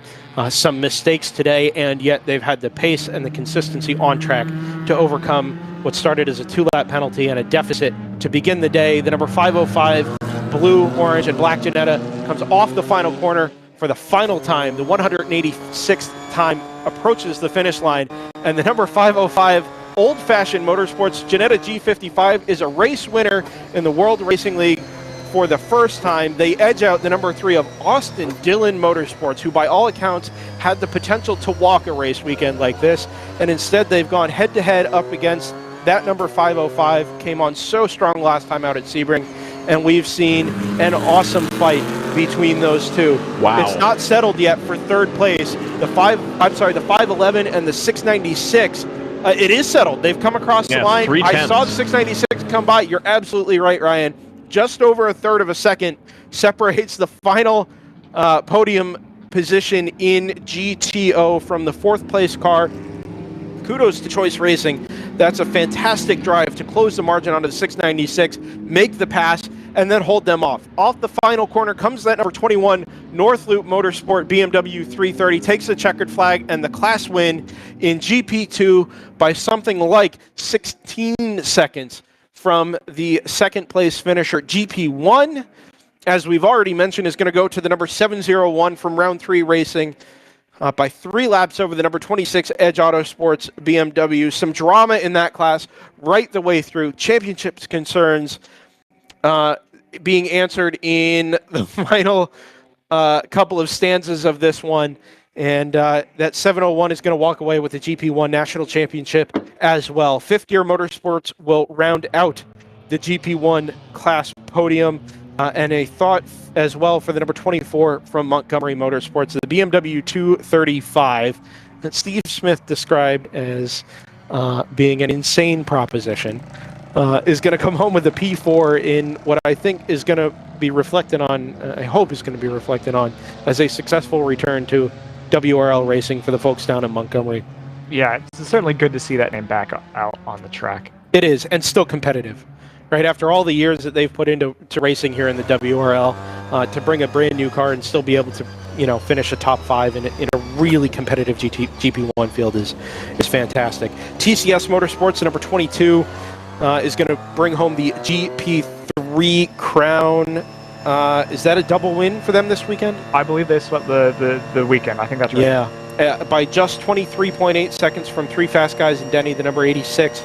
The 605 from round 3 racing in GP3 rounds out the class podium and confirms who as your GP3 national title. I believe that'll be the 605 for round 3 racing. I believe you are correct by 1 spot over the number 197 from Overnight Motorsports. We anticipate that it will lock up the national title for that round 3 racing number 605. So a double class national title for round 3 racing. Congratulations to the fine folks down there at R3R. They had a little bit of a margin. Overnight could have overhauled them for the podium spot. 605 still would have had it by a single solitary point. The 505 driver of the 505 has got a fist out the window, thumbs up. The first thumbs up was to the crew down at the RCR tent, the Austin Dillon Motorsports camp. Let me just and then say, plenty of more thumbs up as he went past. I am so thrilled that it ended up being decided on the racetrack. Yeah. Same. Absolutely. Yeah, I wasn't going to say anything until things had been confirmed there. But as you mentioned, we very nearly had a lap margin between these two cars that I believe was rectified and made correct. And what we saw instead was just so much tension. Yeah. You could cut it with a knife. Well, and what's nice is it's turned out not to matter. The 505 was able to do it without the penalty. Yeah. And you could argue, I mean, now this is ifs and buts, but the 3 was handicapped by the fuel pickup issues. But with the complexion of the race and the yellow flags, I haven't decided how much that would have actually affected the race. The 505 was so rapid today that they would have been tough customers even if the 3 was running at full fuel capacity. Yeah. One of those cars had to come back from a 2-lap deficit. That's true. That's a very good point. Right. And did so successfully, right? I mean, talk about a long day's work. That is 8 hours of coming from behind, right? You're not just cruising around, hoping for the best, waiting for the race to play out in your favor. You have to make everything work for you. Your on-track pace, your consistency, no mistakes, no more penalties, and play the strategy game exactly right. And by all accounts, they've done that. Yeah. What more can you ask for? So we've got the field into the pit lane here. This is our final race of the 2022 World Racing League powered by Hagerty season here on DriversEye Live. We finished an hour earlier than yesterday, although it certainly doesn't look like it based on the ambient lighting. I am going to give each of you the opportunity to just close out either today or the season, whatever you feel is appropriate with your thoughts, and then give our final thank yous here for 2022 and look forward to next season. So whoever wants to take it away, by all means. I'll start. What a season! Nearly every race we've had one of the classes come down to the wire. We've always wondered, how's this race going to get exciting? And somehow, invariably, it does. It just completely naturally. There's no weird tricks to making good racing. It's just having a lot of cars in the field and a lot of quality teams in the field, and so fitting that the overall today would be taken by a team that has popped up here and there in the World Racing League for the last 3 years to take on the world, and that's another national champion at North Loop. So it's great to see new faces, but also to see old faces succeed and continue to rise with the tide. What I really liked this year was we saw just how competitive it was throughout the field. You couldn't really forecast who's going to win, just because there's so many variables, and people coming on later during the race, or hard charging, a full course yellow, whatever it was. There was always a chance, as the race went on, for favors to change. And just really highlighted the need, at least that I saw, to really nail those pit stops, making sure there's no mistakes on pit lane, making sure no passing under yellow, because that is always a big killer to your chance at a good finish, is small mistakes that can have very large results. But it made the racing entertaining, especially here today, and I really enjoyed it. It was COTA never disappoints. I mean, this season, I want to take us right back to the beginning of the season at NOLA. And that day one where we had the tire degradation issues for almost everybody in the field, and how everybody had to, manage that, at least for the first day. I know the second day, people started to get their heads around it, and the conditions changed, and it ended up being a little bit better. But this race series really brings everything it is that we all love about racing. We're doing this in an amateur style in terms of, certainly our production, but also, we don't have hospitality suites and giant haulers with elevators and stuff to bring the cars up and down, but you still see the same issues that we love to watch every day on Saturday and Sunday. There's tire degradation, there's how do we handle the weather, how do we handle fuel mileage, and here, the last weekend of the season, after all the discussion about budgets have gone up and arrive and drive this and that, and you know who won the last two races? A home-built, modified E46 BMW with an LS-swapped crate motor. And then the other vehicle that won was a Jetta G55, one of the cheapest, quote, custom-built race cars, end quote, or purpose-built race cars that you can buy with just a simple Ford V6 motor. You don't have to be spending all the money in the world to have a great time here at WRL, and it's been a fantastic season. I'm way looking forward to see what next season brings. Yeah, I think JT's point about not really knowing what's going to happen next and what the next sequence of events is going to look like is an apt one. And I think it is a large part of why we love endurance racing collectively. And that might be you down in the paddock or pit lane. It might be you watching at home or on your phone. And it certainly is reflective of us. We are all endurance racing fans.